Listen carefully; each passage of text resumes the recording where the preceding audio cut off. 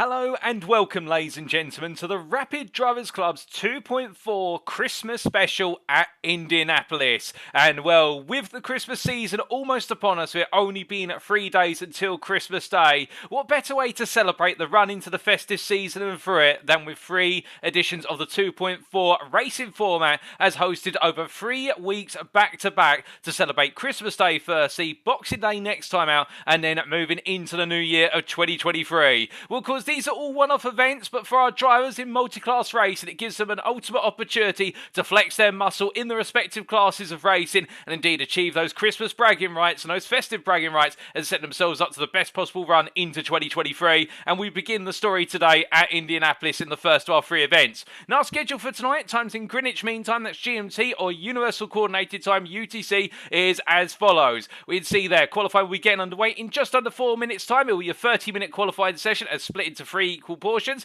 as we'll cover to shortly, and then we'll be heading straight into our race. 144 minutes in length, of course 2.4 hours in length to be precise, and that's where we get the name of the 2.4 series format. And then after that, we'll be taking a brief pause before getting ready for our post-race interviews with our class winners, and those will be at approximately 10 past 10 this evening. In the commentary booth, you have myself. Allow me to introduce myself. My name is Paul Walsh, also known as TX141 or Brit of the Spit, depending on what media you follow me on, and I'll be bringing you all of your racing action tonight, and indeed in next week's rendition as well. And the broadcast is being brought to you live by 2 media platforms for your viewing pleasure. Firstly, if you are a YouTube user, you can always go to youtube.com and search for TX141TX, alternatively Paul Walsh, or if you're more of a Twitch inclined user, you can go to twitch.tv/TX141 and tune in there. But this event, of course, being hosted by Rapid Drivers Club, but it wouldn't be without the sponsorship of Wild Things Racing. And who are Wild Things Racing, I hear you ask? Well, Wild Things Racing, in short, is a professional sim racing team as founded and owned by Denise Pope, which competes in both sprint and endurance series, set of course the competition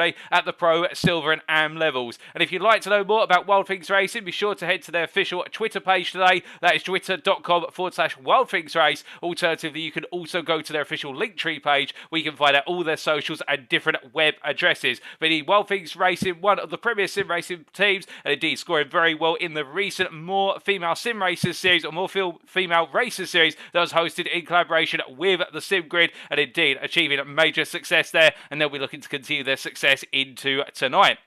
But to give you a quick summary of the rules then, as we come for our sponsor, thank you to Wildflings Racing, of course. In general, the default balance of performance, or BOP, shall be used for all car classes. Teams that enter in this event may consist of 1 or 2 drivers, and only 3 tyre sets are available for the entire event, not excluding wet tyres. And well, as you're going to be seeing very shortly, we were expecting wet weather, and it has not disappointed, but more on that in a brief moment. In terms of qualifying, because we have 3 classes out of the circuit today, the GT3s, the GT4s, and the BMW M2 CS class, we'll see the qualifying session being split into 3 equal sessions. The first 10 minutes will be for the GT3s, then the second portion will be the GT4s, and then last but not least will be the BMW M2 CS cars, and drivers are permitted to use return to garage at any point whilst out on circuit.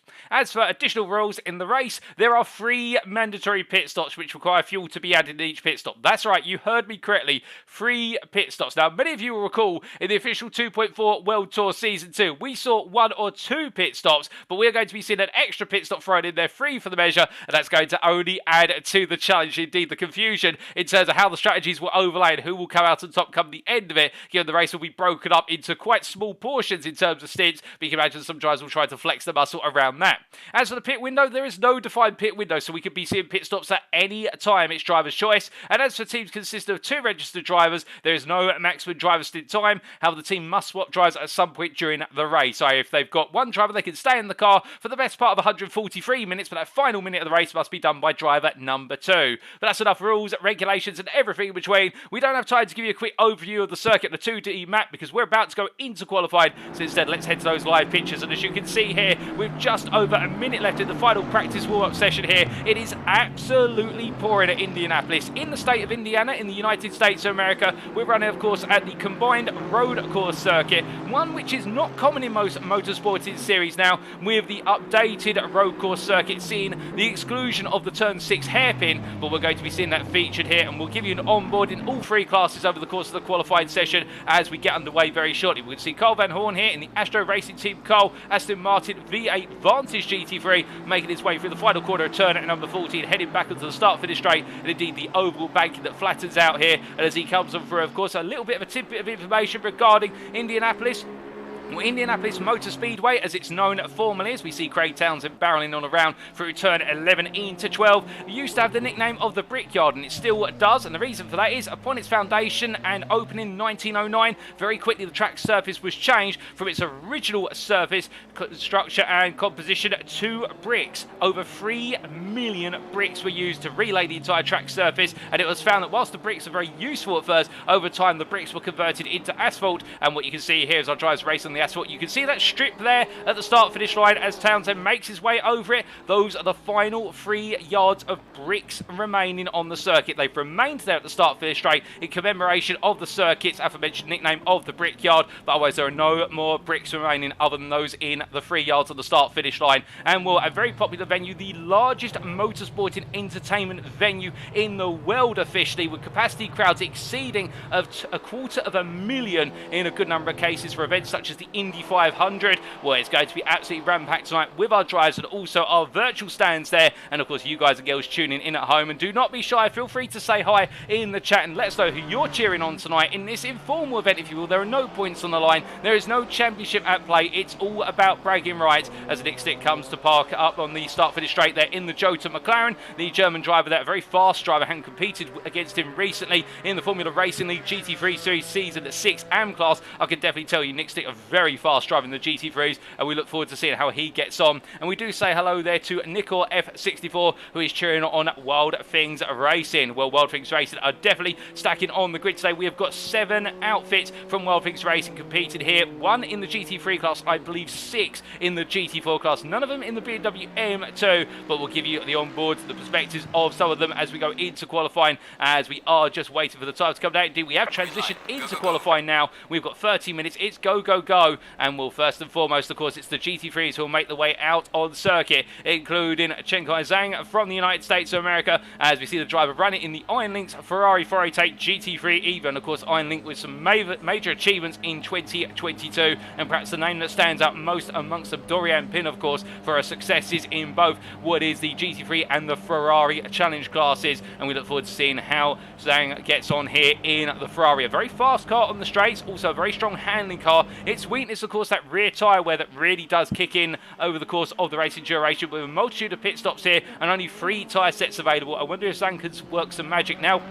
What we should point out, as we see him make his way out of the pit lane, is because it is raining, those 3 tyre sets only apply to dry compound tyres. They do not apply to wet compound tyres. It means that our drivers will have an unlimited set of wets available to them, as I'm to understand it, which will mean they're given a little bit more breathing room, and those cars which consume the tyres a bit more aggressively, such as the Ferrari, well, they're not going to be as heavily impacted by the limitation on tyre sets. But you never know what could happen here, as we are expecting rain to continue for the next 30 minutes in this qualifying session. As Zhang heads on around, we also see here Skylar Lovering making his way on around, and well, the Bricks racing driver also in the Ferrari in the rather fashionable livery there, with flames on the bottom end and some marshmallows, and it is the winter season, so if you haven't had some roasted marshmallows by the fire, then you definitely do want to have some of them there to keep you nice and hot. And indeed, if you haven't got a cup of cocoa at the moment, you might want to consider making one at some point before we go fully underway with the racing. But of course, you don't want to miss qualifying either, because anything can happen here. And indeed, with these wet conditions and also a low ambient temperature and a track temperature of the same of 11 degrees centigrade, this circuit is going to be very tricky to drive on, because you imagine those wet compound tyres, our drivers need to find the temperature in the tyre at the best of times in these cool conditions. But then you've got all this standing water on the circuit, and it's showing no signs of abating anytime soon, and that only adds to the complexity, as we see Lovering making their way through what is their turns at 9, 10 and up towards 11. They go into the right-hander of 11.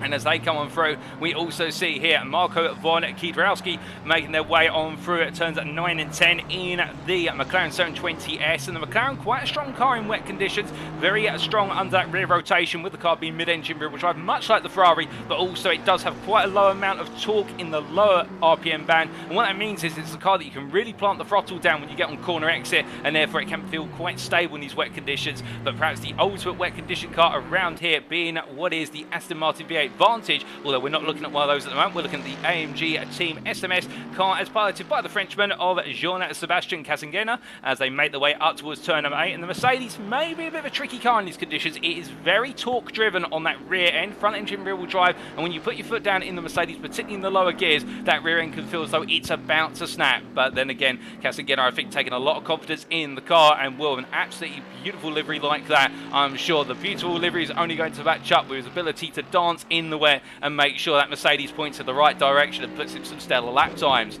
But as he heads down towards turn number 12 at the moment, we've got a couple of drivers already onto their initial flying laps, and well, we do look a little bit further afield at the moment, as we do look to Matteo Pitacchio here as they make their way down towards turn number 1, and the Italian in the Ferrari, of course, the Venerable machine, making its way into turn number 1 at this point. And well, the Ferrari does seem to be quite a popular pick here, and well, I do think the Ferrari would go very well in the dry Indianapolis, but of course you put a bit of rain on that track surface and it changes the complexion entirely. As we see Craig Townsend meanwhile in the big brain racing Honda NSX Evo, running the Evo 2 package, of course, with the updated electronics brought to the Assetto Corsa Competizione simulator on PC and also on the next generation console, but we're running on the PC edition here, and well, the NSX absolutely flies at most circuit, but it's a bit of a risk versus reward car in the fact that if you don't take the risks of it, you won't unlock its true pace, but in return you can find that the car will bite you in the backside if you push it a little bit too hard. But you've got to be on that ragged edge of adhesion in order to get the most out of it, much like the Porsche 911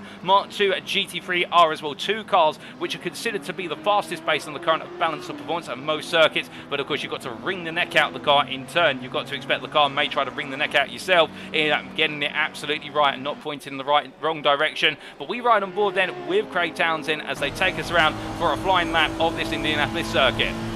Heading down towards turn number 1 and looking to the left hand side for his brake mark. You can see the boards up there and braking before the 500 board and going all the way down the gearbox before turning into turn number 1, a right angled right hander, and then flexing the car and around into turn number 2, a long left followed up by a long right hander at turn number 3, where here the aim of the game is to let the car gradually come out to the left hand side and then onto the brakes for turn number 4 here, the never ending right hander that follows up. And now normally we'd be going into a chicane, instead we go right here for turn number 5 and into the turn 6 hairpin. As you can see, they're fighting with the steering wheel in these wet conditions and the standing water on that transition from turn 5 to 6, almost catching Townsend out as he comes through 6 6 and up into 7, and now we head on to the back straight here, and this will be where major overtaking opportunities could play out in the draft, in the run down towards turn at number 8 and into the left-hander that's coming up now. Turn 8, one of the heaviest braking zones on circuit, as he looks to his right hand side for his brake marker, and will have to really tiptoe the car in and fight him with the car again as he brakes a bit too prematurely there, seeing that there's a cut through with regards to the MotoGP layout, but instead having to wait to turn a little bit later, comes to the chicane of 9 and 10, and to really tiptoe around those apex curves as well, because those will be absolutely slippery. And as he comes through 11, lets the car run out wide through 12 now, and this is where you've got to get as close as possible to full throttle, but he's backed out there, and I think letted drivers come on through, and definitely a difficult lap for Craig Townsend with only 4 minutes to go in this qualifying session, as we see Ollie Moss in the Beach Dean AMR, and this is the Vantage V8. The car we're expected to go quite strongly in these wet conditions, given the fact that it is a very stable car in dry conditions, and in the wet can translate that. But as he makes his way on through, and of course this being the same car team that Nicky Tim in GT World Challenge runs, as you can see here, Ollie Moss making the way down towards where he's turn at number 12, looking very in control there, and that's exactly what you want in the Aston Martin. You want to have all that confidence in the car and just be able to take the V8 engine. Interestingly enough, not an Aston Martin engine underneath the front of that car, it's a Mercedes engine with a turbo system, and as he makes his way through turn number 14, right now Moss definitely looking good. But what's it going to be as he comes to the line? I think this might have been an outlap, in fact, as he comes on down. I don't think it's going to be too big of an improvement compared to his previous best that was disallowed, but he does go P10, but he's found a lot of traffic. Meanwhile, one driver who is not finding any traffic is the Iron Lynx Ferrari of Zhang, as they make their way through turn 8, 9 and 10, and well, currently 7 tenths clear of Batacchio in P2, and is absolutely flying right now. It's the number 33 Ferrari as he heads on through turn number 11 into 12.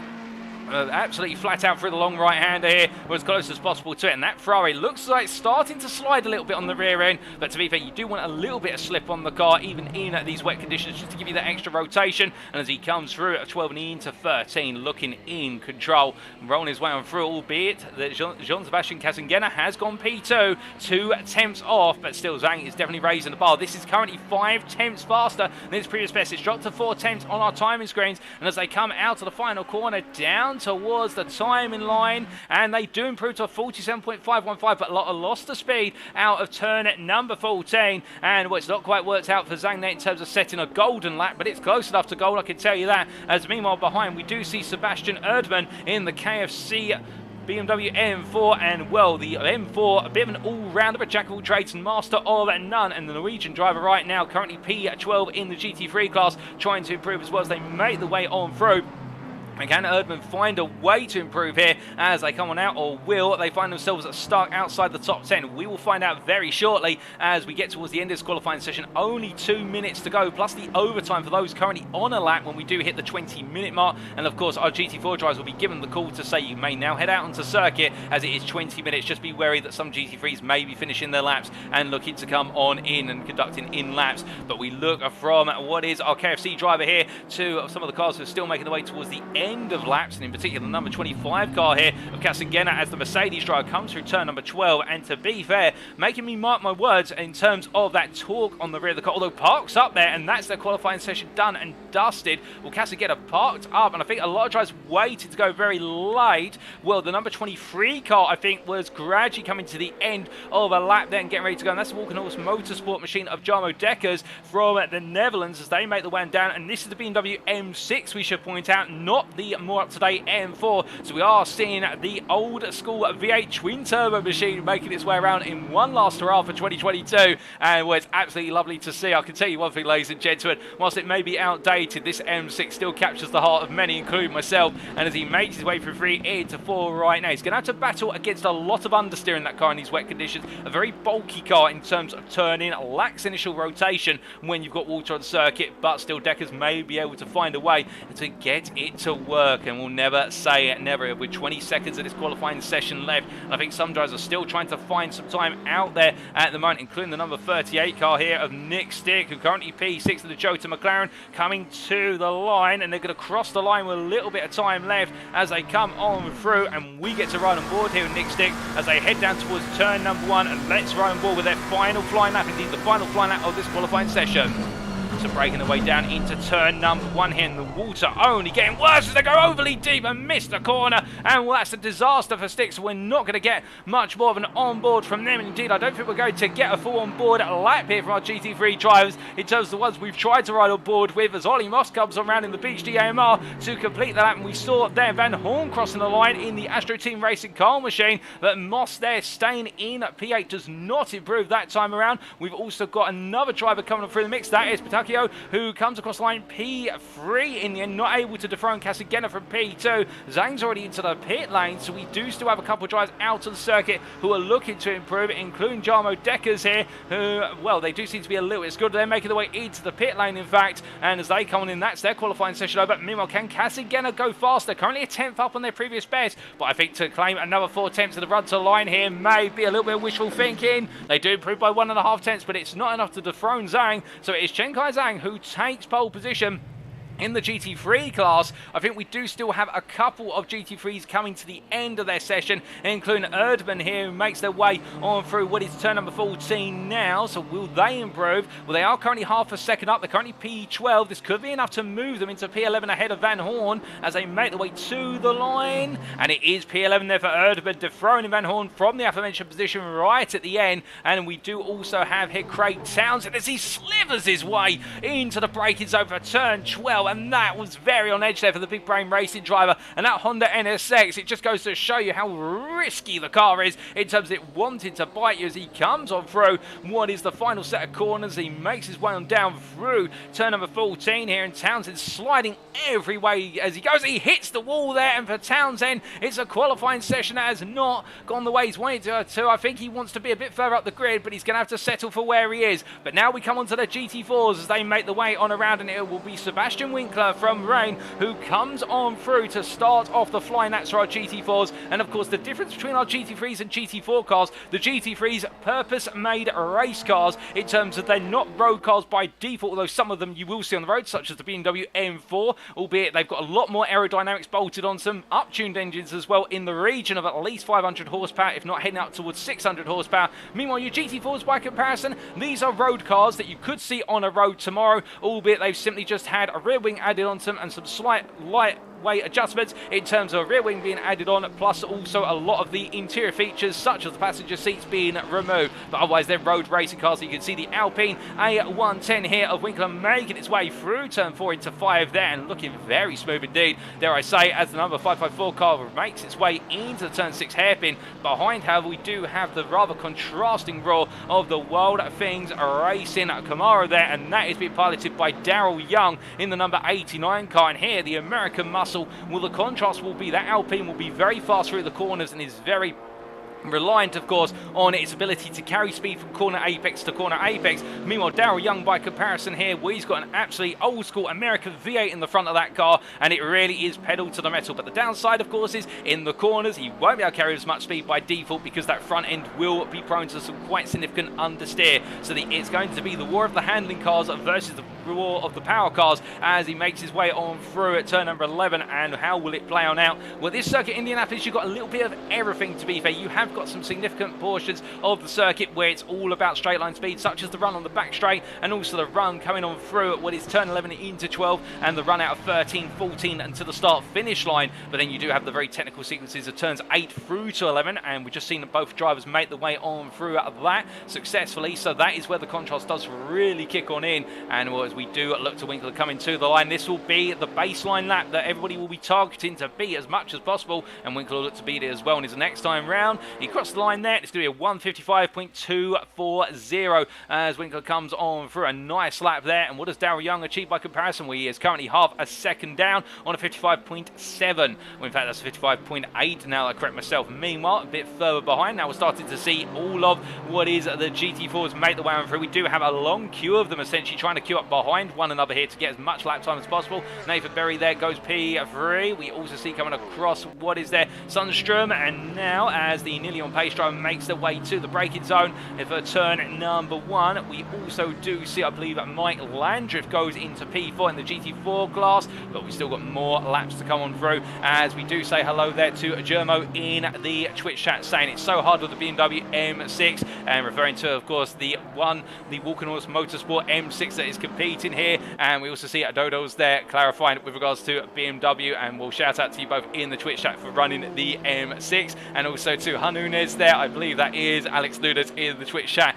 one of the chief organisers and administrators at Rapid Drivers Club, saying it's a little bit wet. Well, I think that may just quite be the understatement of the year, because we have got a lot of rain still due to come over the next 30 minutes. It's showing no signs of relenting, and well, I can tell you right now, our drivers are showing no signs of relenting. As we see Richard Pixley here in the Porsche Cayman 718 GT4 Club Sport machine making their way on through turns 8 and 9, and favourably the optimum car in the GT4 class based on the current balance of performance, the Porsche 718, for the simple reason it's not quite the fastest on the straights, but the one thing this car does have available to it is the widest array of tuning options compared to the others. A lot of these road cars, our drivers are allowed to change things such as the rear wing on the car, and also things such as the tyre pressures, the electronics, and also some light suspension adjustments. But that's going to be quite a significant front bumper adjustment as Pixley grazes what is the barrier there, the foam polystyrene barrier coming into turn number 12 and out of it, and we're going a bit too deep. He's got to be wary of that. He won't want to make that mistake again, but the Porsche does have a lot of options available to it, and it can really be set up to be the optimum handling car,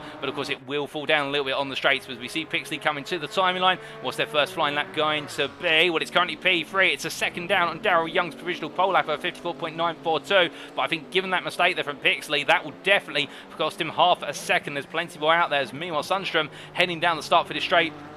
And you can see the long line of drivers here all together. And in amongst this right now is Rarius Gabriel Fotea, as we see the Romanian driver get it a little bit out of consideration there with regards to the Audi. And will the two of them manage to settle their differences? And the Wild Things Racing driver there navigating what could have been a very prickly situation with regards to it in qualifying. Of course, when you're stuck behind someone, if that driver in front is likely on a fast lap, it's on them to focus on their lap, and for you behind to navigate around them. Alternatively, back off and show respect. So qualifying does have a very different nature compared to the race, of course, whereby in the race, where you're tucked in behind someone, you want to overtake them as soon as possible, whereas in qualifying you do have to pick your space on the circuit correctly. But as we're heading towards the end of this GT4 qualifying session, our drivers will have one more lap after this, as we do see the BMW M4 there keep popping in and out of camera, and I believe that is Tip behind the wheel of the car. We are just trying to catch Mr. Tip in the car, but we can't quite find him at the moment. Our camera's not able to find him, but Penguin Races, Benjamin Ashmore here,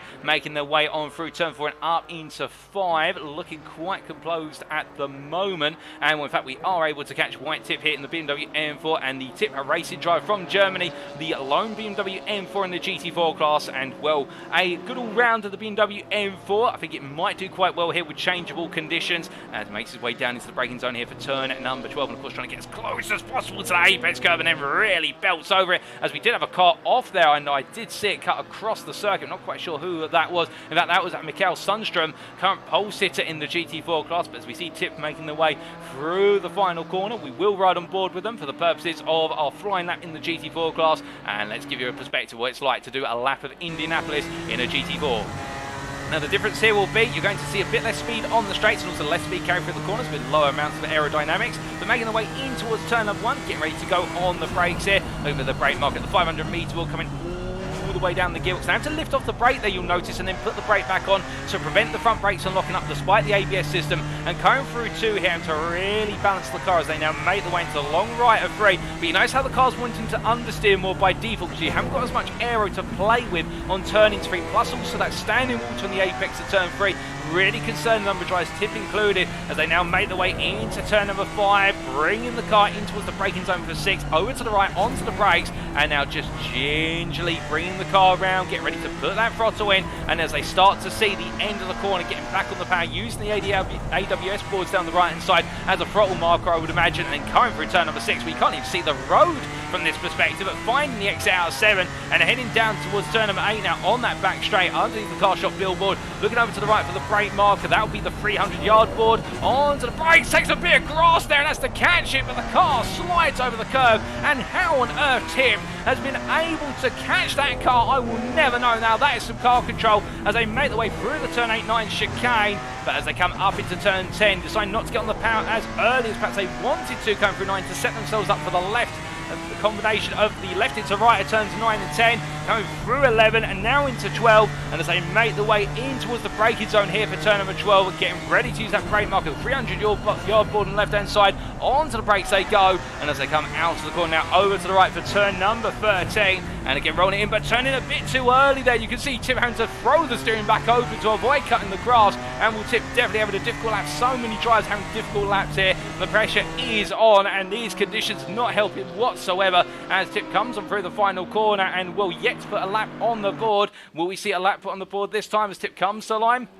They go P9 here, so despite all the errors on the lap, a good lap all the same. We've still got more drivers coming on around, and well, I believe we now do have the BMW M2s making their way out on circuit, but in the GT4 class, it is Mikael Sundström who takes pole position with 53.870 for what is there nearly on pace. The Swedish driver in the Alpine doing a stellar job, and now it falls to the BMW M2s to see what they can do in the final portion of this qualifying session. Well, as we see here, when we see Damir Mahutov making the way in towards turn number 8 at the moment. If you fall, whoa, goodness me, he's got a bit deep there. He's found the grass. I was going to say, he's got off camera there, and our cameraman hasn't turned the camera towards him, so you know he's carried at a bit too much speed. But with regards to these BMW M2 CS machines, running to the American BMW M2 CS class racing specs, are looking at approximately 350 horsepower compared to the 450 horsepower of their European counterparts. But these cars are much slower by comparison to the GT4s, the GT3s, have very little aero on them, minus the rear wing, but you can at the BMW factories, we see they're whacked to the wall as well, and the Mac Racing Team driver having a very difficult outlap here, really pushing the boundaries of what's possible, and I think pushing them a little bit too far perhaps. But the thing about these cars is you can order them from BMW, and they are a classic racing machine, gone through multiple evolutions over the years, and we do have a new M2 CS competition machine coming out in the near future in 2023 with the arrival of the new BMW M2 as well. So Makhmutov making their way on around here to do their first flying lap. It's been a difficult outlap for them and a lot of damage on the car, and I would wonder whether that's going to compromise their lap time. I mean, we see Jordan Daly here in the Triple R BMW M2 heading on through, and as they company make their way on through the corners here, we do try to bring up what is the BMW M2 timings for you, ladies and gentlemen, and well, those unfortunately are not available, so we will have to revert to overall standings there to bring out those qualifying times for you. Unfortunately, with regards to our timing tower, the M2 class has not been implemented as a separate class timing tower as of yet in the ACC, but as we see Jordan Daly making their way in towards turn number 14, getting themselves set up here. We also do have Christopher Hoffman, who just crossed the timing line there in the Creme de la Course 501 M2, and we're just in front of him. I do believe that may have been Gis Luna. In fact, Luna's already up into turn number 4. The half-practice hero driver, of course, the Dutchman making the way on around. Of course, a fan favourite in the M2 CS class from the 2.4 World Tour Season 2 as they make the way into turn number 6 now onto the brakes. You can see, look at these M2s sliding the way on through, and you saw in the background there what was one of the other cars in P37, and that was a Martin Lorenk who was going sideways for ICI Esports, the Czechoslovakian driver, heading on through. And that's the thing with these M2s, they have to dice and dance their way on around because they've got no major aero to work with. So here it's all about carrying as much speed as possible and really using the weight of the car. It's almost as if you're throwing a bathtub around on the circuit, and I liken these cars in a way to a bit of an informal touring car in their relative pace compared to the GT3s and the GT4s, because they don't have straight line speed pace. They do not have the ability to carry huge speed through the corners, but what they do have at their potential is a lot of weight, and being able to command that weight as the driver and fly it around. That is where your lap time comes from, whether it be a wet Indianapolis circuit or other circuits, which we go into later on in these 3 special events, but more on that a little bit later as we see Laurent drifting away through turn number 12 and out towards 13. This is a really smooth lap from Laurent and really catching up to the back there. Oh, what is Luna in front. I wonder whether they may get a little bit of a draft in the run down towards turn number 1, and that may aid them in terms of their overall lap time. But so far, we've yet to get a time on the board from any of our BMW M2s. We've got a couple into the pits, in fact, and I think with damage to their cars, and Luna and also Cosmazzetto coming on. In fact, Cosmazzetto in the Bentley there, well, I think he's just not been able to get out in the qualifying session, but Laurent comes across the line, and that is going to be our first M2 time, and my goodness, Laurent going faster than some of our GT4s. Now that is very impressive, going faster than Sodacat Ashmore and also Ruto Solanen in the GT4 class. Well, I wonder what else is going to be coming through here. In fact, no, my apologies, and not the latter driver, with the fact that we do have Ruto Solanen in the BMW M2. Getting a bit confused there with our M4 in the GT4 class, but as we see the S is a slow driver from Finland making the way on for a respectable time from them, albeit 1.2 seconds off of Lorenk's time, and I think Lorenk really set themselves up to be the favourite here in the M2 class. We've got a lot of time still to go as we look to our other drivers making the way on around, and well, as we do see here, the S is a slow machine making its way through, anything but slow, coming into turn number 6, drifting its way and dancing its way into the hairpin, and as they make the way on out and up towards turn number 7, of course, so tricky here with so many direction changes, and the water on the circuit will only make the car less stable in managing those direction changes, but of course that's where all the speed comes. If you can shift the car around the course as rapidly as possible, get it to go from left to right and right to left,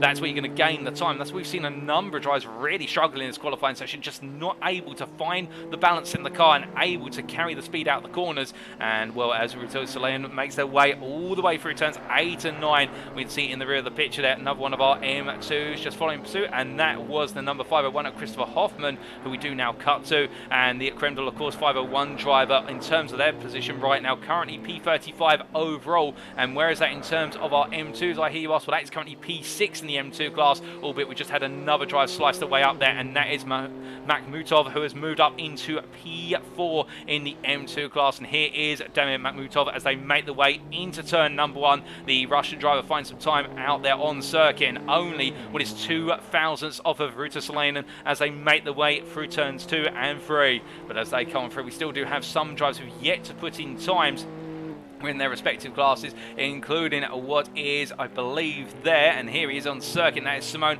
Alessandro Casacario as they make the way on through turn 5 into 6, sliding the way into turn 6 as they come through. We can see there Makhmutov behind also doing the same, but taking it to the next extreme. But the AOA racing driver here really running on the edge, and well, they've yet to put a time on the board, and I wonder if their previous time may have been disallowed for an off track, as we still got 3 minutes to go here. And well, they may not be as fast compared to the GT3s but GT4s, but I'll tell you one thing, these M2s are definitely thrilling in terms of seeing them being thrown around the circuit here, chucking their weight around and definitely showing that pace in terms of what they can get out of the car. As we see the AOA racing driver coming on throughout turn number 8, I should say, getting a little bit wrong there on the exit. You notice a bit of wheel spin kicking and having to settle the car down as they come through 9, 10 and up into 11, but as they break the way in here, cutting as much the apex 11 as possible. Of course, our drivers are allowed to do that as long as they keep 2 wheels on the white line, which is before the apex curve. That's where the track limit lies. So we see Cascara make their way all the way out towards turn number 12 now. Onto the brakes they'll go. A bit of a snap moment there on the front end as they tried to straighten the car out, and they go overly deep into the corner, and that is going to be an invalidated lap. And what was looking to be a flyer is no longer a valid lap, and now he's going to have to leave it all to essentially the final lap of this session to put a time on the board. And the same for Luna here as they make the way down the back straight, coming out of turn number 7 and down towards turn 8.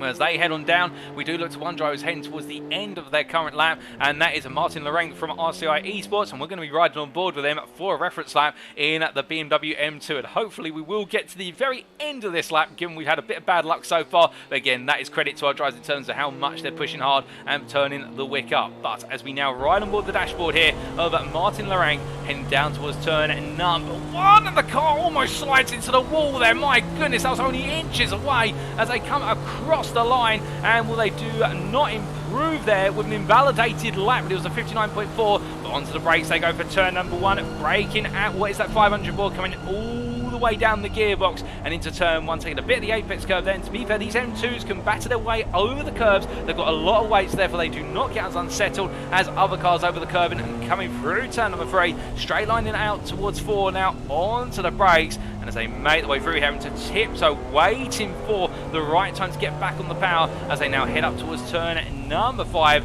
Lift of the throttle there, but bring the car through over to the right for turn 6. And you can see here, already under braking, trying to point the car into the turn 6 apex in order to improve the amount of lap time it's spent in the corner. And this comes on out, fighting with wheel spin, coming all the way through turn number 7. A bit of oversteer plus wheel spin combined together, coming out of 6, but gets it settled down as Link now makes the way down the back straight here up towards turn number 8. It's been a good first half to the lap, and now Lorenk can take a quick breather before getting back on the brakes once again in the run down towards 8, braking at the 200 yard board, going as late as possible here, hooks up the apex nicely, got to get the car over to the left hand side, and you see a bit of a dry line starting to form, but turns in early there for turn 9 to set up the straight line between the apex of 9 and 10, really having to be ginger on the throttle here as he comes into 11, very hypersensitive throttle control, and as he comes out of 11 up towards 12, now it's all about balancing. Does he go full throttle? You can hear there the car drifted on through as it makes its way onto the oval before returning into the right-hander at turn 12 on the brakes, but goes very deep and just about catches it and avoids clipping any of the polystyrene that's been knocked about, and coming into turn number 13. The rank right now currently 2/10 faster than their previous best, but is it going to be enough as they make their way through the final quarter, really having to fight at the steering wheel every time for these leading corners, and as he comes to the line, what's it going to be for Laurent? Well, he's currently provisional pole in the M2 class. Does he improve? It's a long run. He does improve by just shy of 2 tenths, and that's going to be a 2:01 as they park it up. And well, can anybody else respond here as we're now in overtime on this qualifying session, and our M2 drivers will need to finish their current flying laps. Well, we do have the 501 car coming to line first of Hoffman, and as they cross line, well, they're backing off by the looks of things. They do improve in the end, but it's not enough to dethrone Laurent. What about Daly by comparison? Jordan Daly crosses the line for Triple R, and well, they have improved, but it's not enough. They are 3 tenths off of Laurent. We've also got the number 37 car coming to the line, and where is, well, I believe it is Luna who's come across the line, and they have put a lap in at long last, and that lap has put them a little bit further up the order ahead of Provolone and also Casacario. As meanwhile, we do have 2 more cars making their way to the line. In fact, that is Alex Nunes and the BMW M2 parking on up, and he's decided enough's enough, so we've only got the 404 car to make its way now through the final couple of corners. The S is a slow driver here of Ruta Solanen, making their way all the way round the final right hand, and can they improve here, the Flying Finn, as they make their way to the timeline, currently in class in what is P3 in class, but 8 tenths off of Laurent as they make their way to the line. That is the qualifying session complete. They improved to P2 in class, but it goes the way of Laurent in the end. Laurent takes pole position in the BMW M2 classification. So pole position overall goes to Chenkai Zhang in the GT3s. We then have pole position in the GT4s for Mikael Sundström, and then it will be Ruta Solanen from the BMW M2 class who takes the final pole position as everybody jumps to the pits now and gets ready to go racing. But what a tricky qualifying session for all of our drivers, ladies and gentlemen. And well, if the rain continues here, which we believe it may do going into the race, you can be certain we are going to have a nail biter. And those pit stops, if we do see a dry circuit start to emerge, those pit stops are only going to really start to compound the woes and concerns of our drivers, because then it all come about when's the right time to jump from the wet to the slick dry tyre. But as we wait for our drivers now to transition to the grid, 3 deserved pole sitters, they've got the bragging rights of having the fastest single lap in the wet and being able to master the art of drifting their way around Indianapolis, but can they bring it on home in the race conditions? Well, let's walk down through the grid and tell you where everybody lines up. So as we make our way down the grid, then we start with the very front, of course, and with our overall pole sitter, our GT3 pole sitter, it is Iron Lynx's Chenkai Zhang from the United States of America, the Ferrari driver taking pole position. Alongside them on the front row is Jean-Sébastien Cassinghena from France, the AMG Team SMS driver in the Mercedes AMG Evo. On row number 2 is Antonio Fedele for VLR, the Italian driver there in the Ferrari, being joined on the second row by Carl Ragsdale there in the Iron Lynx, the American Ferrari. Then on row number 3, we have Skylar Lovering in the Bricks Racing Ferrari as well. A number of Ferraris here today, and very popular, very fast car it would seem. And the American driver there will go toe-to-toe with Nick Stick from P6 in the Jota McLaren, starting in P6. The German driver looking to have a good run down towards turn number 1. And then on row number 4, we have the parent of Evan Latafas for Wild Things Racing, the Greek driver there in the Aston Martin V8 Vantage GT3, joined by Steve Donald, the Beechstein AMR British driver there, and well, he'll be racing also in the Vantage V8. 2 very strong drivers, and 2 drivers who will know how to use the strategic nuance of that Aston Martin V8 Vantage, a very strong car in terms of tyre wear and fuel consumption. We then have what is Craig Townsend, started off our 5th row for Big Brain Racing in the Honda NSX Evo, and alongside them on the 5th row is Patrick Nemzowski in the drive-through racing McLaren, the Slovakian driver there, starting at P10. We then have on the 6th row what is the KFC BMW M4 machine in the GT3 class of Sebastian Erdmann from Norway, being joined by the Astro Racing Team Car Aston Martin V8 Vantage of Carl Van Horn, the Dutchman there, starting P12. Then in P13, we have Marco von Kiedowski, the German driver there in the AMFA Racing McLaren, the 720S, and they'll be joined by Matt Redfern in the Big Brain Racing Audi R8, and they'll be starting in P14. Behind them on what is the 8th row, we have Jarmo Dekkers in the BMW M6 GT3, the Walker-Laws Motorsport driver, the Dutchman. We're looking to find a way to get that BMW up the order, and they're joined by fellow BMW driver, albeit in the BMW M4 by the looks of things there, and that is the Walker-Laws Motorsport machine from Hungary of Abner Premus. Then we start off with the GT4 pole sitter in the what is the 9th row. It is Mikael Sundström on the nearly on pace Alpine, will definitely on the pace to take pole position, and the Swedish joined by Richard Pixley on the front row of the GT4 as the Wildthings Racing driver in the Porsche Cayman 718. The Britain will then be followed up by American driver Michael Keller in the Wildthings Racing at Camaro, the Chevrolet Camaro GT4, and they are joined on the 2nd row of the GT4's the 10th row of the overall grid by Reres Gabriel Fortea, the Romanian driver there for Wildthings Racing. Wildthings Racing doing well to almost lock out the front 2 rows of the GT4 class, but being pipped to the post by the nearly on pace Alpine. Then on what is row number 11, we have Sebastian Winkler in the Rain Alpine, and the German driver there will be looking to do everything he can from the 3rd row of the GT4s, joined by Nathan Berry there in the fresh sim racing Audi GT4. And well, the Audi, of course, a bit of an outlier, very good in the wet to be fair, but it does lack a little bit of pace in the dry, much like the Alpine in terms of its very handling focus, but does have good top end. We then have behind them on the 12th row Mike Landreth in the Ember Racing Aston Martin V8 Vantage GT4, the Britain being joined on the road by Denise Poe in the Wildthings Racing McLaren 570S, and then the Britain will be followed up by Alex Curto from Wildthings Racing. With that will be Alexander Graz, well, I believe Alexander Gray, in fact, who will be starting in the Wildthings Racing Aston Martin Vantage V8 in the number 20 GT4, and then we have White Tip bringing up the rear in the GT4 class here in the group that's all together in the Tip Racing BMW M4. Before we come to our BMW M2 CS class pole sitter from RCI Esports and Martin Laurent, the Czech Republic driver there, started P27 with Patrick Sadeka as they get underway on this formation app in the Wildthings Racing Maserati there. Very fast in the dry in the GT4 class, but struggles in the wet. It has no traction control, nor does it have any ABS systems. It's all manual to the driver to manage that. And then we have Ilpro Ruto as they make their way down towards turn 1 in the S's for slow BMW M2, starting P29, joined by Jordan Daly on the 15th row in the Triple R M2 CS, the Britain there, started P30. We then have Benjamin Ashmore in the Penguin Racing GT4 Club Sport Cayman Porsche as they make their way on through in P31. And then we have Alex Nunes behind in the BMW M2 CS machine, and well, the Rapid Drivers Club driver started P32 from Portugal. And then on the 17th row we have Demir Mahutmatov as the Russian makes their way on through towards turn number 4 in the Mac Racing Team M2 CS, joined by Christopher Hoffman on that 17th row, the Creme de la Course driver there in the 501. And then we will have Dom Healy starting P35, also in a Maserati GT4. The Maserati's really struggling in qualifying given the wet conditions, and they will have alongside them Juice Luna there in P36 for half practice hero. And then we have Jason Provolone in the what is the Dirty 630 machine from the United States in the M2 CS class, joined on the 19th row by Mattia Di Campo in the in fact that is Simone Alessandro Casicario. I believe they may have done a driver swap. We haven't had our data updated. In fact, we have just had it updated. It is going to be Casicario. He'll be taking over the car for the first stint.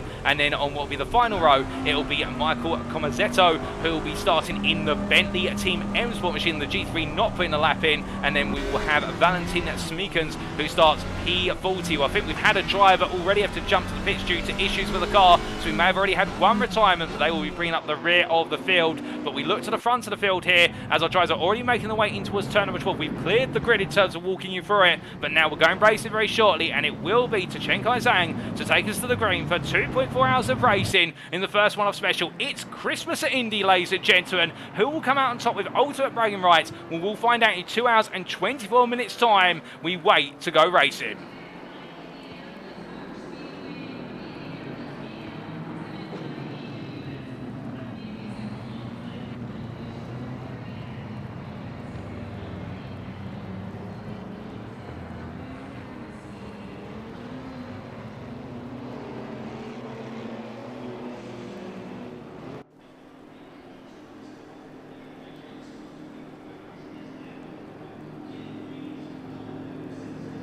And it's lights out and away we go here at Indianapolis as Chen Kai-Zhang looks to defend hard down to turn number 1. Look at the gathering of cars. They come roaring on down here with all classes stacked up behind one another. And as they make the way on in, we look to the helicam here to get a full feel of all the pack as they come roaring on down. Looking around the outside there, Cassinghena trying to go around. There's contact between the two of them as Cassinghena's forced wide, but he gets the move done. Meanwhile, further back, we see Ragsdale here battling side by side with Bitticchio as they make the way through 2 and up towards 3. But it looks so that the Italians found their way on through. Further back, we see side by side as well between Primus and what is there, Deckers, with Deckers on the inside, and the M6 that gets a great start there to move up the inside. As further back in the GT4 class, it's a battle between Fortea there and what is Winkler. Winkler on the outside coming out of 4 and up towards turn number 5, and Fortea takes the leading position in that battle. As even further back, we have what is the GT4s and BMW M2s overlapping between one another as they make the way into turn number 6, and that's Tip going a little bit deep there in the M4 GT4 as they make the way through. We've got a drive-through penalty for Healy, I believe, for speeding at the race start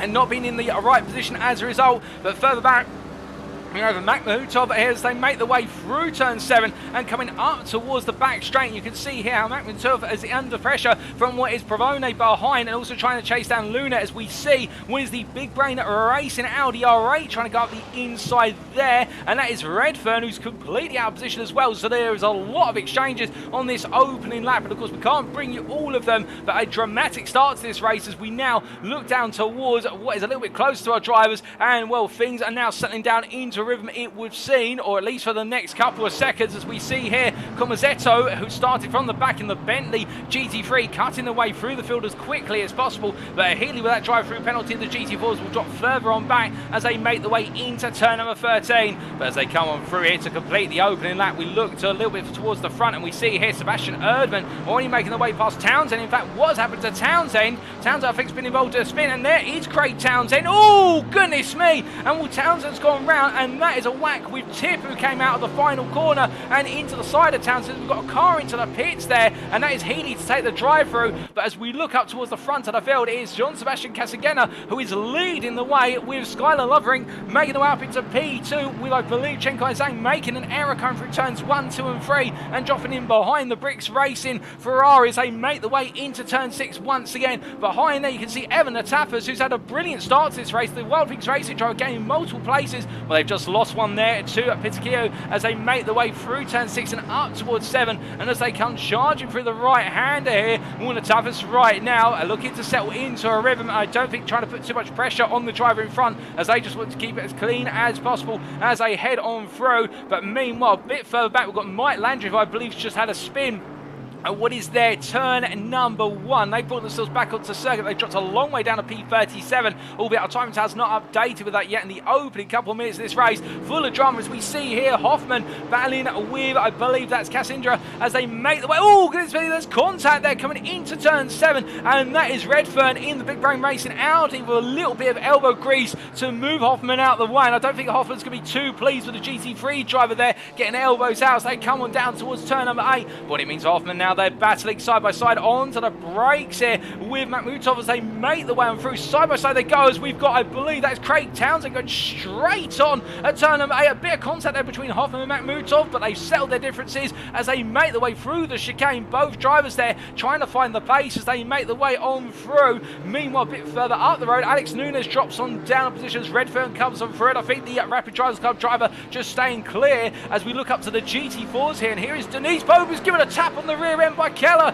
as Keller comes in hot, and they're both parked up. They're trying to separate the differences as White Tip comes roaring on into the situation, and well, that is only going to confound things ever more as we see Martin Laurent behind here. Well, having started on pole in the M2 class, he's not leading at the moment as we've got Ruta Slayton, who is currently leading the classes. There's a bit of contact at the wall from Laurent as they come down the start finish straight in towards turn number 1. They go once again, but it's going to be 3 wide on the run down with a GT3 on the inside there, a GT4 as well, and I believe that's Speakers who's up the inside of the leader of the M2 class of Ruta Slayton as they come onto the brakes, and will they both go deep, and Laurent's going to go around the outside here to get the move. Can he get it done, however, is the question, as Laurent tries to hold it to the inside of 3 behind Jordan Daly's looking at this, and Daly, where you can see there with class leader of what is Ruta Slayton, get it wrong coming through 3. Jordan Daly comes on through to take P2 in the M2 class, but it is Laurent who retakes the lead of the class. It's drama in the M2 close at the moment in the battle for the top 3 spots, and it's only the opening 5 minutes as they make the way into turn number 6 once again. But as Ruta Solanen here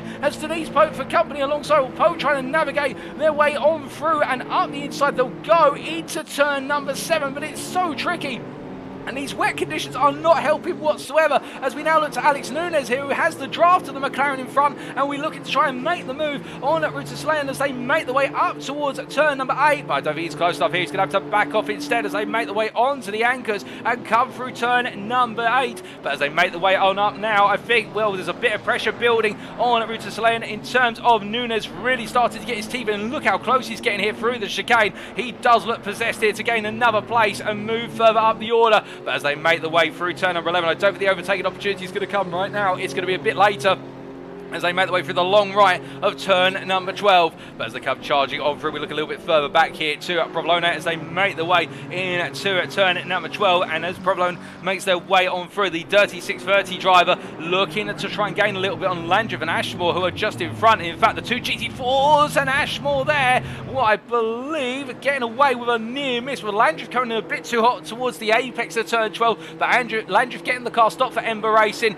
and not leading to an incident there, but showing great awareness though when he cut the corner a bit too soon and decided just to completely back the car off and make sure that he did not spear into the side of Ashmore as they make the way to the timeline. Further behind, Nick Stick will whack to the wall there, and Nick Stick's race is going nowhere fast, unfortunately, for the Jota McLaren driver as he comes up towards turn number 1, been in the thick of it since the very start. But again, we still do have over 2 hours of racing to go and changeable conditions as well, so anything could happen here. And also, it is night time, well, it's going in towards night time, we should say, here with ambient light already at a very major low. So what that does mean for our drivers is it all comes about concentration as well, where we've been 8 o'clock in the evening local time is simulated, and therefore as it gets darker and darker, it may only lead to some drivers becoming complacent and getting it wrong. But meanwhile, speaking of drivers who are getting it right, we look to your race leader at the moment over on in the GT3 class, and that is Jean-Sébastien Casagena, the Frenchman for the AMG team SMS, making their way all the way through turn number 14 into the timeline. And just look at the gap they're pulling out to Loverink behind. As we see here, the Bricks Racing driver falling further and further back. The gap now 3.3 seconds, a whole 8 tenths being extended on that lap. But further back, you can see how Evan Natafas here with a lot of pressure building as we ride on board the Wildfix Racing driver as they make their way down towards turn 1. And behind, you can see there, that is Nimzowski with Ragsdale and Erdman battling hard into turn number 1. And what I think there, that Ragsdale under pressure to make the move. Erdman on the outside, he'll cut back to the inside in the KFC machine, and he holds it for now, does Erdman, as meanwhile Ragsdale has to back out once again. But the two of them really fighting hard as we focus on them making their way up into turn number 4.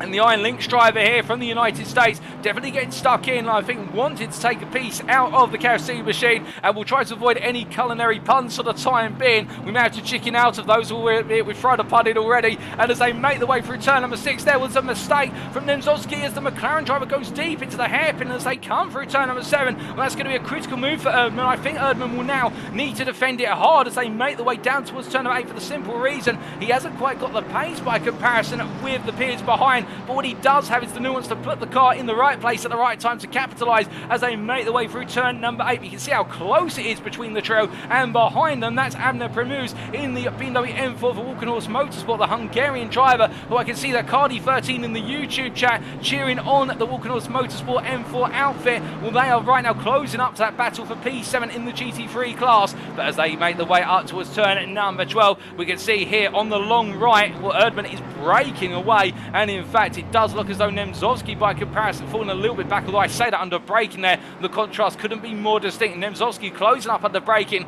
but losing out in the long runs. As they make the way out of turn 13 and in towards 14, they settle down for now. Meanwhile, in the GT4 class, Richard Pixley leads the way ahead of Sundstrom right now. But you can see here Mikael Sundstrom, the Swede, for nearly on pace in the Alpine, staying very close as they make the way down towards turn number 12. We ride on board here with Sundstrom looking back, and that's the gap to Voltaire, the World Things Race drone P3 in the Porsche in the GT4 class. But then we ride on board and look forward from Sundstrom, and this is how close the 899 driver is to the back of Pixley. And the thing thing that's very interesting here is these Alpines and Porsches are very similar on pace in terms of their straight line speed, but also their handling characteristics. You could argue that the Alpine leans a bit more into cornering by comparison. Sundstrom here really fortunate to be right dead in the toe, and you can see being in the draft, having to pull out of it in order to get a clear run under Brickyard to try to put some pressure on his rival as well, as there's no such failings from Pixley under Brickyard into turn number 1 as they make their way through the left-hander and now coming into turn number 4 shortly. But the two of them are inseparable, with the gap standing at only 2.5 tenths the last time they crossed the timeline at the start-finish straight as they make their way through the right-hander at turn 4 and up towards 5. We'll keep our eyes on this, of course, as it develops, but there's so much going on right now. It would be rude of us not to look back here and see with regards to our M2 class leader of Lorenk after a very tricky start to the race, and they're going very deep is Denise Pope, who after making the move on the inside find a lot of standing water on the inside of turn number 1, and Lorenk just simply jumping back on through. But then the next M2 is Jordan Daly, who makes their way through turn number 3 up towards 4. They've got the Jota McLaren and Nick Stick behind in the GT3 class. They'll look to pick their way on through, I reckon, in the run to turn number 6. You can see here how Daly had to go very tight on the inside, but Stick uses the aero there to go all the way around the outside, so there's no drama between them as they come on through. And then you have what is Ruto Salenon making their way in P3 in the M2 class as they come on through the left hand at turn number 6. And right now this top 3 breaking away from the rest of the Packers, led by Alex Nudes, and you can see them Makhmutov followed by Alessandro Casicaro as they make their way through turn 6 and 7. And then they've also got the GT4 Mike Landreth behind them. The GT4s will gain on the straights, but in terms of cornering they're quite similar by comparison, because at the end of the day they are effectively road car racers. They make their way down towards turn number 8, but Landreth going to go on the racing line there. Cascario making their way onto the inside. That's going to cost them a lot of time. I would expect it would have been the other way round for the AOA racing driver, but I think they've decided just to get out of the way and stay safe. Meanwhile, we look up to Richard Pixley here, and well, Pixley has dropped backwards, and so has Sundstrom, interestingly enough. And I wonder if these two have been involved in an instant, because we now have a new class leader in the GT4 class in the form of Veres Gabriel Fortea in the Wild Things Racing Porsche, albeit they're not on camera at the moment, as we see Matt Redfern going up the inside of the pair of the GT4 belligerents as they make their way into turn 1, but Redfern there goes a bit deep and has to bring the car back to apex for 2, but Pixley is not going to be too pleased with that. And I think there might be a few curse words under the visor right now, because that's taken all the pace out of turn 2 for Pixley, and it's meant that Sundstrom has closed up massively as Pixley goes a bit deep, but just about keeps it on circuit there, coming out of 4, up into 5, 6 they go. But multi-class racing already proving to be very tricky, and we're not even into the period where we have the faster class cars starting to lap the slower class cars, as meanwhile Pixley there and Sundstrom almost coming into contact coming out of turn number 6. You can see the difference of lines. Pixley's really struggling right now to get that Porsche to turn on in. Meanwhile, by comparison, Sundstrom just enjoying the flow of the car as we look back from the World Things Racing Porsche here, and that Alpine behind is definitely looking all fired up. And in the first half of the lap, it would seem as though Sundstrom has an advantage. Can he convert that into a position on the second half of the lap? As we see there, Pixley taking a plethora of curbing, and that has launched the car into the air. And he just about gets it stopped, and the thing that's worked for him there through the chicane of turns 9 and 10 is it's only a one-way ticket in terms of how you go through in the racing line. But as they make their way through 11 and 12 there, you can see Sundstrom again taking a peek up the inside. He can't quite find as they come into the braking zone for 12. Onto the brakes they go, and Sundstrom really trying to push hard, but behind you can see there Gray closed up as well. Alexander Gray, who's not too far behind in the Aston Martin V8 Vantage GT4 as they come through 13 and up towards 14. And well, we are only just shy of 15 minutes into this race, but already some rivalries really forming. As you can see, Pixley struggling there for rotation out of the corner, and meanwhile we can see just behind Sundstrom pushing on, and then Gray a little bit further back. The Swede here for World Things Racing watching on and wanting to get into the fight soon, there's no doubt about that. But looking from them up to here, P4 driver of Bricks Racing. Bricks Racing's Skylar Lovering, as we say, they have fallen back, and they cut quite a chunk there out of what is turn, I believe that was turn number 11, as now they're starting to come behind some of the slower M2s, or the M2s that have had difficult starts to their races. And this is where it now really starts to get difficult for the GT3s, because they've got their first taste of coming up behind the slower classes and having to navigate the blue flag situation. Now, of course, the onus is on the M2s and indeed the GT4s, when they've got the GT3s behind them, to respect the blue flags, not fight the faster class coming coming on through, but also to stick to their racing lines. Let the faster class navigate around you. That is the directive our drivers have been given. And as they make their way down towards turn number 1, we can see here in the battle for P2 in the GT3 class, Petacchio already flashing his lights to the Maserati in front. And well, that is one of the GT4 Maseratis. I believe that is Patrick Sadeka, who is looking to try and carry on, albeit hoping that this wet weather will go away at some point. As right now, that is Dom Healy, not Sadeka. Sadeka's a little bit further behind,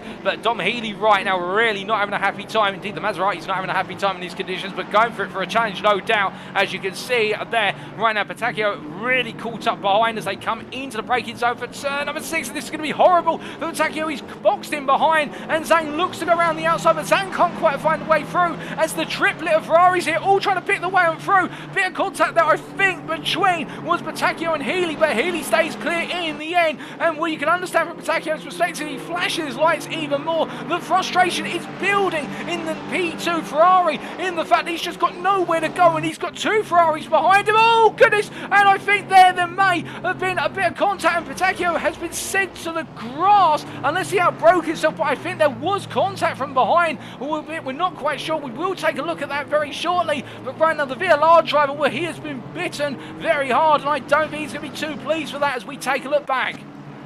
So making the way down towards what was turn number 8, and we ride on board here with Zhang as he came under brake. And was there contact between the two of them? Well, in fact, oh goodness me, well, we didn't see that M4 very clearly coming through. In fact, that M2 coming through, but that was an M2 spearing its way into the corner, and we're not quite sure who that was, but that was not what Petacchio expected. And well, for Zhang, it's giving him a place, and the same for Lovering, but you can imagine there, that's not the way anybody wanted it to play out as we return to live pictures, and that was a surprise and not a welcome one to be sure. But as we see our drivers making the way down the start finish straight here onto another lap, we'll try to pick out which one's a GT4, which is an M2, and which is a GT3. I dare you. When you see the GT3s here on the inside line, all trying to cut their way on through, as Steve Donald has moved up to P4 in the Beechdene AMR in all the chaos and confusion as they make the way through turns 1 and 2. And right now the Brits are just doing things the sensible way, which is stay out of trouble and simply pick up the pieces when trouble finds everybody else. That's what you have to sometimes do in multi-class racing. Sometimes you may not be the fastest driver, but you're up there simply because you've been able to stay away from all the problems out on the circuit. But again, we've got a long way to go here. It's not over yet. We've still got 2 hours of racing to go. As we see they're running a bit wide. I think that's Denise Pope there with a spin. Coming through turn number 6, the McLaren putting 2 wheels onto the grass. So that grass is absolutely sodden. In fact, we've got quite a bit of water on the gravel there as well, where it's just standing. Gavin, this rain is not slowing down at any point. It is still heavy rain. Now, I wonder whether we may see a flooded track at some point. So I don't think we will, given the number of cars out on the circuit, but I think there's a risk that certain parts of the circuit are gradually becoming flooded at points onto apex curbs, alternatively on off lines. The Sauber drivers may have to start taking different lines as we see Patrick Sadeka up the inside of Denise Pope into turn 8, and the Wildfix racing driver here in the Maserati continuing on despite the challenges of the car and trying to find a way to get this machine to point in the right direction. Corner to corner, doing it very well so far, but as they make the way in towards turn number 12 here, you can see all the GT3 starting to pick the way on through into the pits. By the way, that is Jason Polone in the Dirty 630 car, and I think that was the BMW we saw, the BMW M2 that we saw go into the side of what was Petacchio. In fact, it may not have been. Again, very difficult to discern from the camera angles we had visible to us, but the Dirty 630 car definitely heavily wounded and having to take some repair work by the looks of things, but also clearing a mandatory pit stop, so he can use that as a bit of a tactic. But meanwhile, we look from them making the way out of the pit lane all the way out to what is our driver in P19 of Richard Pixley.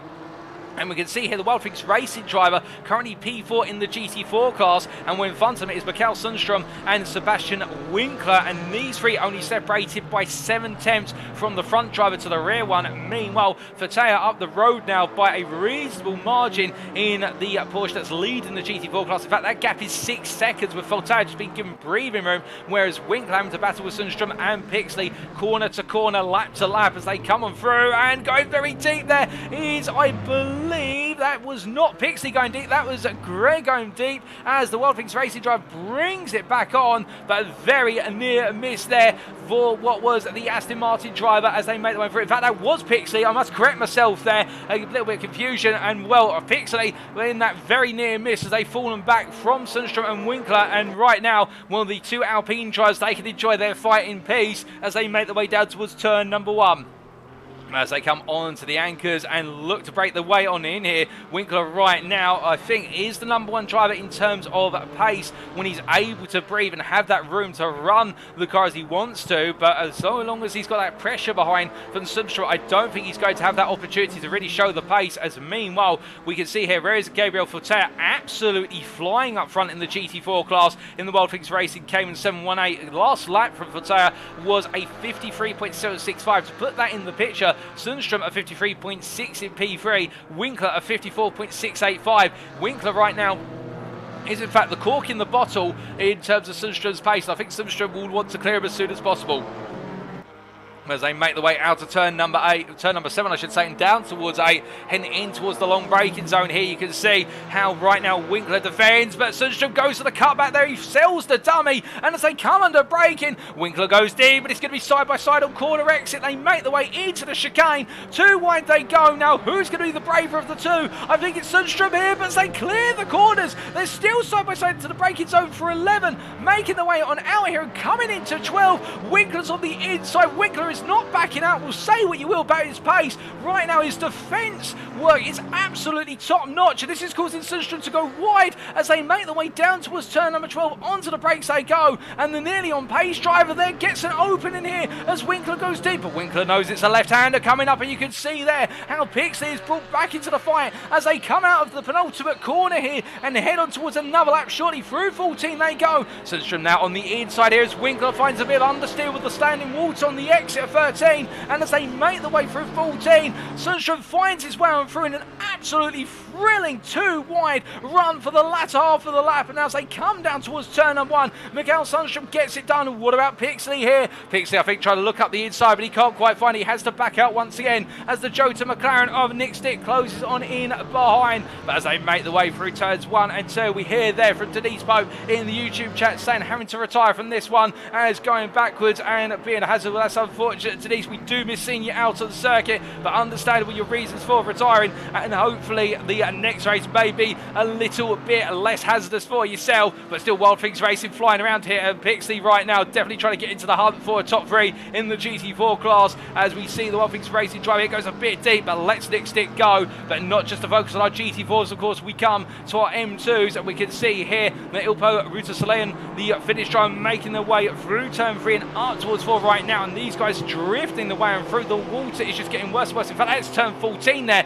Looks so similar from the camera angle compared towards turn number 4, but as they make the way onto the start for this stretch and then down towards turn 1 once again, we can see how we do have the GT4s picking away for it, including Patrick Sadekat making the way up the inside in the GT4 Maserati, and we're going to try and clear things under brake, and it's going to get very tight here, and this is where, oh goodness me, it goes on around. I think that might have just been a little bit of a snap with the throttle there, and of course no traction control in the Maserati makes it an absolute challenge to control even at the easiest of times. But meanwhile, Nunes up the inside of Ruta Soleil as they come into turn number 4, and as they make the way out with the Portuguese, I think aided a little bit by what happened with Sadekat on the run from 1, but still he's had to make it count on the exit of 2 and 3 and moves up into P.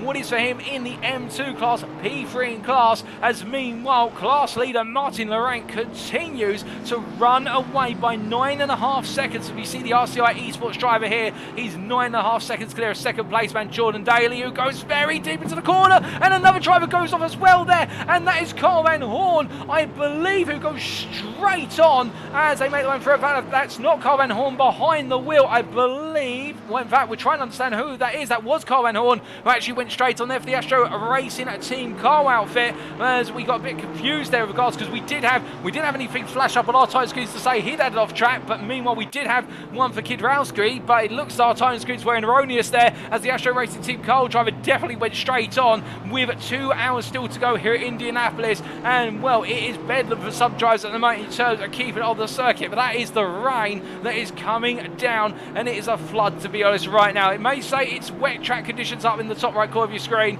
but with the amount of rain coming down, the low ambient and track temperature, plus also we've got a very strong wind coming into some of these corners. For some drivers, it's going to be a tailwind that hits them hard under braking. It means that for them, it's all about driving as safe as possible. I think all pace is being sapped out of our drivers, and it's whoever can find that balance between pace and what is safety who is doing the best at the moment. And speaking of one of those drivers who's doing so, well, here is Matt Redfern, who you'll keep in mind fell all the way to the back of the field at the very start with a spin, and will the Audi driver from Big Bang Racing right now in the Audi Evo 2 absolutely flying as he makes his way down towards turn number 1. He's moved up to P14 overall in the GT3 class, having just passed Von Kidorowski, as we can see them, the McLaren driver behind, and onto the brakes they go into turn 1. And Redfern coming in very hot here from very far back, but to be fair, the 630, the dirty 630 machine finds its way clear, and of course that there being the car of what is Jason Provolone as they make the way all the way through turns 2, 3 and 4. Meanwhile, we look from Redfern up to what is Nimzowski, as we see the drive-through racing drive just found his way past Carl Ragsdale. How did that happen?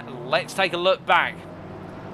This was only moments ago, and in fact, well, the pass had already been made, I think, or had it. We see them making their way down towards what was turn number 8, and Ragsdale all over the back of their Nimzowski as they came into turn number 8, looked up the inside and went for the move here. Now, what happened afterwards is the question. We can see there Ragsdale taking a bit too much apex curve, unsettled the car, turned into the apex, but found in there Nimzowski simply said, nope, I'm just going to put the car right where you don't want it, and that is on the racing line through the corner. And as they make their way on towards the turn at number 10, well, that's how it went on through and down, as now Nimzowski, as we return to live pictures, is up to P7 in class. But you can see here Ragsdale trying to come back at him once again as they battle their way down towards turn number 1 here, and what for them is lap number 15. Onto the brakes they go. Nimzowski on the inside. They both go deep, and you can see that Nimzowski was never going to back out on the inside line. Ragsdale, I think, will be a little bit frustrated in the Iron Lynx Ferrari, in the fact he'll feel as though there he was given the elbow wide, but again, that's what happens when you defend on the inside here, in the fact that you just have so much water that's not being clear, because of course everybody wants to be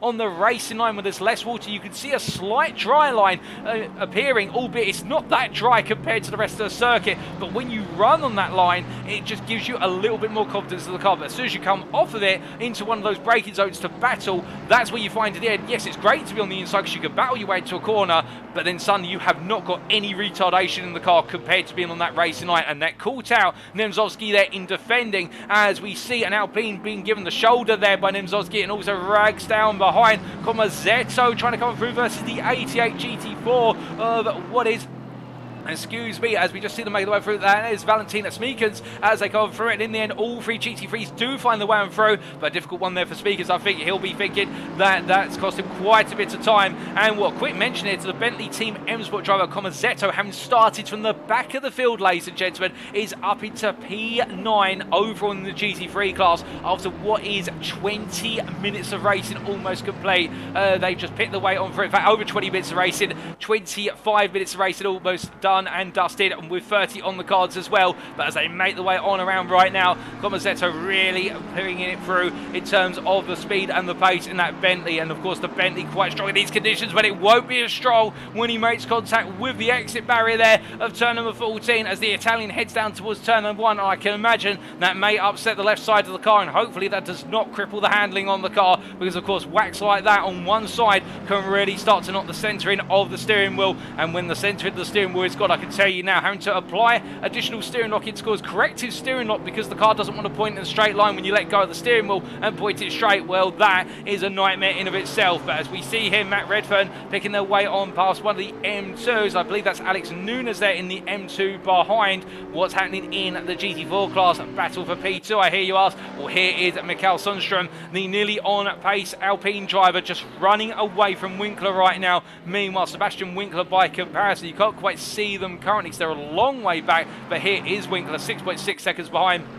And Sundstrom currently lapping in the 52s in the GT4 class as we see Pixley go all in on the brakes. And what does he catch? He does. And Richard Pixley there with perhaps the dive into the water of the century here. If he's not an Olympic diver, he might want to consider it, because that was a move and a half. And the Wild Things Racing driver picks his way through. And I don't think Winkler saw that coming. I mean, he went to turn in and Sonny just saw the Cayman come out of nowhere. And, well, the two of them now changing places. And for Winkler, can he find a way on back? I think the question is he might just be a little bit shell-shocked by that one as they come down towards turn number 1 once again. But as they make the way on down in towards the braking zone, we look from them to a little bit further back in the GT4 class. And here is Patrick Sadeka, who right now in a little bit of a battle with Jordan Daly in the M2 class. Well, they're not battling for class position.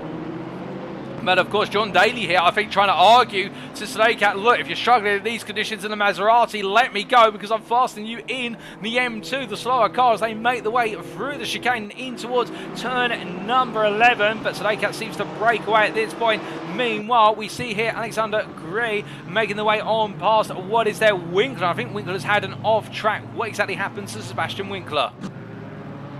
Well, this was only moments ago, and as they made the way through turns 2 and 3, chasing after what was there, Richard Pixley goes a little bit wide. The car gets caught on the curb, and the curb in the end turns to grass, and Winkler has to park it up there before returning to the circuit, but does so in a safe fashion. And that is how Alexander Gray got ahead and moves up into P4 in the GT4 class, as we'll very shortly return to the live pictures. But right now, the Wild Things Racing team enjoying great success in the GT4 class, it has to be said, with three drivers inside the top 5 and 2 inside the top 3 currently. And of course, the class leader of Rares, Gabriel Fortea, your Wild Things Racing leader in the GT4 class. So the Romanian makes their way through turn 2 and into 3. But as they come through at this point, the change for Fortea will be, as in fact, I think we got it wrong there. They're going through the final quarter once again as they make the way on towards the start-finish straight. The change for them will be that Sundstrom will be 2 seconds behind, and Sundstrom right now is absolutely charging, albeit Voltaire has responded. The two of them have matched one another on that previous lap,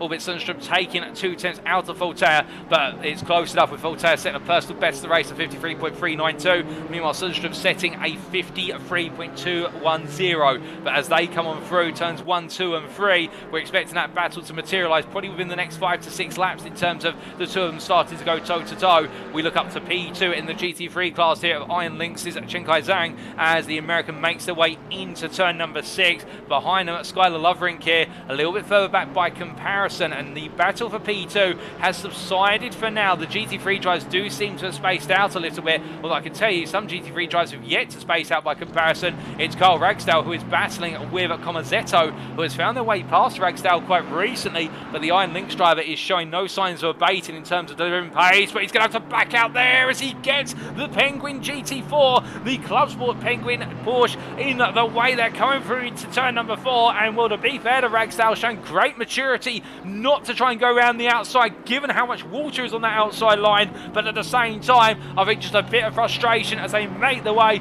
through the corner, and knowing that that Bentley now is going to be given a huge amount of time to play with. A second may not sound like much, but in these conditions and with the pace they're all running, it's a lifetime, I can tell you that, because going even half a second closer to another driver, you've got to be pushing a lot, you've got to be really going some, and in doing so that leaves you open up to the risk of potentially losing it on circuit. And Evan Natafas right now, having fallen away after jumping all the way up to P4 early on in this race with everything that happened at the race start. The Wild Things Racing driver now looking to go on the battle versus Ragsdale and also Comazetto. And in fact, Comazetto really struggling there through the chicane and turn number 11 as they make their way through 12. And as they come running through, we ride on board and look back from the rear of the Bentley as they make the way up towards turn number 12 here. Onto the brakes they go, and where is it happening? Well, it seems to be under brake, and as Comazetto goes deep, takes a bit of grass with him, and as they make the way into 13, he holds the inside line, but Ragsdale here just needs to time it right as they both cut their way across the apex curve. And well, they've kept 2 wheels within the track limits just about,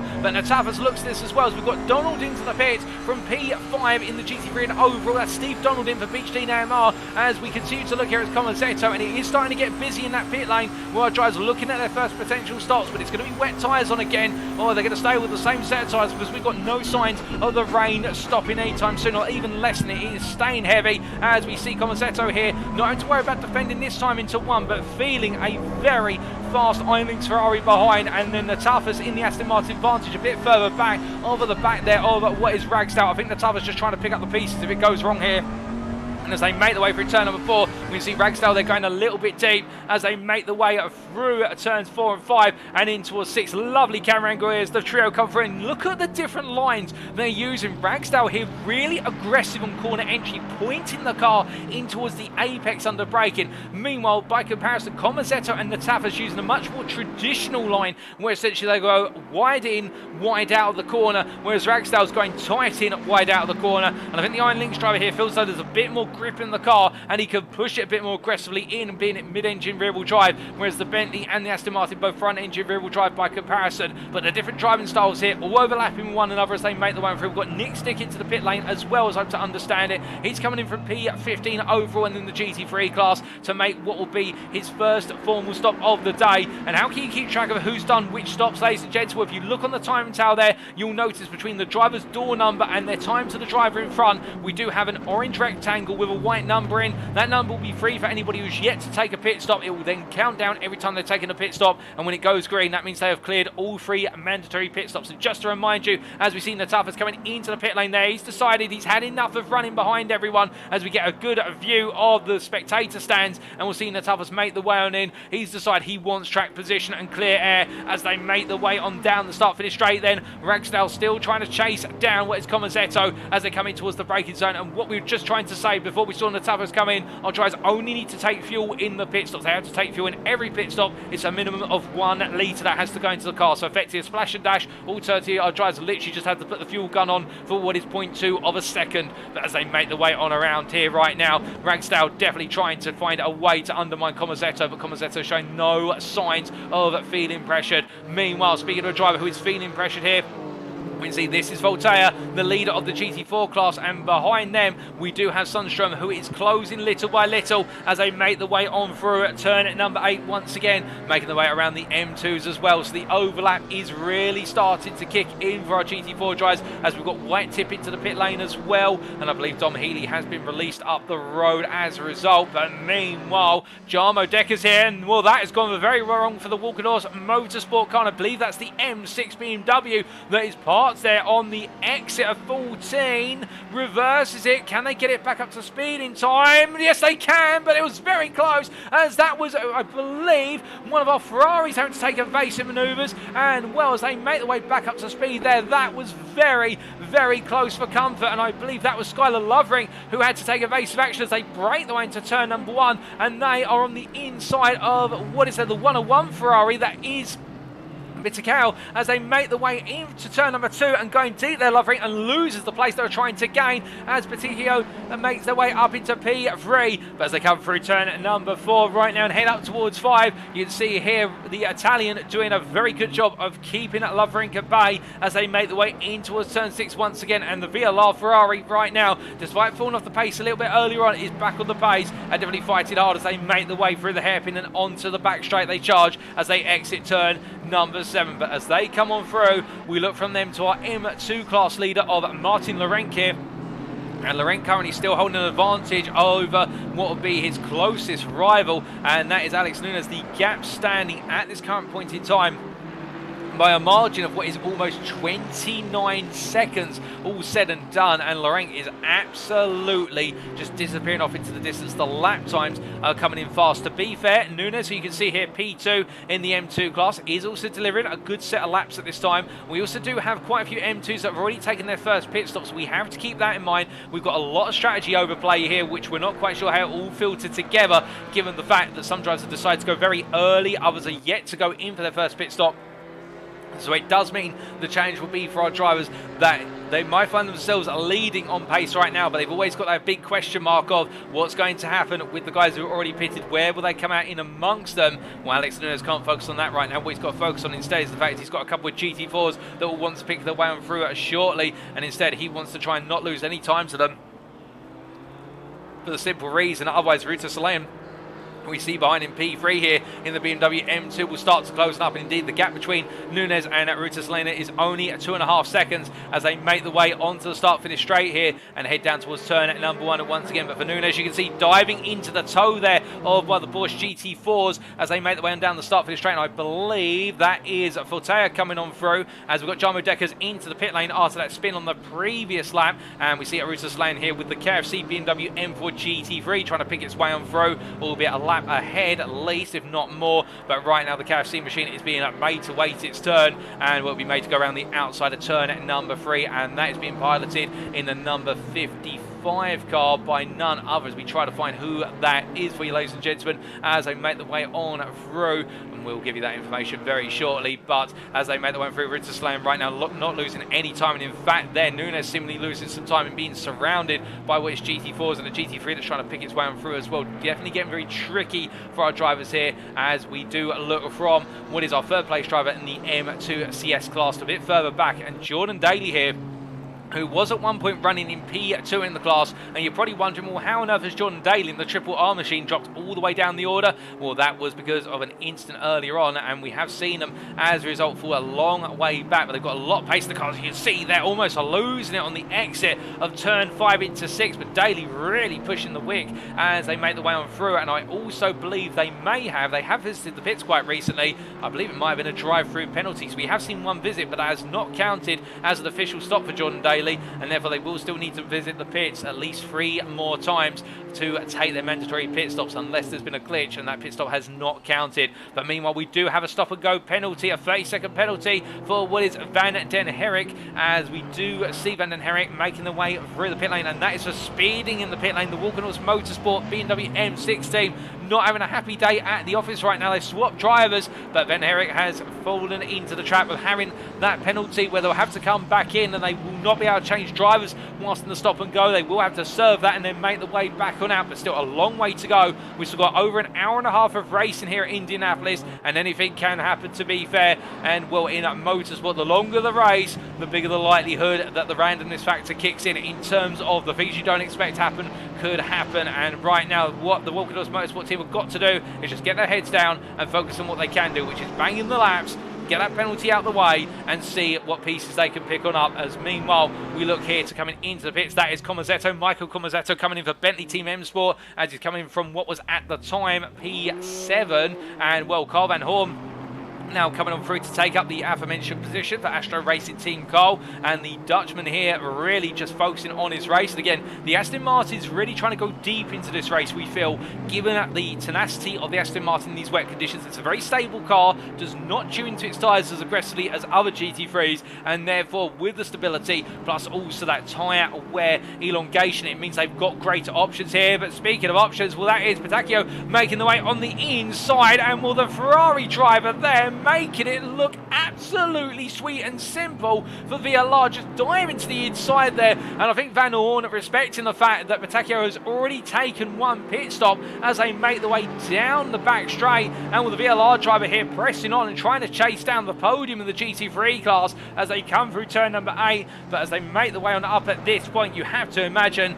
that right now Patacchio is all fired up, and there may be a response soon from Lovering and also Zhang in P3 and P2 respectively, as they do need to be wary that there is one Ferrari that does seem to be really turning it up a notch. Meanwhile, up front, we can see here Cassigena, your race leader overall in the GT3 class, the AMG Team SMS driver from France, a little bit struggling on the previous lap. Last lap from Cassigena at 49.5. By comparison, Zhang 2.5 seconds faster, in fact 3 seconds faster almost, on a 46.695. And I wonder if some of the traffic may have factored into that as they make the way on through. And you can see they're one of our BMWs, and that was an M4. That's white tip clattering over the apex curve at turn number 8, and Cassigena just squeezing up the inside there. And what I would imagine that Tip won't be too pleased with that in terms of the elbow being pushed out there, but it happened all the same. They survived it, and there's done the difference between them as they make the way down through turn number 12 once again. But Cassigena here really having to put the foot down because Zhang is not too far behind.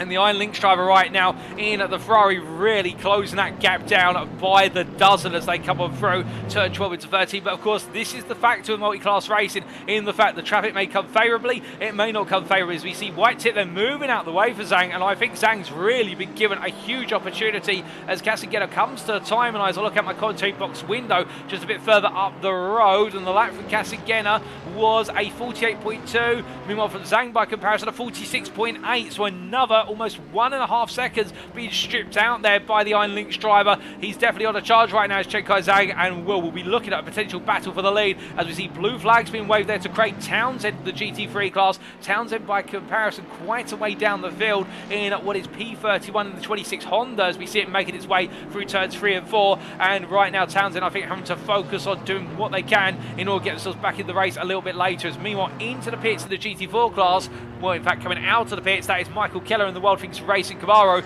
making their way down towards turn number 1 on pit exit now, and just gradually creeping along here. I'm coming to the pits from what was at the time P6 in class. They've dropped down to what is, if we do our maths correctly, P8 in class, and they are battling with the likes of of Winkler and Gray, albeit Gray and Winkler are a long way up the road at the moment, but they've yet to take the pit stop by comparison, so we've still got that to factor in. Indeed, a number of GT4 drivers, such as White Tip, for example, having already taken their first pit stop, so they're all going to be out of position, and will only be compounded ever more when we do see those additional pit stops start to creep on in, as we've still got, for the majority of our drivers, 2 more pit stops to go, if not 3. But as we see Tippin making their way on through turn number 11, and we do have a GT3 creeping up the inside there, and I believe, unless I'm mistaken, that is Lovering making the way on through to essentially clear the M4.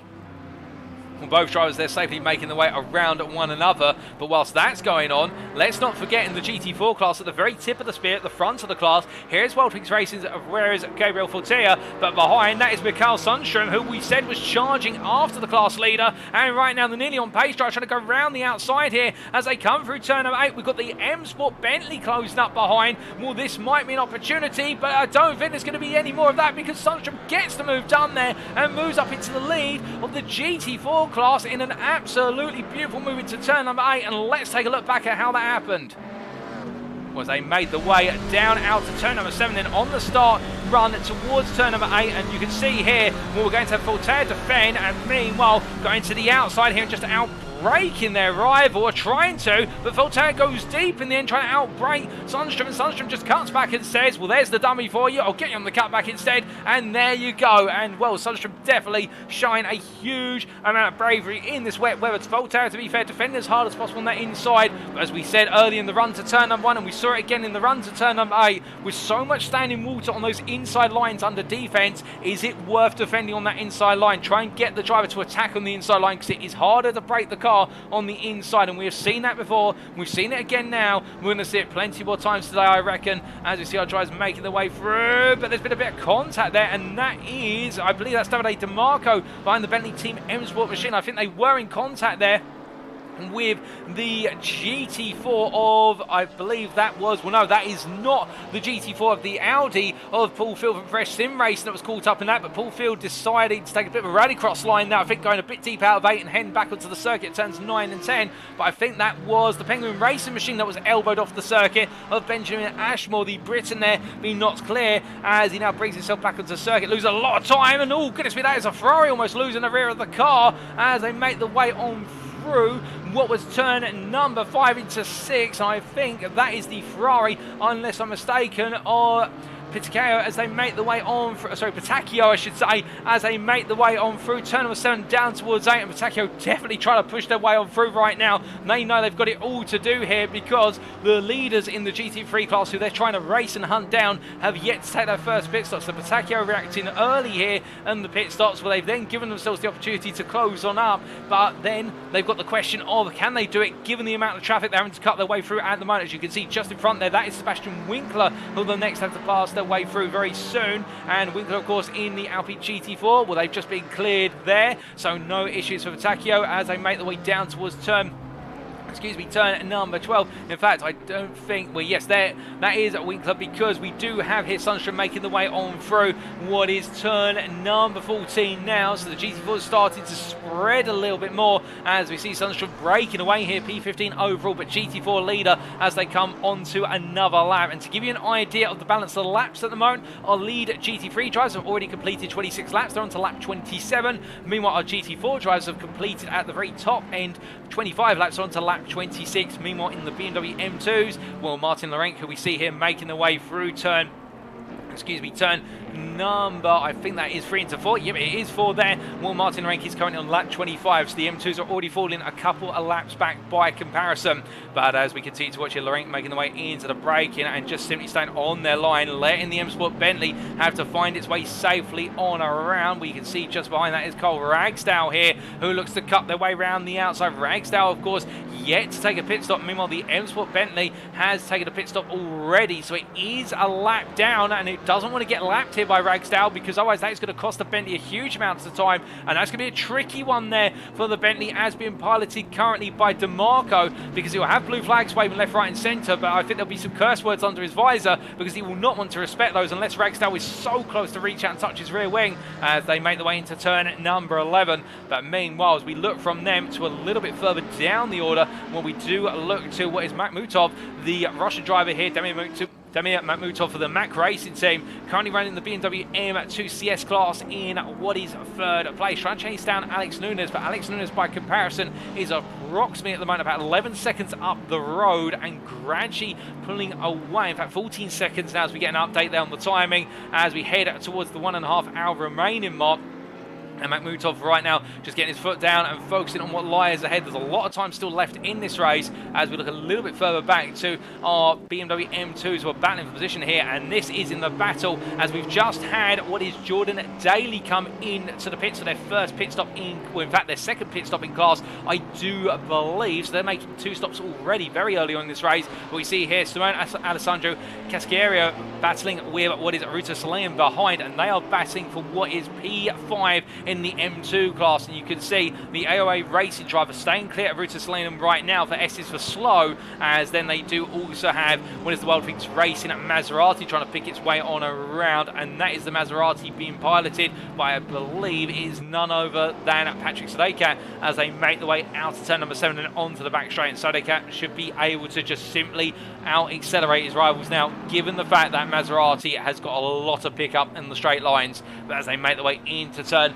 number 8 here, Ruta Saleem will be hoping that by comparison Alessandro Casciero does not have an easy time letting that Maserati go and lose his time as a result. As meanwhile we look from them a bit further up the order, in fact, to your race leader, who's no longer your leader. And what on earth has happened to Kassingena? When we get a replay here, and making their way down towards turn number 1, and at the time leading the race, but in the rear of the picture you can see that was Chenkai Zhang, who was about 2 seconds back. Onto the brakes, they went into turn number 1. Did they get it wrong on the braking? They did. It was contact with Alex Nunes there, and both drivers went round, and then Chenkai Zhang just simply, well, he had to stop the car, but he managed to navigate his way on through, and well, as a result of that, in a characteristic error from what was Kassingena, now Chenkai Zhang is your leader, and it continues to ebb and flow. Remember what we said earlier, anything can happen over these long races. It only takes a small lapse of concentration and lead falls away, as we also have a bit more drama further down in the form of what is the GT4 Aston Martin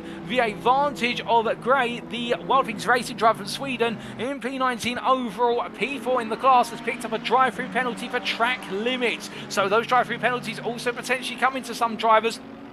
We have seen a lot of driving today whereby curbs have been cut as much as possible, and also curbs being missed entirely due to these wet conditions and also the dark ambient light. And what that means to drivers right now is they will need to be conscious of if they accrue too many, and it is of course 3 strikes, and on the 4th one you are called in for that drive-through penalty. But we can see here Petacchio going up the inside of Nemzowski, just about stops it in time for turn 6. That car, the Ferrari, literally wobbling all over the place, but in the end picking his way on past Nemzowski, who is yet to pit, it should be pointed out. And Patrick Nemzowski right now for drive-through racing the 720S, focusing on going as long as possible, is the Slovakian as they make, the Slovenian I should say, as they make the way down towards turn number 8, and as they come down towards the brakes, well, the drive-through racing driver looking comfortable for now, but will they be on the long haul here, given the fact they've yet to pit, and it does seem as though they're quite a way off the pace by comparison. I wonder if there's a lot of fuel in that McLaren, and they've decided to take a very long opening stint in case the rain goes away, but that rain is showing no signs of going. We've spent so far almost an hour with heavy rain, and you can see the forecast in the top right corner of your screen. In the next 30 minutes, it is rain aplenty here. You'd think you're in the United Kingdom, given the fact the amount of rain that's coming, albeit we're in the United States, of course, in the state of Indiana at the Brickyard that is Indianapolis. But as Nemzowski here tries to find their way on through what is the BMW M2 there of Ruta as they come on into the pits. In fact, I think he's decided enough's enough as Nemzowski, and he makes his way in, but a good opening stint then. I'll take him a long way as we look to race leader over on the GT3 class of Zhang as they make the way through turn number 11, and the 33 car right now flying high and looking to be in the clear. As meanwhile, oh my goodness, and what on earth has happened here? We've got, I believe that's Sebastian Erdmann pointing the wrong way, and the KFC driver, well, the BMW M4 was looking very fine, but now it's gone wrong. Let's take a look back.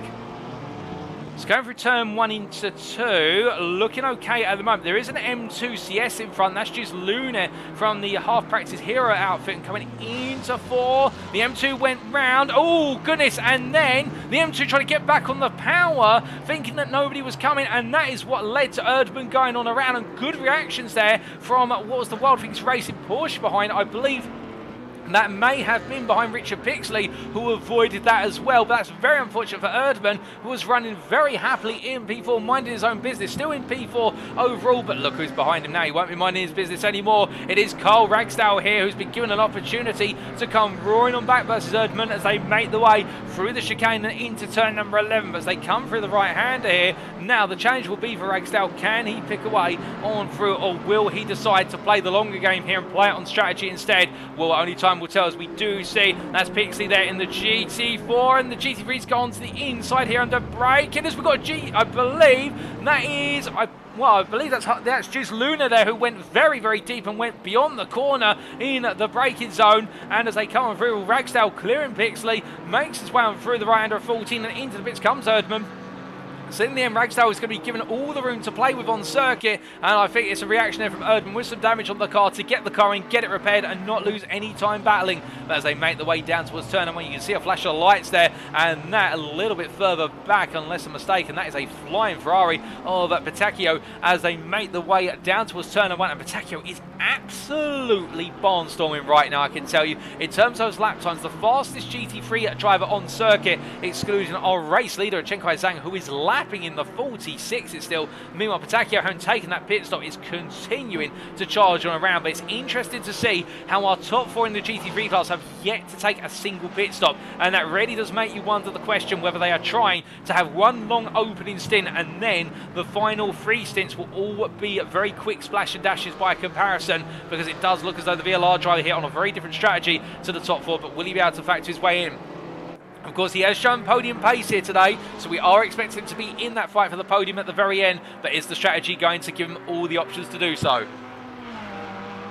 Well, we will find out as time wears on here. But meanwhile, we look from one of our chargers in the GT3 class to our leader in the GT4 class here of Mikael Sundstrom as they make the way through what is there. Well, we're going to have to pause that for as we've got an M2 going around, and that's Ruta Salayan, as right now the S is for slow driver there, turns around, and I believe that is on the exit of turn number 7 where it's gone very, very wrong, and we take a look back at what exactly happened.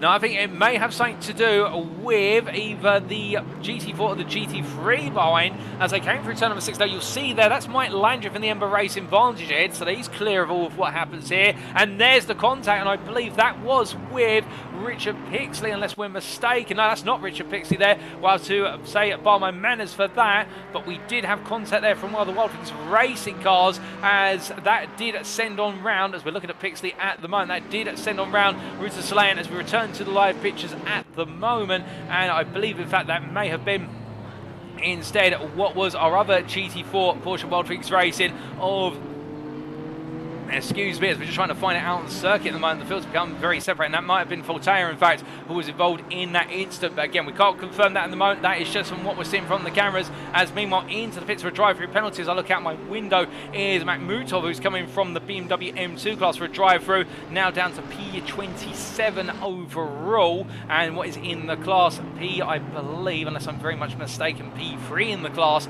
as we do look to the start-finish line here. Multitude of drivers making the way on down, including what is your race leader with Chen Kai-Zhang into the pits. So Kasingena has returned to the lead, but it's not coming into the pits as of yet. But I wonder how long that Mercedes can go. We do know the GT3 fuel tanks can normally go at full pace in dry conditions. They'll normally go at about 75 minutes on a bush. Meanwhile, here in wet conditions, they'll be using a lot less fuel. They'll be running in wet fuel maps, some dry. Some of them will just be turning the fuel map down to an extent, but dry fuel maps. Some of them will be doing a bit of lift and coasting to help settle the car, as we do see their Kasingena trying to find their way past route to Solanen, and they do so eventually into turn number 6. But we could see the fuel tanks go a lot longer, perhaps even 90 minutes, depending on how the drivers are driving right now, and that may just really prove fact and evidence to the idea that some drivers are trying to go extremely long on the opening stint to try and outlast the weather. But the weather is seemingly outlasting us all here in terms of the rain coming on down, and also keep in mind track temperature has dropped to 9 degrees centigrade. The tyres, well, they've got to try and cool them with water, but at the same time they've also got to be mindful of getting some temperature in the tyres. And I hate to imagine if we do end up with a dry period towards the end of this race, getting some temperature in those dry tyres. If anybody dares to jump onto a dry compound at the end of this race, should we start to see a very visible dry line appear, that dry tyre is going to be freezing cold, and getting temperature in that is going to be difficult. So I think a lot of drivers will be running wet setups here, and they'll run it for the prospect of keeping temperature in the wet tyre rather than trying to exacerbate the amount of temperature they get in the tyre by comparison. But as we wait and see how the conditions evolve later on here, Kasingena coming towards the end of their current lap, and we're leading at the moment with Lovering down in P2 by comparison, as Lovering makes their way through turns 13 and 14, having to pick their way on through, and as they come on out to the final corner, having to be very cautious there. But you can see what that has meant in terms of they make their way down. That's Ragsdale behind them, who has pitted already once. So Ragsdale a lap down behind Lovering and not opting to stay in front of the Bricks Racing driver, instead staying behind. I think trying to pressure Lovering into making a pit stop sooner rather than later. Meanwhile, further back we do have in the pits at the moment, that is Philip Harner, as the Swede makes way out. They've taken over the wheel of the KFC BMW M4 GT3 from what was Erdmann, and now gets underway here, and they are on to what is their third stint already. So some teams, where they picked up damage early on and had to throw in additional stops, they've just decided to get extra stops in early. Harner now really has a major strategic opportunity, and I wonder here whether the KFC team have decided what they're going to do is have a long last stint and have 3 shorter early stints to clear the way strategy-wise, and then just try to pick up places as time wears on. As meanwhile, into the pits, making the way out now is Veros Gabriel Fortea in P2 in the GT4 class, with Mikael Sundström having taken the lead of the class back, albeit Fortea making the way on down, and Sundström leading by a considerable margin, in fact, as we're looking for Sundström on our circuit map at the moment. Sundström is a long way up the road by comparison. In fact, they are all coming through turn at number 6 already, as you see them there. But we come back to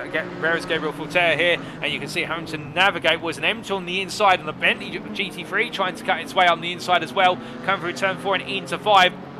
And in the end, the trio find their way past one another just about, albeit this is getting very tricky, as that's Alex Nunes on the inside of defending. And the problem for Nunes here, what he does not want is the fact he is leading in the M2 class right now, albeit yet to take a pit stop compared to Martin Larenc behind. But Larenc here right in behind as they come through turn number 7, and Larenc will need to make this pass because he will want to have track position over Nunes and strategic position, which is to be a whole pit stop ahead as they make their way down towards turn number 8 here. Onto the brakes they go. go, but Laurent not close enough to make the move. But again, does Laurent really need to try and make a pass here? Well, of course, we do not know what strategies are being planned. It's Nunes simply just running a long opening strategy, and we know these BMW M2s on their full fuel tanks can go in these conditions almost 90 minutes on a single tank of fuel, and the tyres will last a very long period of time. So I think for Nunes, he's trying to take this as long as he possibly can, given the fact we've already cleared an hour of racing here. We've still got plenty of time on the cards, so they make the way on down and around. And as the M2 CS battle continues here for the lead, well, Laurent trying to take a bit more an aggressive line into the corner. Nunes, by comparison, peels on over to the right. Does he come into the pits? No, he stays on out, but Laurent staying very close here as we ride on board with the RCI eSports driver as he fights for the steering there, coming through the final corner. Both drivers really struggling for any grip. Nunes having a real tank slapper coming out the corner, and Laurent here is going to have all the move he needs as he makes his way down towards turn number one. It's side by side in the long run. Laurent on the left of your picture, Nunes on the right, and will Laurent going for the lead of the race and to get the strategic advantage as they make the way under braking into turn number one. But of course it's very wet on the inside. Can Laurent get it stopped? He can't get it stopped. He goes deep and Nunes returns, and once again the inside line into turn one comes to bite another driver in the backside as Laurent tucks back in behind. But Nunes meanwhile holds on to the lead, but it's only track position right now. It's not strategic lead because he's yet to take his first pit stop, whereas Laurent has already made one. But this is costing Laurent time here, and it could come back to haunt him much deeper and later into this race. But as they make the way through turn number 6, I think it won't be too long before Laurent's going to have another shot at this. I think the run to turn number 8 might be the next place where it happens as they make the way through turn number 7 here. But Nunes showing no signs of being pressured into a mistake as they make the way down the back straight. Now here you can see coming out of the corner how Laurent actually having a bit of a poor run out of the corner, immediately moves onto the racing line before Nunes gradually makes his way on over. And I think what Laurent's trying to do there as well, he's actually racing very smart in saying to Nunes, look, if I'm not close enough to make a move, I'm going to get back on that racing line and not make you think I'm going to make a move. Of course, it could be a dummy, but we know with these M2 cars that you've got to be very close to make a move in particular. So Laurent there trying to say to Nunes, look, I'm not racing you into this corner, I'll race you into the next one. And that gives both drivers the ability not to lose as much time fighting one another. So they are playing it smart here as they make their way down towards turn number 12 onto the brakes. But as you can see here, Laurent just waiting behind again as they come on through, and as they make their way into turn number 13 here, well, I think Nunes is going to again have a little bit of a tricky run coming out of the final corner and onto the start finish straight. We saw both drivers struggle earlier coming through into the corner, and Laurent once again struggles with initial turning but keeps the throttle down. Nunes, by comparison, drifting his way onto the start finish straight, but this time gets a better exit. And as they make their way down towards turn 1, Laurent gets closer and closer and closer, but can he find a way on him? I think he's going to look for it again here, but it's going to be the battle on the brakes. He's going to have to go all in. He goes quite early on the brakes this time, the same as Nunes. But as they come on through, he gets caught out, but Laurent just about stops the car. Then side by side into 2, all bit by a nose, and Nunes in the end has to back out. And there we see Martin Laurent retakes the lead to the M2 CS class with just under 1 hour and 20 minutes to go here in Indianapolis. He retakes the lead, and the RCI eSports driver now, on paper, you would argue, is leader both in terms of track positioning, class and strategy, given he has jumped ahead of one of his closest rivals who's yet to take that opening stop. But meanwhile, as they make the way on through, we do look from them to Michael Keller in the Wild Things Racing GT4 Camaro as they make the way through turn number 14 and onto the start finish straight. And what we're hearing there in the YouTube chat from iDazX1 is that we're going to be seeing Daz take over the car very shortly. Daz from Wild Things Racing, and well, it's going to be interesting to see him behind the wheel, and good luck to him in these conditions, indeed to everyone in these conditions so far. Well, I think many of you will agree it's all been a change for our drivers, but Keller will be handing over the keys soon, and well, can they move a bit further up from currently what is P7 in the class and really push on? But as they make their way down towards turn number 1 here, Keller having a very quiet race after an eventful opening few laps, really focusing on what they can do. And speaking of focusing on what they can do, into the pits comes Pitacchio from P4 in the GT3 class, and overall they come in for what is for them their second stop. And Chenkai Zhang meanwhile continues on in P3, holds the fastest lap of this race, and indeed that's overall and in class does Zhang on a 46.295. But Pitacchio into the pits. Will somebody else take over the car? We'll have to wait and see. But meanwhile, we can't wait and see for too long, because a bit further down the order at the moment, battling for position, We have drive-through racing's Nemzowski here, who is chasing after ahead what is Evan Natafis as they make the way through the chicane. And well, the two have been separated there by some BMW M2s that find themselves all over the shop as they make the way through turn 10 and 11 down towards 12. They roll, but Nemzowski, well, Natafis only within 2 seconds at the moment. They were a lot closer, but I think they're with the GT4 and the M2 in the way. That's intervened with their battle to a degree, but on paper, Nemzowski is approximately 1.5 seconds a lap faster at this point in the race. Both drivers have already made one pit stop, but the drive-through race, the McLaren driver at the moment trying to hunt down the Taffers and find a way a bit further up in this top 10. But of course the change will be, we know that the Taffers very strong on strategy, not the fastest driver in the car, but to be fair, he's in the car that really focuses on driver-centric maneuvers in terms of making sure not to overdo it in the car, making sure to focus on the strategy, and that's what Natafas has gone for here. That's why he's up inside the top 10 the GT3 class. He's just simply played his cards right, not gone into any drama, and kept the car on track, and that's what it's all about here in such tricky conditions as he makes his way through 3 and into 4. But as he comes into the right hand, and now he's going to have the challenge of finding his way past Mike Landriff there, and also just Luna in the M2. But Landriff and the Ember racing at GT4 Aston Martin Vantage as they come into turn number 6 here, and everybody concertina in together at this point as Landriff goes very deep. He releases there Natafis on through, but you've got to imagine that right now Nemzowski will not be happy about this. It's playing out because Landriff making a real ham sandwich out of turn number 7 in terms of not carrying the speed out the corner. Luna into back of a Nemzowski here being caught up considerably as the Slovenians they make the way down towards turn number 8, but in the end Nemzowski clears the GT4 and also the BMW M2. But now that gap once again opens up to approximately 2 seconds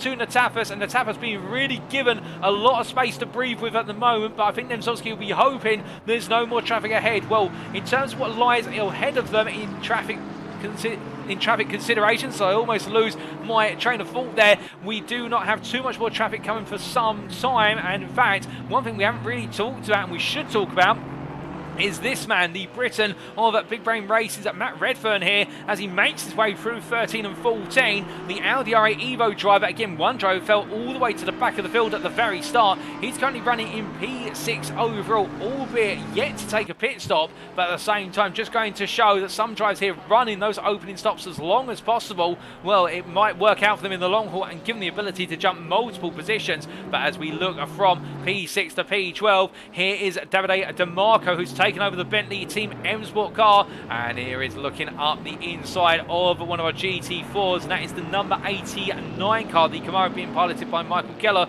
as they make the way through 12 and into 13. And DeMarco here trying to hunt down Carl Van Horn, who's gone into the pit, so DeMarco will take over P11, albeit that will be inherited through strategy, and will both drivers on to what is their second stint, albeit Van Horn coming off his second stint right now, so he'll be going on to his third stint. Meanwhile, DeMarco staying strong and long on this stint currently. As we look a little bit further up the road, and Antonio Fedele here in the VLR Ferrari, having had a spin only moments ago. We haven't quite caught that, and we won't be able to get a replay of it, but the VLR driver needs to get his head down at the moment because they've got a long way to go in this race with one more pit stop, and well, having taken over the reins of the car from his teammate, you can imagine they will be pushing everything. He'll be getting all the encouragement in his ear to really go for it, because they could be on course for definitely a top 5 if not a top 3 in this race. But as the pit stops continue to come on in and the flow of the race continues to ebb and flow, we're waiting to see who will come out on top with regards to all the pit stops complete. Weather update wise, we are still expecting heavy rain for the next 30 minutes. We are not seeing any change in the conditions here. Things are still absolutely sodden. And meanwhile, speaking of things absolutely sodden, we've got 3 wide here from our BMW M2s, and that is Alessandro Casagaro making a move on what is Makhmutov, who went very deep into the corner there, and the AOA Racing driver from Italy moving up into what is P4 in the BMW M2 class up the inside.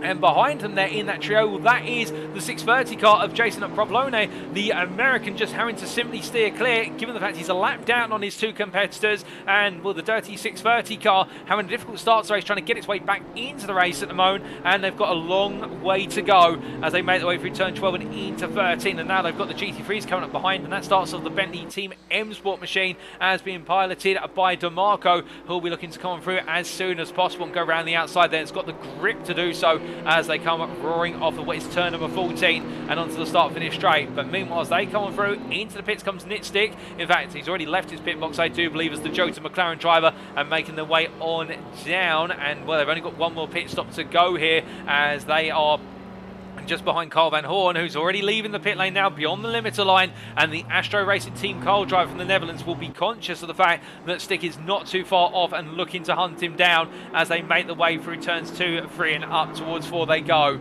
But in heading towards the right hander here, Van Horn's just got to get his head down and focus on what lies ahead and hope that the pace is enough to keep Stick at bay. As Nick Stick, well, it's going to be more than enough to keep at bay now, because Nick Stick has picked up a stop and go 30-second penalty for speeding in the pit lane. And well, that is going to really put a huge dent in what was looking to be a fantastic run up the field from the Jota McLaren driver, but it's not going to be now. It is going to be severely undermined as there's contact there with, I believe, unless I'm mistaken, that was Nathan Berry in the Fresh Sim Racing Audi GT4. I think mine his own business into turn 4, and in the end Nick Stick coming on through, and well, Berry will not be too pleased with that. I think Stick will not be too pleased with how that's played out either, but it has gone very, very wrong for Stick as he looks to return his way onto circuit shortly. But meanwhile, we look to Carl Van Horn, who only moments ago has had an off track as he makes his way through, but thankfully for him, that's not going to be exposed in terms of Stick potentially coming on through. As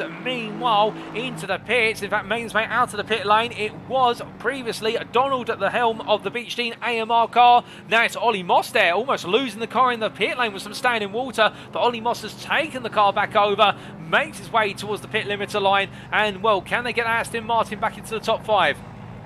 We'll have to wait and find out. As meanwhile, looking from them up to Evan Latafas here, and well, your eyes do not deceive you, that is a triplet of GT3s running together for track position. It's Matt Redfern in the Big Brain Racing Audi R8 Evo at the head of them in P5, Evan Latafas in the middle for Wild Things Racing in P6 in the Aston Martin Vantage, and then you have Patrick Nemzowski, who we ride on board with now, and the drive-through racing McLaren Citroën TS driver is looking to try and find a way past Latafas. But just look at the spray that's coming off the back there of Latafas' car. I wonder how Nemzowski can even tell where the braking zone is. That goes to show you that there's also a bit of muscle memory creeping in there and just knowing where the braking marker is. But as they make the way through the chicane and up towards turn number 11, Nemzowski really trying to hound the rear of Latafas' car at the moment. He can't quite find a way on through, but this is the closest he's been for some time. Of course, thwarted early on when we were talking about this battle, given the way the traffic fell, but they have only got one more car in terms of traffic in the near future. It will be the 31 car, the Maserati GT4 Patrick Slade cab, but Nemzowski can't afford to make mistakes like that as he overcooks it on the exit at turn 12. He took a bit of grass, but he's put it back on just about. But Nemzowski there with a near miss as they make the way through turn number 14 and down towards turn number 1. They charge once again. But as we look at the exterior pictures here, you can see just up the road how Redfern continue to hold off Latafas, albeit Latafas getting very close here under racing into turn 1. Redfern does not go defensive. A little bit of a bob and weave here, trying to distract Latafas perhaps, but keep in mind, of course, Redfern has yet to pit. Latafas has made one pit stop, so has Nemzowski, and as they make their way through 2 and into 3 and 4 now, coming up into the aforementioned turn at 4 right-hander, well, Redfern trying to go as deep as possible into this race as they make the way onto what is lap number 41 so far. And we'll give you an idea of the gap to the top 3. The top 3 already on lap 42. Latafas looks on a move down. Redfern can't quite find it. And as we look back from the Big Brain Racing car here, the 774 Audi, well, I wonder if Redfern will be coming into the pit soon, or whether he's going to try and really creep this out, because so far he's almost run 75 minutes in this car on the opening fuel and also the opening set of tyres. As we said earlier, in these conditions, these GT3s can run the pits all the way to about 75 to 90 minutes, depending on how much fuel. There's a bit of contact there on the rear end of Latafas' car from what was Nemzowski as they made the way under braking into turn 8. But as they come through 9 and 10, Redfern really struggling to hook it up through the chicane. I think Redfern's got to be coming in soon, because it is looking as though the pace is falling off of the car. And as they make the way through 12, Redfern definitely making this Audi as wide as possible as they come up towards the braking zone for turn 12. You can see Nemzowski in the picture trying to look for a move on the Latafas. He can't quite find it. Redfern there gets it nicely collected through turn 12 and he gains, as meanwhile Latafas comes into the pits. He's decided he's had enough. He's going to leave it to Nemzowski to find a way on through, through, but as they make the way onto another lap, I think the toughest has made the right call, which is by coming in. He's given himself all the breathing room once again, as also we have into the pits is Carl Ragsdale from P4. He's going to drop down the order considerably, albeit he's going to be back out well ahead of the guys battling behind him, but we've still got more to come, I think, from one is the triplet of Netavas and also Nemzowski and Redfern, as we look to Philip Hayne as the KFC driver here looks to go on the offensive versus Ollie Moss in the battle for P10, but that's Carl Van Horn on the inside, and my goodness, Carl Van Horn there shows no sense of fear in taking the apex curve at turn number 12, barreling over it. He's got to be careful with track limits, of course, and now I think for Hayne going a little bit deep under braking on the racing line, misses the corners. Van Horn drifts his way through turn number 14. It's almost as if he's on slicks there, but he's definitely not. He'd be mad to be on slick tyres. That goes to show you how hard he's pushing that car as they make the way down the start finish straight in the hunt for P10. That's occupied by Moss, but Van Horn coming on through like a missile, and nobody's going to stop him as they make the way on turns 1 and 2. And there's Evan Natafas, who just comes out ahead of Carl Van Horn, and Van Horn now will, I think, be a little bit worried. In fact, I think Natafas, they're side by side as the camera pans round, and Natafas has got to go defensive. What was looking to be a good call in the strategy may not be a good call anymore, given the fact, as we see there, going a bit wide, that is Hayner, who's gone off at turn number 4, rejoins, however, safely, but you can see the GT3 trying to pick their way through, but Hayner's not going to find their way through immediately past what is the M2 of, I believe, the M2 of, I believe that was the M2 of Makhmutov as they came on through the corner, but as they make the way through turn 7 and down towards 8, we can see that Van Horn right now losing out considerably in all of that, as Natafas by comparison now breaking away, and Hayner as well losing out as they get the way up towards turn at number 8, and as they make the way into the latter half of this lap, Evan Natafas really now starting to get back on the tempo here, dodged a major bullet in terms of that risk of falling in behind the drivers off of him as he came on through. But now Natafas just needs to keep his head down again and do everything in his power in order to press on after what is that battle for the top 5. And keep in mind as well, and this is perhaps one thing we do not consider as much, that as we see there, I believe that is Ollie Moss going side by side with White Tip on the exit 12 into 13. Natafas is a lap up on what is Carl Van Horn and also Philip Hayne. So therefore, if he'd fallen behind, then it would have been the unfathomable situation of the blue flags. But Natafas comes into the pits. In fact, is Natafas into the pit lane? I think so. It's gone very wrong here. Natafas has got it wrong on entry into the pit, makes their way on in, but in fact, it still says they've got 2 stops to go. I thought Natafas already made 1 stop, but now coming in again. No, that's going to be the second stop as they come on in, as that does release some other drivers on through, including Colby Ragsdale here, who makes the way back into P8 on circuit at the moment. But it is still more pit stops aplenty here as we're heading towards the final hour of racing, as we see the Iron Lynx driver coming in hot into turn number 1 past the BMW. And in fact, to clarify, that is not Makhmutov's BMW M2, that is the M2 of, what is that, the 630 car of Dirty 630s, Jason Provolone in P32, or what in class is currently P7 in the BMW M2 class. And as they make the way on around here, we do look from what is Ragsdale up to our GT4 leader of Mikael Sundström. We're making their way through turn number 4 and up towards 5, holding an advantage over Fortea, their main rival, of 15 seconds at the moment. I think Sundström just breaking away and trying to keep it off into the distance as it currently stands, with 2 pit stops still remaining for both of the leaders in the GT4 class. Meanwhile, looking a little bit further around, we can see here Janos Sester running around in the Hungarian Walkenhorst Motorsport BMW M4 GT3, currently P14, and they're trying to pick their way up onto the running pack of what is the GT3s. They just need to pass Sundström, and then they'll be chasing down at Philip Hayne in the hunt for P12 overall and in the GT3 class. But as they come on down towards the left-hander turn number 8 here, difficult race for the Walkenhorst Motorsport teams, both the M6 and also the M4 so far, but still they've got time to recover as they make the way on through. But as we do see the number 99 car here make its way into turn number 11, goes a bit deep and finds the grass, takes the Pirelli board there up into the sky for a brief moment.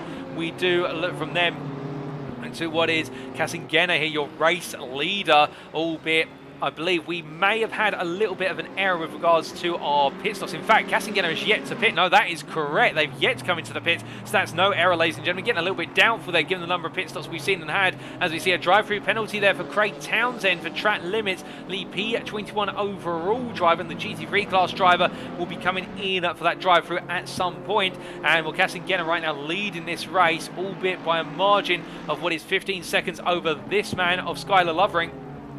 There's the Bricks Racing driver up the inside there of the 899 car. And well, that was very near to tears for Sundstrom, the leader of the GT4, as Lovering finding their way on through. And as they come through turns 3 and up into 4, we say hello there to Peters Kurt in the YouTube chat, saying looking forward to the Nürburgring race in the second of the 3 one-off events. We'll talk more about that later, but it's great to have you with us, Peters, and glad to hear you're looking forward to that. And well, as we do see Lovering making their way into turn number 6 right now, the Bricks Racing driver keeping it calm, keeping it collected, but having a major moment there almost with the GT4 leader. And well, you can understand why Lovering's pushing as hard as they are, but the top 2 in the GT3 class have yet to take their first pit stop.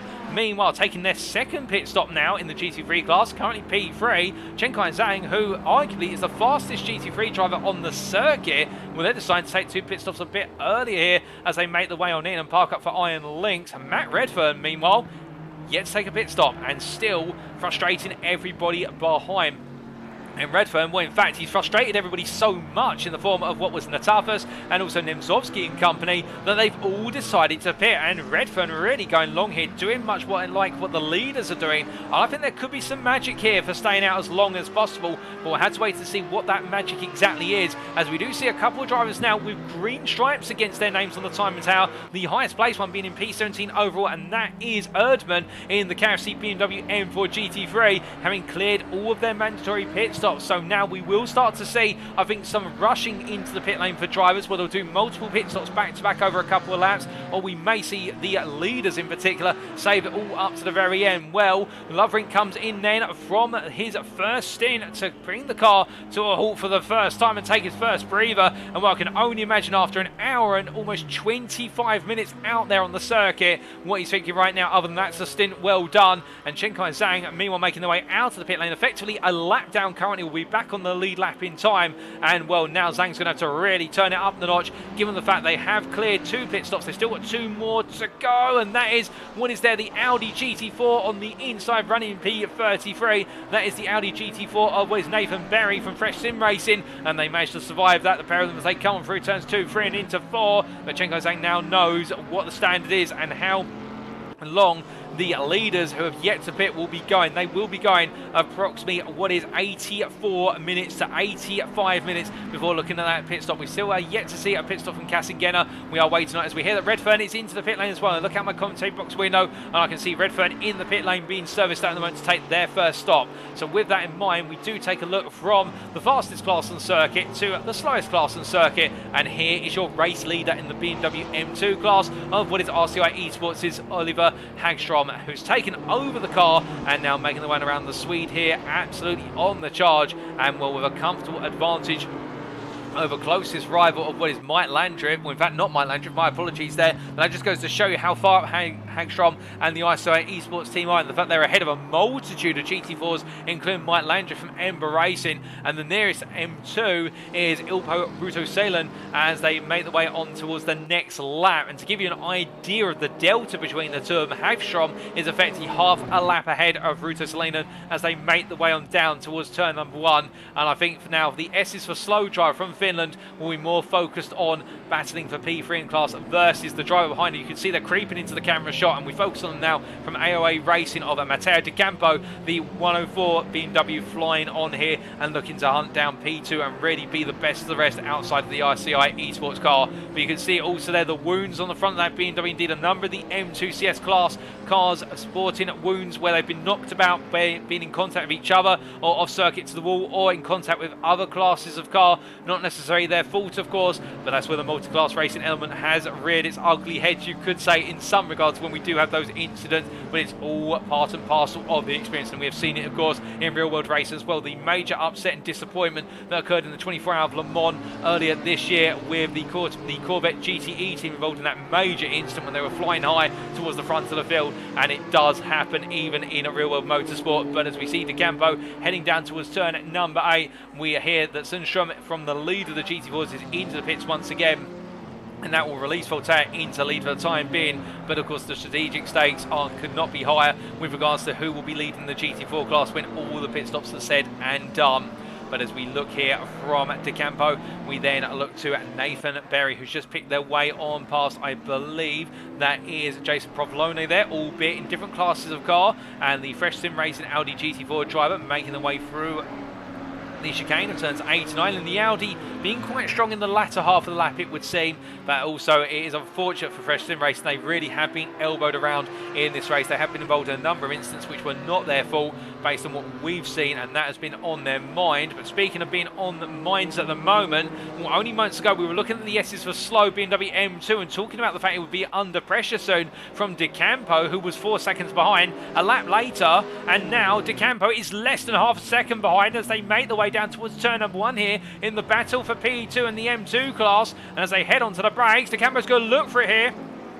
Now, will he get it done under brake? And he thinks about it, but then again, I think he's decided to brake early, given the standing water on that inside line. He can't find his way on through as we ride on board here with the Italian as he tries to fly his way into P2 in class. And well, right now you can imagine the S's for slow team will be egging on their driver as the 404 car ahead struggles to get out of turn number 4, but that's because they're caught up behind White Tip in the BMW M4 GT4 that's going quite slowly here in the run through 5 into 6, and this is getting very sticky for both drivers. As you consider De Campo trying to go around the outside but boxed in as they make their way through the left-hander, and this is now going to get very difficult as they come into turn number 7. It's side by side and De Campo backs out there. If he'd gone any deeper in, they would have both been round, but they are struggling there, and White Tip in front as well, just trying to mind his own race, and Tip, to be fair, ahead of them and battling for overall position. The GT4 faster on the straights but not in the corners. We see a Bentley coming down the inside there, and that is a bit of elbows out. I think De Campo getting knocked there on the side panel by what is the Bentley M Sport of Cest as they make the way. In fact, that is not Cest behind the wheel of the car. I'll correct that. That is DeMarco behind the car, Davide DeMarco. And as they make the way through turns 8, 9 and 10, well, Mattia De Campo, I think, will be absolutely fuming at the fact they've got to try and pit their way past a GT4 that is battling for overall position amongst the trio, and then a Bentley comes in to steal the score. And as they make the way down towards turn number 12 right now, De Campo will get another opportunity as they make the way on through, and over to the right they both go for turn 13. De Campo looks at a move here, but he's going to be given the room, given the fact that Ruotsalinen comes into the pits, and well, now De Campo will have all the pressure put on them in terms of they will need to absolutely go on full attack for the next couple of laps. Both drivers I've got one pit stop remaining, albeit Ruotsalinen will be taking that final pit stop now, and then De Campo will need to react soon and take that final pit stop in turn. But how long can they go before that pit stop comes? That is the question that we need to wait for the answer to. Meanwhile, in P21 here is Patrick Staker, the Wild Things Racing Maserati driver, chasing down Daryl Young, who's jumped behind the wheel. Of course, we saw IDAS in the YouTube chat earlier saying that it would be taking over the car from what was Michael Keller in the near future, and now behind the wheel. And these two teammates, of course, are Wild Things Racing, now nemesis or rivals, if you will, on circuit. Daryl Young yet to take the final stop for Wild Things Racing's Camaro division. So as a result, you can imagine here that Patrick Staker will be hopeful that if he doesn't find the move on circuit soon, then he'll see Daryl Young peel off into the pit sooner rather than later.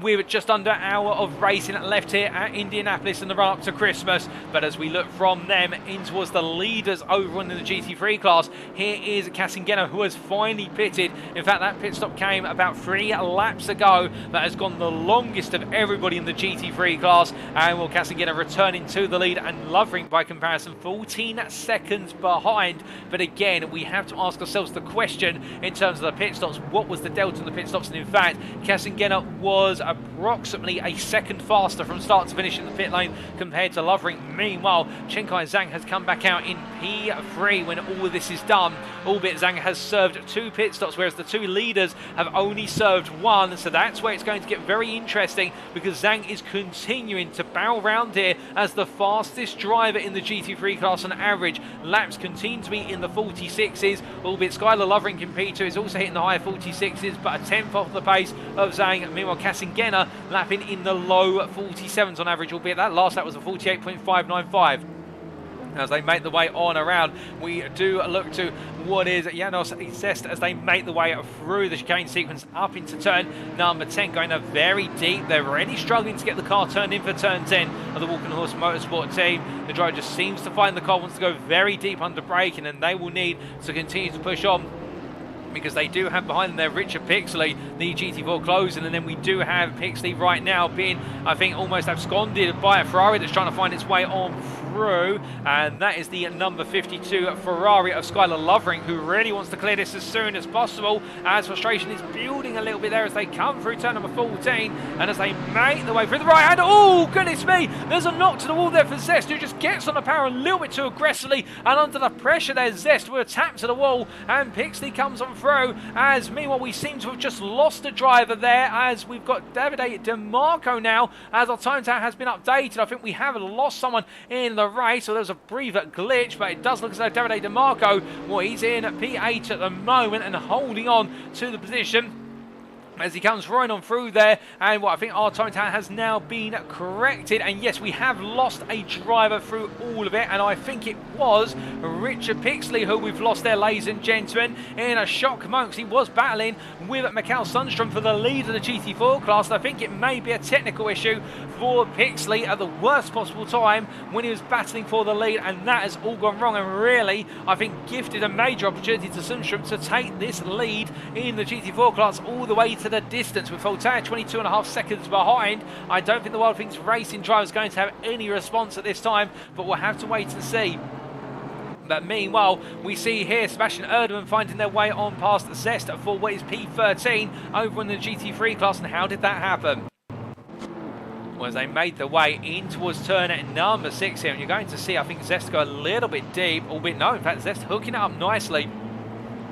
But the Walking Horse Motorsport driver really struggling with the hard braking right-handers later on in the lap, and as they made the way out the final corner, go out the final corner in the open half of the lap, goes a little bit deep there on corner exit, and Erdmann just picks up the pieces there by going up the inside. But as they make their way down towards turn at number 8, we'll return to the live pictures very shortly, and that's how the move was made, as we hear that Richard Pixley has returned, ladies and gentlemen, but they've had to be towed to the pits due to technical issues, so Pixley now back up on the timing tower there, albeit dropping behind Sundstrom, Voltaire, Winkler, and that means that Pixley now will be effectively 4 laps down, I believe, on our overall leaders, and will find themselves 2 laps down almost on the GT4 class leaders, the class in which they're racing in. But we still got more pit stops to go, we've still got more drama, we've still got more rain as well. If you're worrying about the rain, I can promise you we've still got that by the gallon coming, given the fact you can see that on the weather radar on the top right corner of your screen. Still another 30 minutes of rain to come here, no sign of the conditions abating,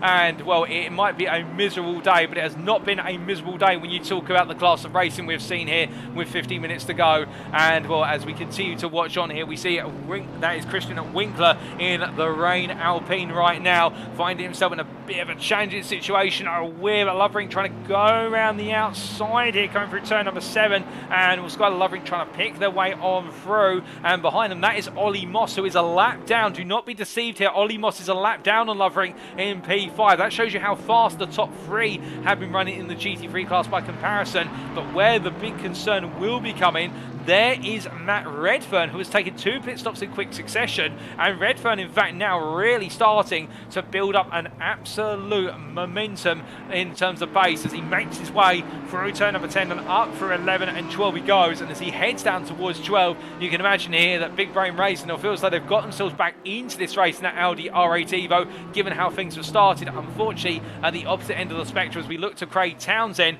the other Big Brain Racing machine, the Honda NSX Evo, not quite up there by comparison with a difficult race, and also a major incident earlier on, really seeing them have to go to the pits with damage to the car. But as Townsend continues on here, P21 overall, and what is effectively in the GT3 class, we believe that is P15 in class. We can see here Townsend just continuing on their way with one pit stop still needing to be taken.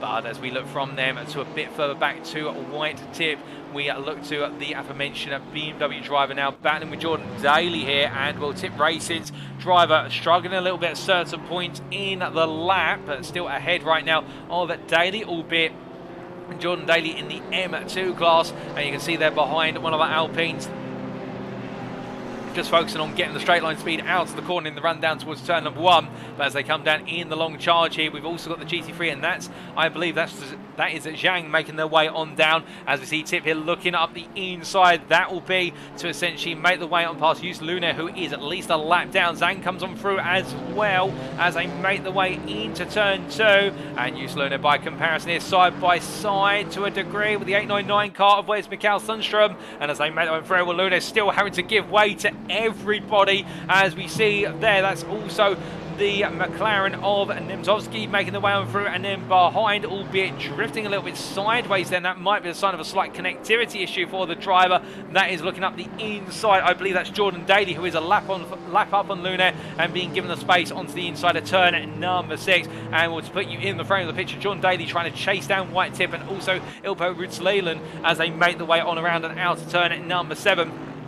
Jordan Daly currently running in what is in the BMW M2 class in P4 as he heads on down towards turn number 8, and his target for P3 is only a couple of corners up the road. But as they head on through, we do have a drive-through penalty for White Tip. We've also got a stop-and-go 30-second penalty as they leave the pit lane for Janos Zest as they make the way down, and the Hungarian caught speeding in the pit lane, and that is going to blunt any charge they have now in this final stint, but they've cleared all their pit stops and they've got to go in one more time. It's the same for White Tip, drive through for track limits, but that is going to really upset the balance of their race as they come on through. But meanwhile, as they make the way up to speed, albeit for a brief while, and well, I can definitely tell you those cheering on in the YouTube chat for Walkenhorst Motorsports M4 GT3 team may be feeling a little bit upset by that. It's understandable, but there, Seth's moving out of the way as we do see with Lovering coming on through at full pace and trying to hunt down Kassengena, albeit the gap between the two of them now standing at 19.5 seconds,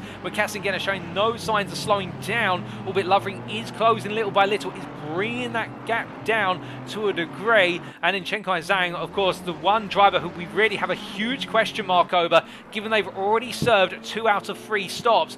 Where will they fit back into this battle for the win? Could they be the winner come the end of this, given the fact they have gambled on taking 2 stops sooner rather than later? But where will that final stop come? And also for Kassengena and Lovering, when are they going to take not just the second stop, but the final stop as well? They're going to leave it all to potentially the penultimate lap to make that stop. If so, they could do it, to be fair. We have seen how deep they can go into the race, given the fuel tanks wearing long on these GT3s. Normally, as we said earlier, they would last about 75 minutes at most, but we've seen them go 85, almost 90 minutes, given the conditions. They're not using as much fuel here at Indianapolis, but right now Zhang is really the one to watch because he could filter his way back into the race. He could even leapfrog ahead into the lead here at the critical junctures right towards the end, but we'll have to wait and find out. Meanwhile, in P4, we do have Antonio Fidele, who really is the best of the rest right now for VLR in the GT3 class. Still got one more stop to take, but ahead of Ollie Moss by a considerable margin of almost 45 seconds as they make their way onto the back straight. And things have spaced out to a degree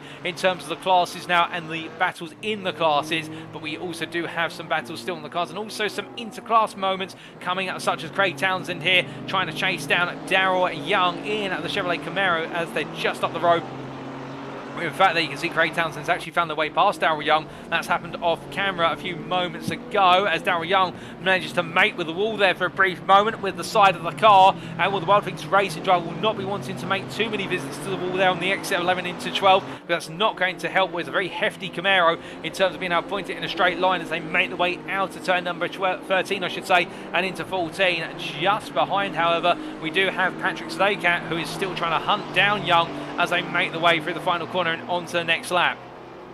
heading all the way down the start-finish straight here. Again, the Maserati's got all of the power on the straights, but when it comes to the run into the corners here and also on the water, that Maserati really struggling by comparison. But still, Sudeikis gradually creeping back into the hunt of this race and looking to try and get into the fight for P5 in the GT4 class with that shock moment for what was Richard Pixley earlier on. That has dropped him quite a way down and opened up the hunt in the top 5 considerably. But as they make the way on through, we look from Patrick Sudeikis to Dom Healy, the other Maserati for Wildwings Racing, as they head down towards turn number 1, albeit a bit further off of Sudeikis compared to where Sudeikis is on Young.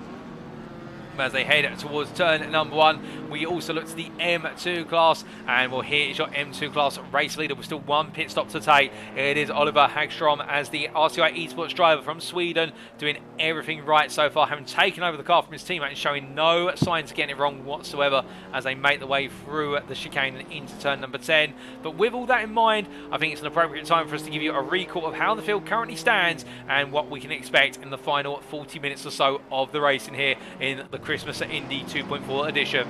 Well, as we look to our overall leader, and starting with the GT3 class then, we can see we have Jean-Sebastian Kassengena leading the race at the moment. Having led the race from the start for a brief period, an early mistake saw them relinquish the lead to what was Zhang, and then a mistake from Zhang saw the lead go back to Kassengena, and then Lovering took the lead for a brief while, but the trio exchanging the lead as if it was going out of style. But where the difference has come and why Kassengena is leading at the moment, Kassengena went the longest of all of our GT3s, took an 86-minute stint at the start of the race, and has only taken one pit stop, still got 2 more pit stops to go. And well, the same can be said for Skylar Lovering, taking an 84-minute stint before pitting, and Lovering right now lapping equally to Kassengena, albeit Kassengena on that previous lap improving the gap by 0.4 of a second over Skylar Lovering, but it does seem to oscillate a little bit, and the Bricks Racing driver here definitely in the hunt for a place on the podium, if not looking for the win in the long term.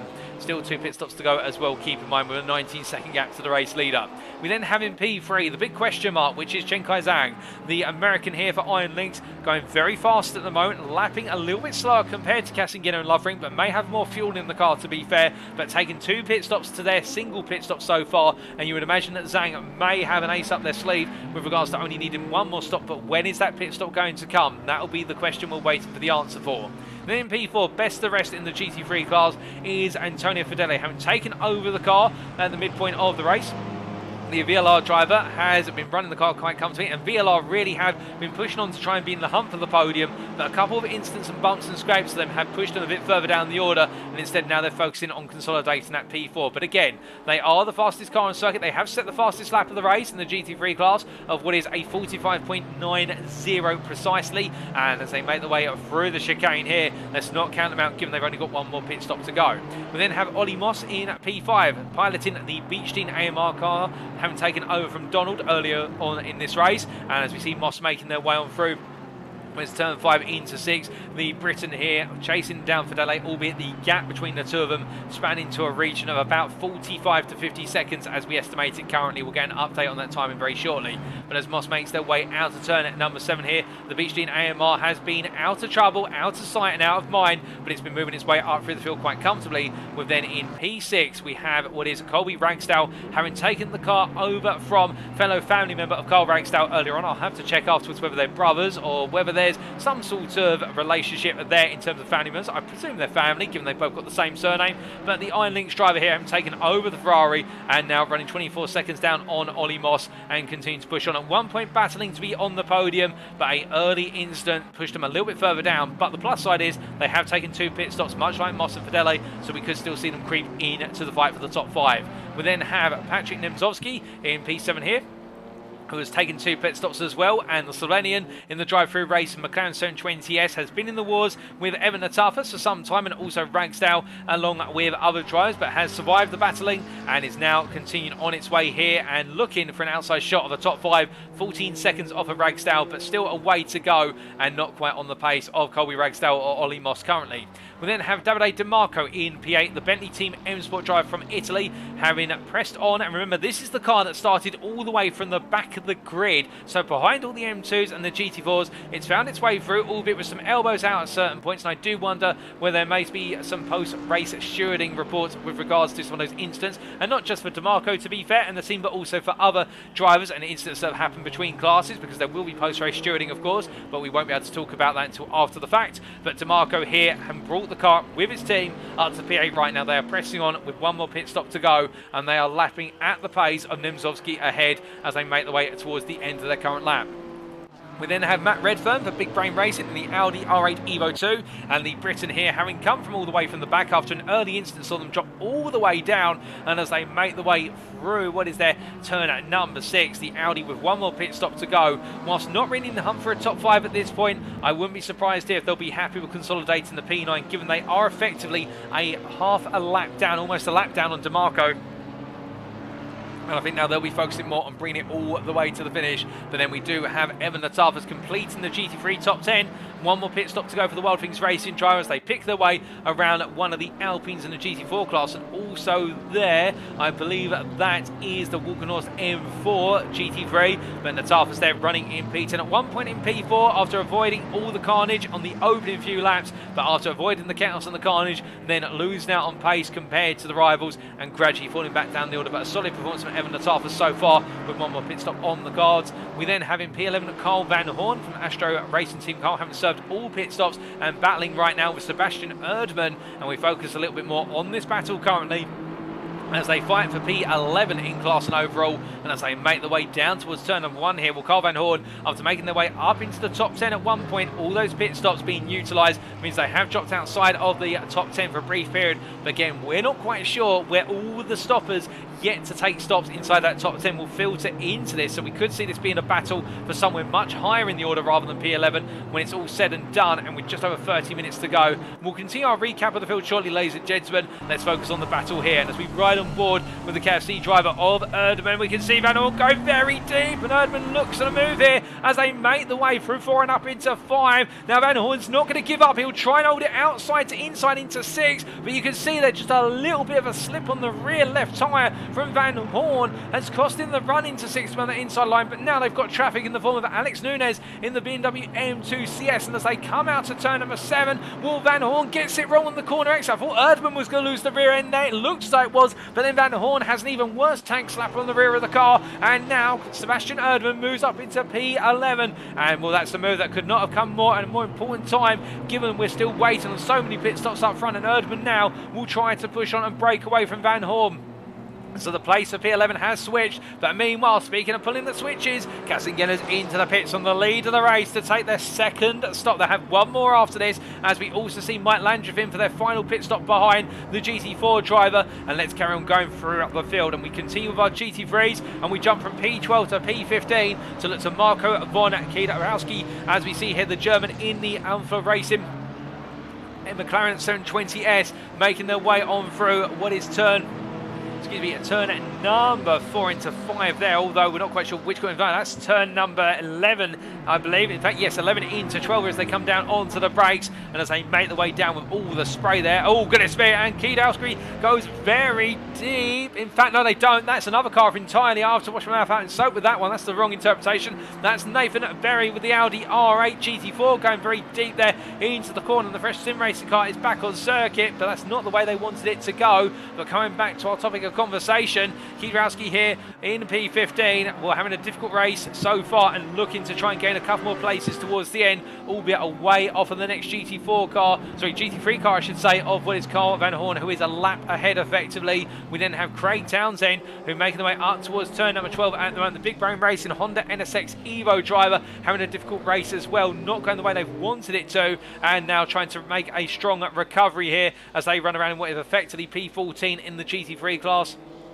And then that is all of your GT3s as it currently stands, ladies and gentlemen. We have had a few retirements in the GT3 class out of our 20 starters, but still we have 14 still remaining. We then come on to our GT4s, and for that we have to jump up to P13 driver overall of nearly on paces at Mikael Sundström as the Swede makes their way down towards turn number 1 here, and will comfortably heading down onto the brakes. And the Alpine driver has been absolutely infallible in class. They've been in the battle with Richard Pixley and also Reyes Gabriel Fortea, but after taking the lead on both strategy and also track position, they've never let it go. And right now, almost a whole lap ahead of what is Gabriel Fortea as they make their way on around through what is turn number 4 and up towards 5, and in fact not quite a whole lap ahead, mind my business, half a lap ahead, a 30-second advantage, and the nearly on pace driver here absolutely delivering as they make the way through turn number 6. Meanwhile, coming to Reyes of Gabriel Fortea, P2 in the GT4 class, P14 overall,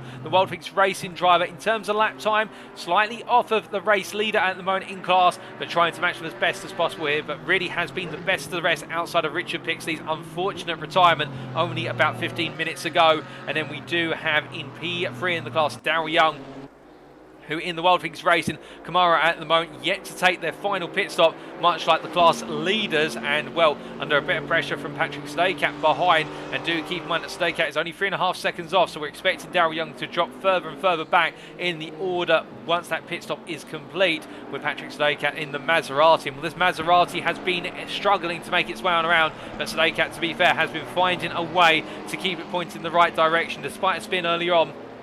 And right now the Wildwings racing driver doing everything in their power to hunt down a spot on the podium in the GT4 class. We then do have Alex Curto, who has taken over the Wildwings racing other, I believe, the Aston Martin V8 Vantage GT4, and the Wildwings racing driver here from Canada, well, trying to chase down at West Stadecat, but the gap between the two of them standing at approximately 28 seconds currently, and Curto's got a way to go. And I think Stadecat has found their pace in the car.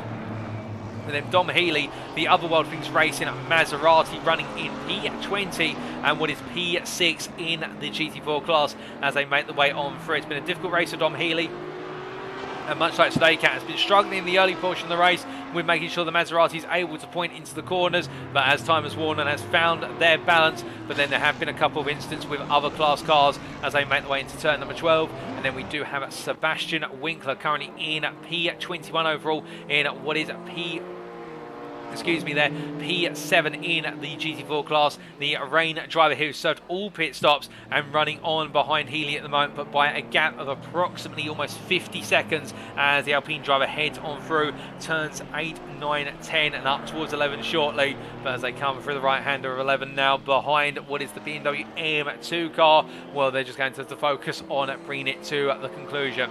We then have Mike Landry, who's currently running in P8 in the GT4 class, the Ember racing Aston Martin V8 Vantage in the 19 car, in what's been a very eventful race for Landry, been battling further down the order, but right now trying to bring it on home. And well, they are quite some way clear of what is P9 in class driver of Nathan Berry in the Audi R8 GT4 for Fresh Sim Racing. And well, they have been really experienced at the brunt of instance as the Fresh Sim Racing driver in terms of a number of moments of major contact with other classes, and also a couple of offs as well, but primarily they have received a couple of bruising blows, and they'll be hoping not to receive any more before the finish of the race. And then we do have White Tip, the last of our GT4s at the moment, running P10 in class, P29 overall, as they make the way on through turns 1 and 2 and head on around here with quite significant damage on the front of the car. You can see actually the hood of the car, or the bonnet of the car, up quite high, and also taking a huge cut there through the apex of turn 3. And they have had one drive through already due to track limits. They won't want another. As they come through, we do have, speaking of drive-through penalties, a drive-through penalty for Evan Natafas, who is going to have to come in within the next 3 laps, and that is for track limits. And well, that's caught up to, and that is not good news for Natafas. They've also got a pit stop still to go, and that is going to severely undermine the pace of their race. As meanwhile, into the pits comes, I look out my commentary box window, and we see making the way in at the moment is Antonio Fedele, who has cleared their final stop. So as they make their way back out, in fact, the VLR driver now goes one last time here, and well, they are our highest placed drivers as Ollie Moss comes on through to take P4 off of them, but effectively Fedele is racing in P4 once Moss comes into the pits. And now where will Lovering, Kasingena and also Zhang fit into this? And also one thing we haven't spotted, because we've been so busy going down through the order, Here is your race leader, ladies and gentlemen. Look who's close behind within a second. That is Chen Kai-Zhang, the Iron Lynx driver from the United States, under pressure from Jean-Sebastian Kassengena. And well, now they're all on a single pit stop, and the separation between the top two is only a second here with 30 minutes to go. And we say hello in the YouTube chat there to Jan Barth, who couldn't make it this evening due to gym training, but tuning on Carl Van Horn. Well, it's great to have you here, Jan, and well, the racing continues here, and it's crazy to think that after almost an hour and a half of racing, in fact almost 2 hours of racing we should say now, we have Chen Kai-Zhang and Kassengena separated by only 1 second, if that, and it's going to go all the way down to the wire here. But this is what we love multi-class racing for, and these conditions have served us up an absolute treat as Zhang tries to go around the outside there of Daryl Young. Well, in fact, that's not Daryl Young, that's Jordan Daly in the BMW M2. Finds his way on through here, but they're going to have to tiptoe around, and Zhang right now has got to fly high, because otherwise, if Kassengena is able to get close and put the pressure on, this could really undermine the pace that Kassengena has shown all race. Well, when they've been in clear air, they've been absolutely unstoppable, but the gap has opened up for now as DeMarco has come into the pits to complete their final stop for the Bentley M Sport team in terms of their race, and they'll be in P8, I do believe, when they emerge from the pit lane. As we see our drivers make the way on through into turn number 12 here. It's still very tricky out there. There's no signs of the rain abating. We're going to have rain, heavy rain, all the way to the finish here. And track temperatures dropped even further down as Zhang is into the pit lane, coming on in. And what about Kassengena? Kassengena still carrying on through. So now this is going to be the breaking point here. Can Kassengena make this work in terms of finding some clear space? They've got a lot of traffic in front of them. In fact, that is probably the worst picture you could have ahead of you. As you see here, look at it, it's too wide. And in fact, it's 3 wide as we've got 2 M2s battling with one another, and then we have also got one of our GT4s coming on through, and now Kassengena gets caught up behind this. They look to part the seas, and that's Makhmutov battling there with what is alongside them. Well, it's not battling, in fact, they're just trying to work the way on around what is Daly, but Daly showing no signs of giving up because Daly is a lap ahead effectively, and Kassengena finds the way through. That's going to cost them so much time in the process, and now your race leader, I think, will be really ruined the day. He decided not to pit on the previous lap because now this is going to surely give an advantage to Zhang with not long to go. And Zhang with a very quick pit stop, in fact, as they make their way down the pit lane. Skylar Loverink still out on circuit, yet to take the final stops. They've moved up into P2, but the change will be for Loverink, of course. They've got to try and factor their way back into this race, and I think they may be out of the hunt for the win. I think P3 is going to be the best they can achieve here with just under half an hour remaining. But whilst we do have one breather, let's give you a quick recap of the BMW M2 CS class, which is, it's currently being led by RCI Esports' Oliver Hagstrom as the Swede makes their way through turn 12 and into 13, and well, they have been absolutely unstoppable, the RCI Esports team, qualifying on pole by almost half a second, and since the start of the race they've just never let go of it. They've got one more pit stop to go, but they have got so much time on circuit. To put you in the frame of mind, we have Mattia De Campo making their way out of the pit lane at the moment, we see here in P2 in class, but they are making their way on out, and indeed Hagstrom is coming across the timeline to essentially lap De Campo, albeit with a pit stop still there which will unlap them, but that goes to show you the difference in pace. But meanwhile, Mattia De Campo and AOA Racing, they have been battling hard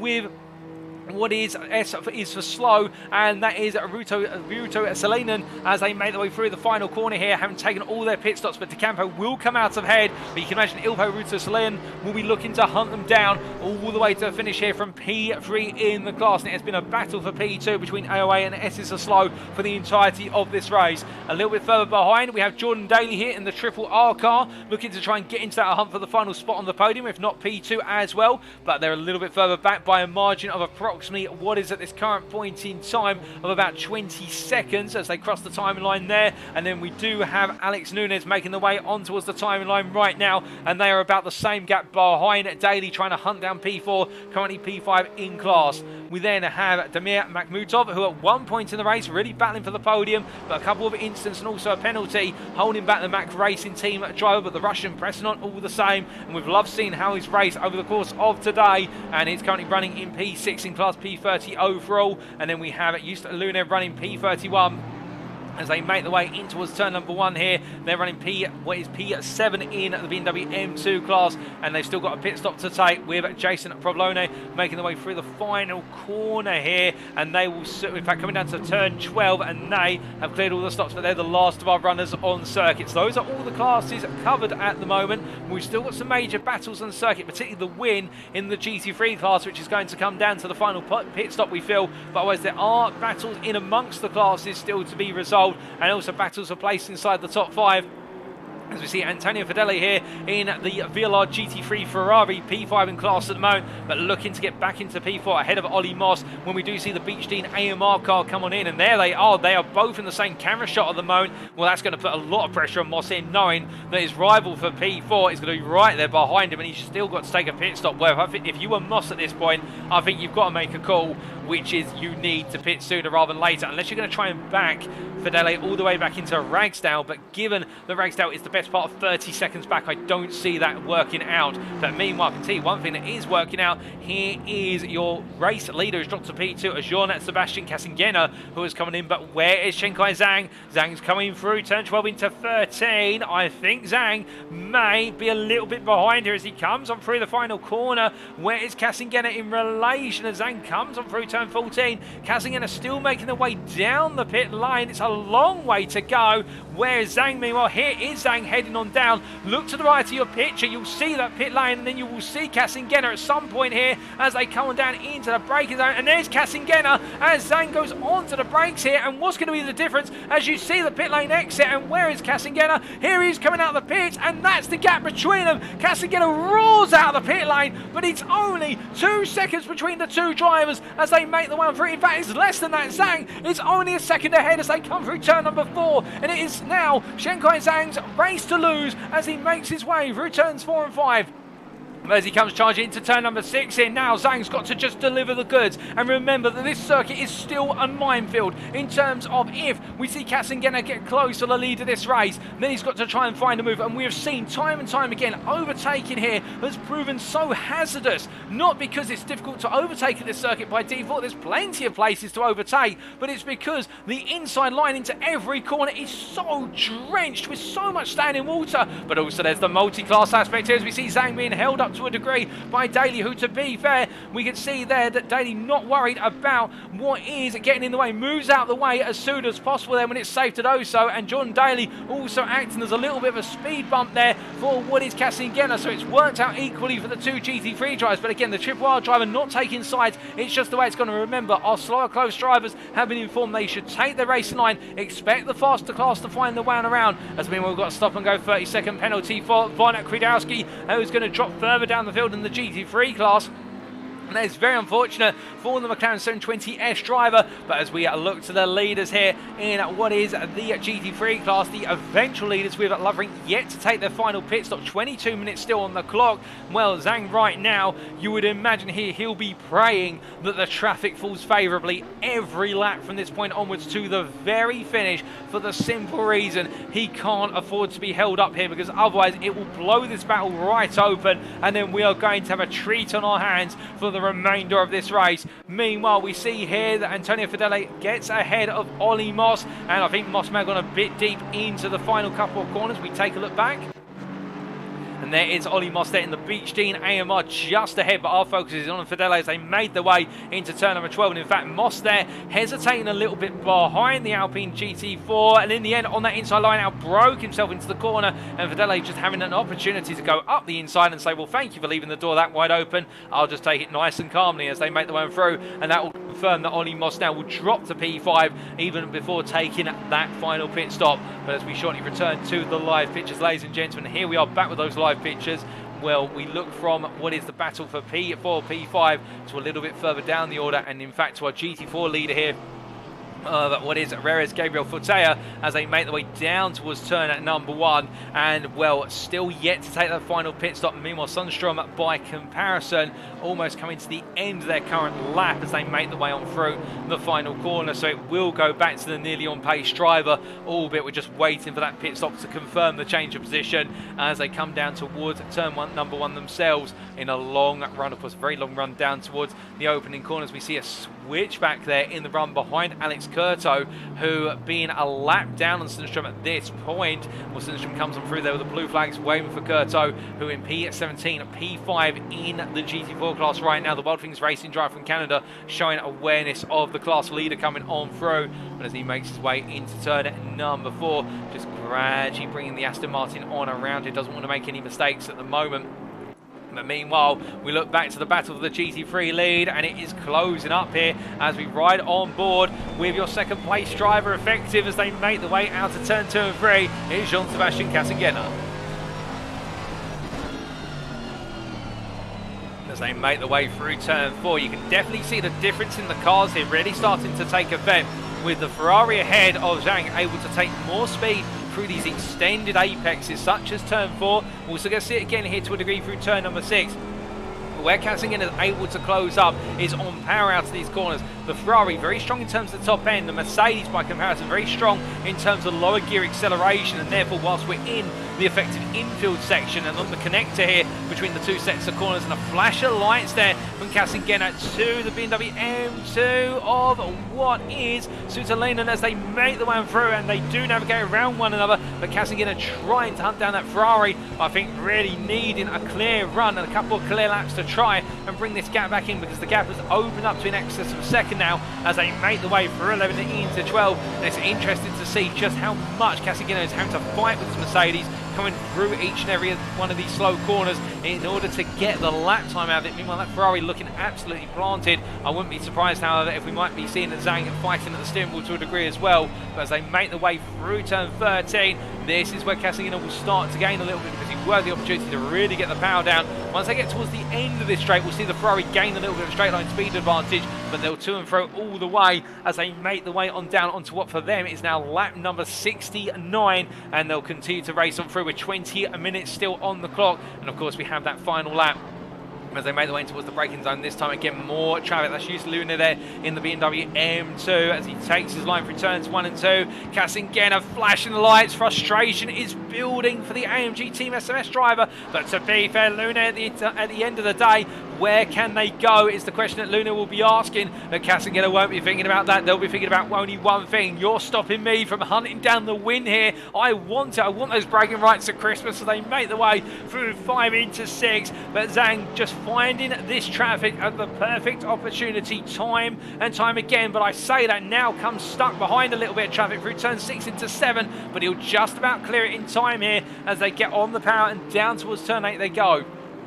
But as they roar the way down towards the braking zone, we look from them to, meanwhile, your effective race leader, as we're to understand it in the GT4 class, Sundstrom, as they make the way through turn 12 and down towards that turn, through turn 11 down towards turn number 12, and the nearly on pace driver here looking comfortable at the moment. We are still waiting for the pit stop from Fortea, and as soon as I say that, they come into the pits, and well, the timing could not be more perfect, but Fortea will relinquish the lead of the GT4 class. They make the way to their final pit stop, and we won't quite see, I think, Sundstrom coming on through initially, but here they come to take the lead of the class as they make the way on through, and well, we'll see the camera pan around, and there's the difference. So you see Fortea parked up and Sundstrom taking the lead of the class, and it'll be theirs to lose for the finish. Meanwhile, as they make the way on down, we do look from them back to the lead of the GT3 class, the overall track position leader at the moment, and there he is for Bricks Racing, Skylar Loverink, as they make the way through turn 6 into 7 at the moment. Well, the American driver doing everything to hold on, but of course the challenge here is that given that Zhang and Casengena are both right now only approximately 33 seconds behind, what can Loverink do to get into that fight? We've got to hope that Zhang and Casengena start fighting, and they need to fight soon and take a lot of time out of one another, because if they don't fight, well, it's not going to come to him, and he'll be looking to settle for that 3rd place on the podium in the end. But again, well, goodness me, we've just had another spin in the tail, ladies and gentlemen, in the GT4 class, as Fortea with a stop and go 30-second penalty, and that is for speeding in the pit lane. And well, I think for Daryl Young right now, where is Daryl Young, I hear you ask? Here is Daryl Young making their way through turn number, I believe that's turn 13 into 14, as there's the pit entry. And as the Wildwings Racing driver comes on through, but they won't be wishing a stop-and-go penalty on anyone, much less their own team's driver at Wildwings Racing. But that's got to be going to make Daryl Young think, you know what, I'm now on course for a potential P2. But of course, Daryl Young has yet to take their final stop. So in fact, it would go the way of Patrick Sadokat, who is falling back off of Daryl Young little by little. But Sadokat right now could effectively be P2 in the GT4 class come the finish here in the Maserati GT4, but I don't think we're going to say that at the start of today as they make their way to the braking zone here, and that's Carl Van Horn up the inside as they make their way through 1 into 2. Van Horn navigates on around, and the V8 Vantage GT3 driver has a difficult race, but trying to hunt down Erdman, albeit Erdman quite a way up the road, the best part of 31 seconds up the road as they currently stand, as we see the Astro Racing Team Carl driver make their way through turn 4 into 5 as they roll the way on through the signals corners. We can see there race leader of Lovering making their way up the inside. Blue flags out for Carl Van Horn, and they respond accordingly as they make their way up towards turn 7 and onto that back straight. They're heading on through. We look from them now to Chenkai Zhang and also at Kasengena. In fact, I think Kasengena's had an off only moments to go as they go very slowly. Can we catch what exactly happened? Well, it's a spin for Kasengena. Now, we're not sure where exactly the spins happened. If I had to take a guess, that's on the exit of 12. So Kasengena's gone round, and that has opened up the gap for Chenkai Zhang all the way up to about 15 seconds as the current estimate stands. And what we can see there, that's Craig Townsend off circuit moving out of the way as Kasengena gets back up to speed. We'll shortly return to the live pitch as we just caught the tail end of that, but we noticed the gap had opened up so much. But there is the story, ladies and gentlemen. Kasengena with a spin at turn number 12 has lost out considerably. The gap is actually 10 seconds now as we get the latest, well no, it is 15 seconds, we get the latest timing. Our time tower's taking a little bit of time to update. It's 15.9 seconds as Kasengena heads down the back straight, but not the way they want it to go. And meanwhile, into the pits, it's Skylar Lovering who's caught up behind Daryl Young in the Camaro now as they make the way on in. Where will Lovering fit into this? Can they find a way to creep into the battle for P2 versus Kasengena, or even the win versus Zhang? Well, I think Zhang might be safe from Lovering, but Lovering will be hoping it goes the other way as they make the way to their box. And as we see Chenkai Zhang making their way through the penultimate corner and on towards the start-finish straight now. We're still waiting for Lovering's pit stop. I think it's going to be a very quick stop. They'll only do a quick splash and dash. Surely it won't be a long stop. But in fact, they've just cleared their pit stop. They're pulling away. You see them pulling away there on the left-hand side of your picture. So Zhang will be coming through absolutely fine in the lead. But what about Kasengena? That's the question as they come through turn 14. Of course, we don't know if there's any damage on the car after that spin, if there was any contact. But as they head on down, well, we can't quite see at the moment. We'll wait until the next pan, and in fact, as you can look to the left there, you'll briefly find that Lovering is still making their way out of the pit lane, and as they come on down, Skylar Lovering will be still heading on through, so Kasengena has come back into P2, but how far are they ahead of Lovering at the said and done point? And here it is, and Lovering makes their way out of the pit lane, and they'll return in P3. And they will be behind by a margin of what is, as we just get an update on our timings, I believe it's going to be about 10 seconds behind, as meanwhile, fastest man on circuit at the moment, running in at P4, the VLR car of Antonio Fedele, and they are not too far behind what is Lovering there. So right now, VLR are looking at a potential podium as they chase on down, and in fact, they've got a blue flag car in front of them. That is Craig Townsend, who moves out of the way immediately as we've got a drive-through penalty for track limits for Daryl Young, who's just cleared his final pit stop as Ollie Moss is into the pits for their final pit stop. So Daryl Young will now fall out of the hunt for the podium and the top 5 in the GT4 class. But we ride on board here with Antonio Fedele, who is hunting down P3 driving the GT3 class of Lovering as they make the way into turn number 8. And just look at the difference in confidence here from Antonio Fedele going on the offensive immediately. And we can understand from Lovering's perspective, they've got to try and get some tyre back into these temperatures. So they've got to get some temperature back into these tyres as we get our words correct. And as they navigate the way around Daryl Young there, who I think has got his mind more than the drive-through penalty as they come up through turn number 12, evading the GT4s here. Well, Fedele right now with all the pace, but can he find a way through to take P3 in the race?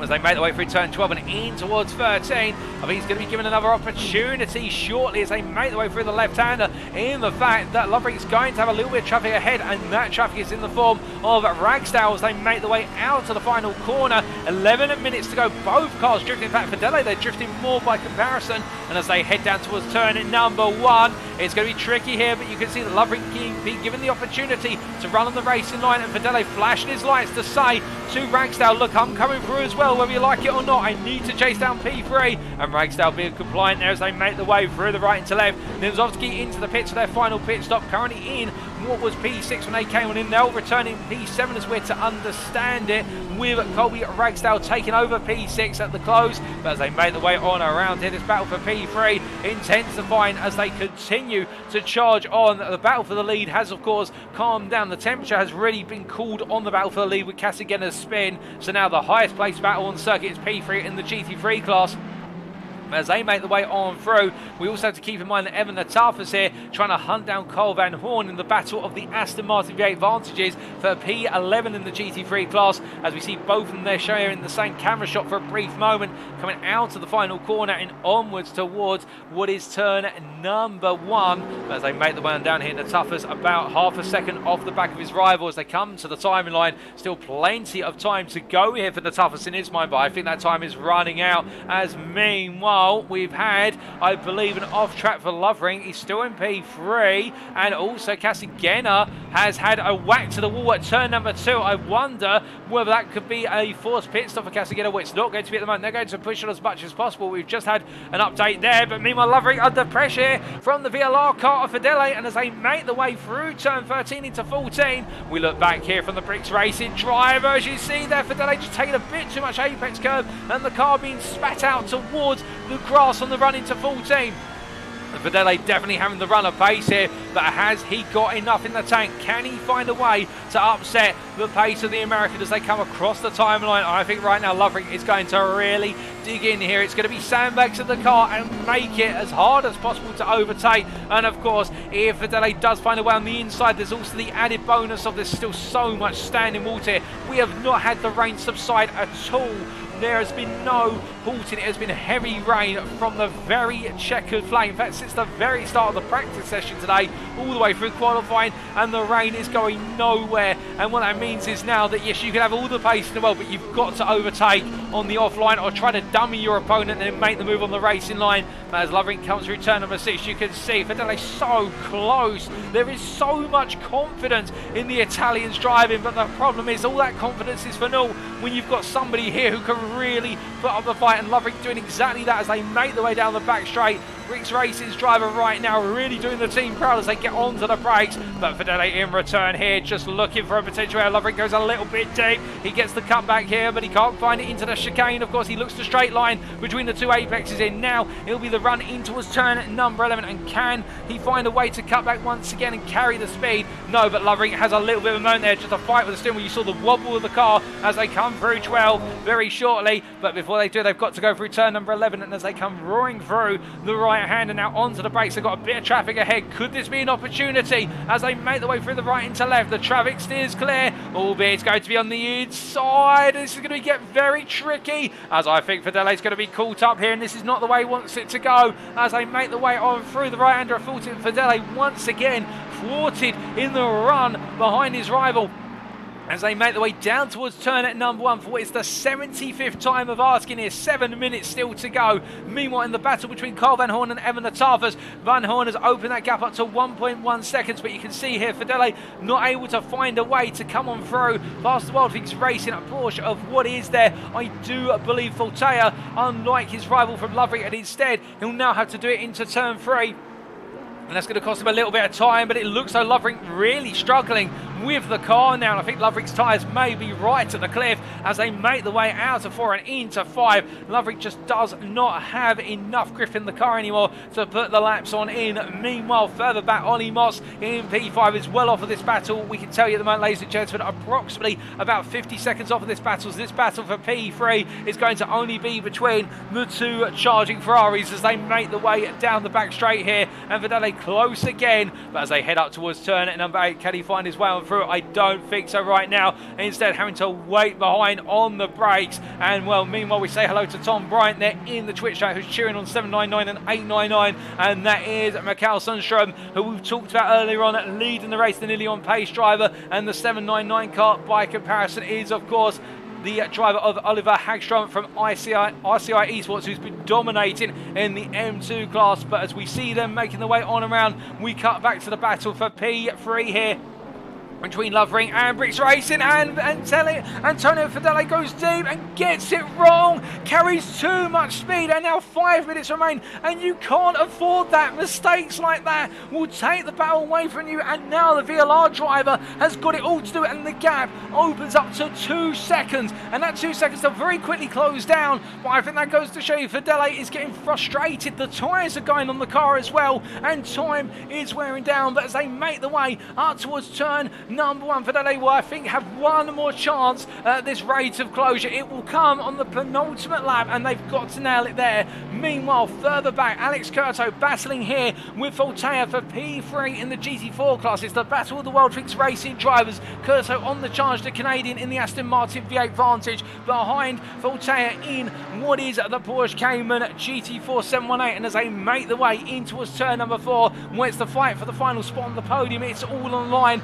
2 podium battles happening simultaneously right now, but you can see here Curto doing a flash of lights to Voltaire to try and get into Reyes Gabriel's head, but I don't think the Romanian's going to feel any of that. He's just going to simply focus on what lies ahead as they come through turn number 6. And as they roll the way out and up towards the right-hander, a 7 here with a little bit of traffic in front of them of a GT3. But to be fair, they'll be losing the GT3 short as it will pull off into the distance. That's the GT3 of Matt Redfern, the Big Brain Racing in P9, albeit almost losing off circuit there and going into the grass. And there's plenty of standing water, it must be said, on that inside line. But as they make the way out to turn at number 8 and up towards 9, I think Voltaire holding on for now. Meanwhile, we look from them to further up the road once again to Evan Latafas, who was caught up behind Carl Van Horn, and Van Horn, well, he was clear by about 1.5 seconds last time we checked, and now that gap has come crashing down and will not working out. But meanwhile, I think the move's been made. Hold up, what on earth has happened here? Well, the VLR driver's gone straight on, and as he rejoins, the seats part around him, albeit that's White Tip having to go to the gravel, but something absolutely cataclysmic's happened there. What on earth has happened in the battle for P3? Well, this was only moments to go, coming round into turn number 12. Now, you're going to see here, I think Fedele misses that. No, they go late on the brakes, and the car straight lines on, and that's when we caught it afterwards. But Lovering can return, just making their way merrily on the race in line here. And well, I think Fedele decided to use some of the runoff chicane here for the MotoGP course in order to be able to bring themselves back onto the circuit. And that, I think, may settle the difference in the battle for P3 in the GT3 class, because that gap now is open once again, and when Fedele is 2.5 seconds back at last count. We'll get an update on that shortly, as Lovering looks to be 1.5 seconds. In fact, Lovering, I just don't think has got any pace. And I'm not saying that to besmirch his reputation. I just think the Bricks Racing driver here is lapping on a clear lap about 1.5 to 2 seconds a lap slower than Fedele. But the problem is, every time the Italian gets close, he just cannot seem to find a way to make the move count. It goes wrong, whether it's traffic, whether it's a mistake of his own, or something in between. It's just costing him every time. Meanwhile, your race leader in the GT3 class, and overall, Chenkai Zhang comfortably up front at the moment by 20 seconds over Jean-Sebastian Casingena, and showing no signs of slowing down here with only 2 more laps to go for the race leader. With 2 minutes to the clock, they cross the line to go on to what for them is lap number 78. So we will see a total of 80 laps turned here in the 2.4 of Indianapolis. And as he makes his way down into turn number 1, well, for Zhang, it's just another day in the office now in terms of delivering these last few laps. Meanwhile, further back down the order in terms of the battle between Evan Latafas and Carl Van Horn, we can report that Latafas has found their way on through. We didn't quite catch that on camera, unfortunately. We can't get you a replay of that, but Latafas has moved up into P11 for World Fix Racing over on the GT3 class. Van Horn now behind, as you do see Van Horn here making the way on through turn number 6. And then we do look to, of course, what is the battle for P3 in the GT4 class. And, well, Curto has fallen backwards off the back of Fortea by about half a second. The gap now standing at 1 second as they come through onto the start for this straight. as they make their way on charging through. We take a look back to the M2 class here, not to forget about our third class. Of course, they deserve as much time on air as everybody else, and we see here one is Jordan Daly for Triple R. And to be fair, the M2s have calmed down in terms of their battling to some extent now, and it really is them bringing it on home. But we do look back to that battle for P3 in the GT3 class with 1 minute to go, and one more lap after the current one that's being turned. And well, you can see here on this lap, Skylar Lovering once again under pressure. This is the closest battle of the circuit. We're going to stay with it now until the conclusion, unless any drama does happen between now and the finish. And as we see here, Fidele continue to close on up. Meanwhile, hold up a second. We talked about drama happening, and here is some drama. Chenko Zhang with a spin on the grass coming through turn number 12. And Zhang going round. Where is Kasagena? Kasagena right now making the way out towards turn number 12. I think Zhang should be safe as they bring themselves back onto circuit, but in fact they've got to turn around. They're spinning on the grass again, and it's disaster as there's Kasagena, and as he comes through turn number 13, there's only 15 seconds on the clock. It may be the end of the race because he comes through the final corner here. Will there be time for one more lap? I think it might not be as they come on through, or will they? It's going to creep across right at the end. Is it checkered flag out? I think it is, and Kasagena takes the win on the 78th lap by a margin of 5.5 seconds over Lovering ahead of Fidele, as Antonio Fidele could not find a way through, and Chen Kaizang on the final lap loses out there for spin on the very last corners, and then Ollie Moss will come on through shortly for P5. But meanwhile, whilst they make the way on through, what an end to the race of the GT3 class. But what about Mikael Sundstrom? Here is your GT4 winner, ladies and gentlemen. P13 overall in an absolutely dominant run, and the same has to be said for his fellow Swede, Oliver Hagstrom.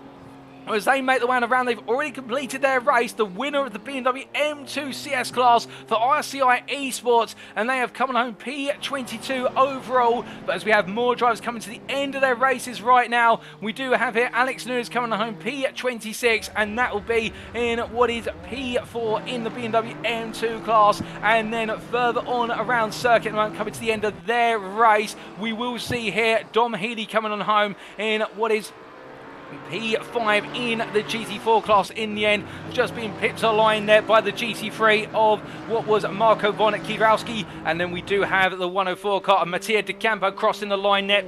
I believe P2 in the BMW M2 CS class. Congratulations to them. Holding off to the very finish was Ilpo Rutasalen. As we see, Rutasalen has already they're coming towards the end of the race at the moment. They will be P3, third spot on the podium of the M2 CS machines as they come through the final corner to the very line. Of course, it is a bit scattergun at the moment with everybody coming on through at different points in the race, but what we can confirm for you is we see the Dirty 630 car of Jason Provolone coming down towards the timeline. They will be the penultimate drivers to finish their race, I believe.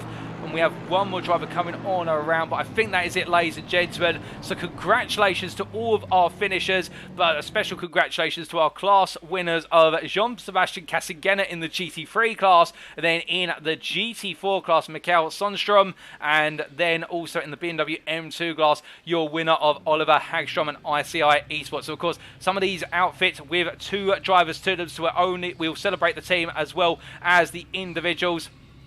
But fantastic racing from all our drivers, and what a thriller from start to finish, ladies and gentlemen. And well, just to confirm the podiums, the GT3 podium was Jean-Sebastian Kasagena from SMS AMG team, and it was Skylar Lovering P2 and Antonio Fidele P3. Then in the GT4 it was Mikael Sundstrom ahead of, I believe, what was in the end, although we do need confirmation on that, I think it was Patrick Sadekat in the Maserati in the GT4 class P2, and Rose Gabriel Fortea. And then in the M2 class, it was Oliver Hagstrom and RCI Esports ahead of them. We didn't quite catch the last two there, unfortunately, ladies and gentlemen. But what we will be catching very shortly is hopefully post-race interviews with our class winners. So we'll be back in approximately 5 to 10 minutes for those. But before we do, we take a brief breather. Don't go anywhere, ladies and gentlemen. You won't want to miss it.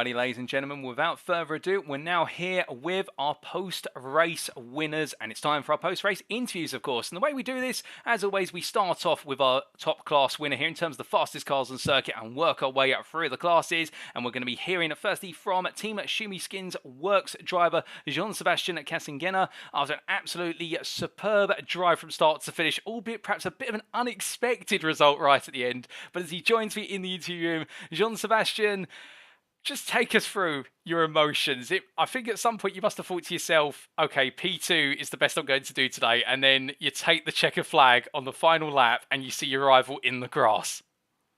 Yeah, I mean, first of all, thanks for the race. It was a really cool event. I didn't plan at first to race there, but I just wanted to do some laps, and I like the format and the rain as well. Yeah, for sure. I mean, with Zhang, we had a fight all the way through the race. I think last 10 laps, I got spun by a back marker at the end of the lap, and then suddenly the gap to him was like 15 seconds. And at that point, I realized that there was no way I could come back. So I was just trying to cruise to the finish line. And then, I don't know, last lap, I'm checking the minimap. I see his car on the yellow flag zone on the grass, and at first I thought he was out of fuel, but then I saw he was just spinning on the grass and he couldn't go back to the track properly. So yeah, that's a bit lucky. I loved the fight with him. I didn't think I could give a fight to the Ferraris there because they have such good BOP. Or I mean, they drove perfectly. It's not only the car, of course, but yeah, I'm really, really happy about the race, and I had a terrific time. It was super tiring, but very fun race. Well, that's brilliant to hear. And I have to ask, when going into the race, of course, we knew going into this one it was going to be wet, but it really poured all the way through. How did you work your approach to qualifying and also the race subsequently in terms of strategy? Because in terms of the race, you went 86 minutes before your first pit stop, the longest of anybody. You just seem to never want to come into the pits. Yeah, actually, I did a couple of laps yesterday night just to get an idea of the conditions. And when I came in on the server, on the track, it was flooded. So it was good practice for the super hard conditions. But lucky me, because I didn't have anything ready for the dry. I had no ID, no any clue what pressures to run. So I was lucky in that regard. And leading to quali, I was just trying to learn the track in the wet, in lighter wet conditions. And the quali was pretty good, you could say. And at the end, the race, I just thought maybe the weather is going to change through the race. So let's try to pit stop at the last possible way. So I did full tank first stint, and second stint the same, but I just went to the pits to do my other 2 pit stops just so it was cleared. And I wanted to know as well what the gap was to the Ferrari guy. So I just wanted to see where I was ranking up, and we had a good fight that way as well. Oh, indeed, and it was a brilliant fight. And coming on to that, we saw yourself and Chenkai Zhang continue to exchange laps and positions on the strategy. Did you feel as though going into that final pit stop that you were going to be that close behind, or did you think coming out the pits you'd done it? Because it was finest of margins, and also preceding that, every time you two were close together on circuit, Zhang came into the pits first, and you ended up in traffic as soon as he came into the pits. Yeah, actually, it was really smart in his strategy. As soon as we were going into a huge bunch of cars, he was just going to the pits to clear them and have clear space on the track again. And the second time I pitted, my timing was pretty bad.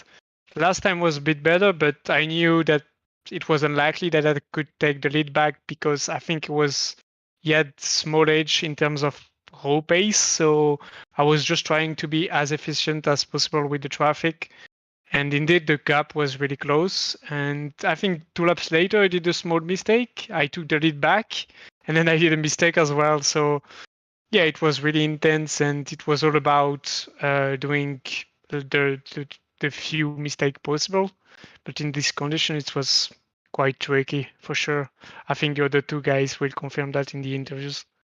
No, I definitely think so. And well, that Mercedes definitely did not look the most steadiest of cars in those low speed corners. Just how much fighting do you have to do with the rear of that Mercedes? Because the Ferraris looked absolutely planted, apart from coming onto the oval banking through turn 11 into 12 and then through 13 and 14 to the start finish straight. Whereas every time we panned to you and rode on board, it's almost as if you were having to fight the cars, if you were trying to wrestle a horse.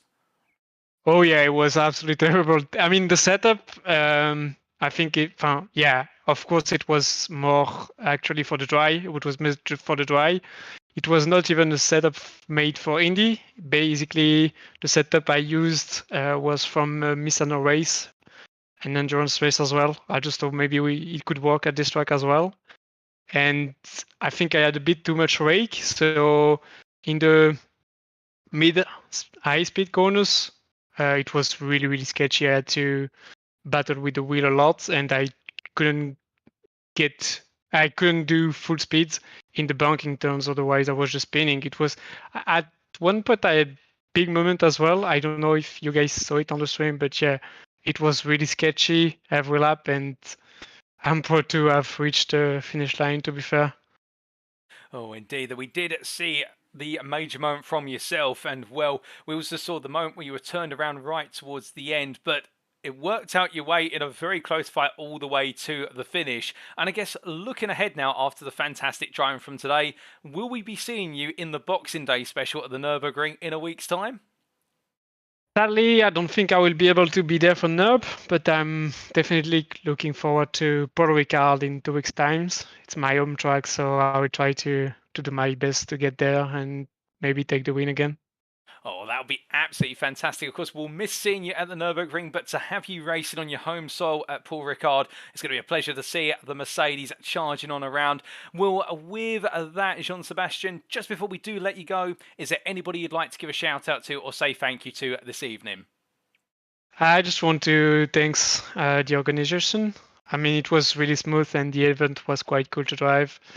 And then just kudos to my team that always support me and help me setup wise, even though tonight was not planned at all. So just wanted to say hi and thanks for being with me all the time. Well, Jean-Sebastian, it's been a pleasure to have you in the interview room. Congratulations on your win in the GT3 class. And of course, we look forward to seeing you come back in 2 weeks' time in the new year 2023 special at Paul Ricard. But until then, we wish you all the best and a Merry Christmas. Thanks for having me. Cheers.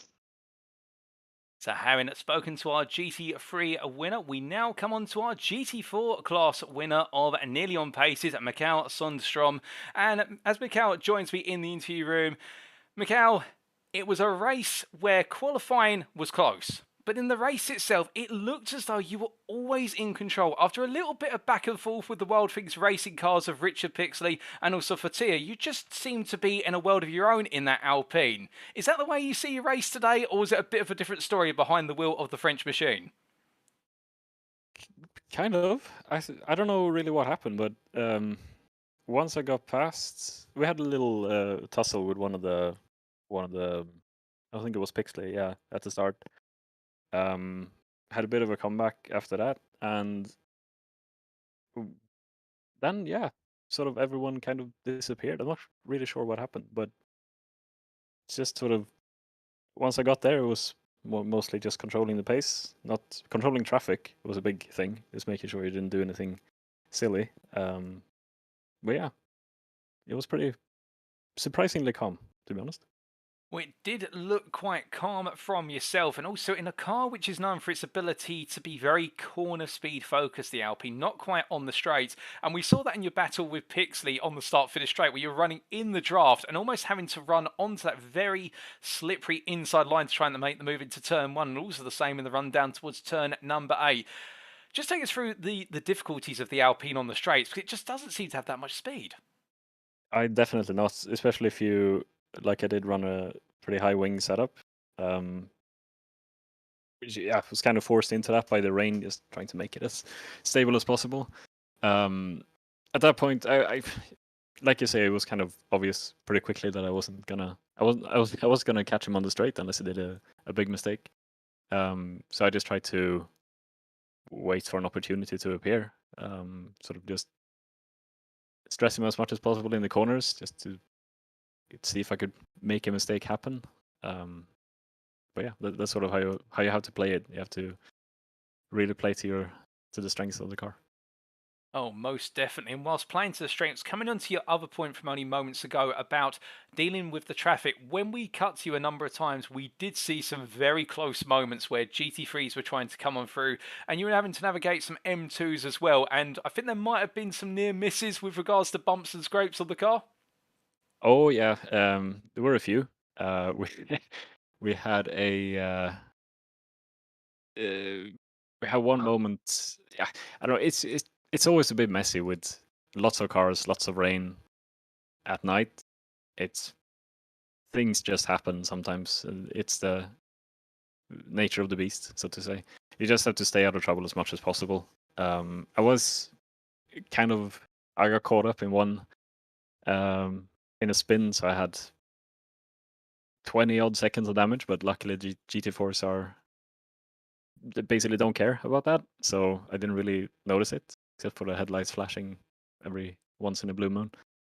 But yeah, it just staying away from as much as possible is just once you're out of the sort of fighting phase at the start, you just have to don't get caught by anyone or don't catch anyone.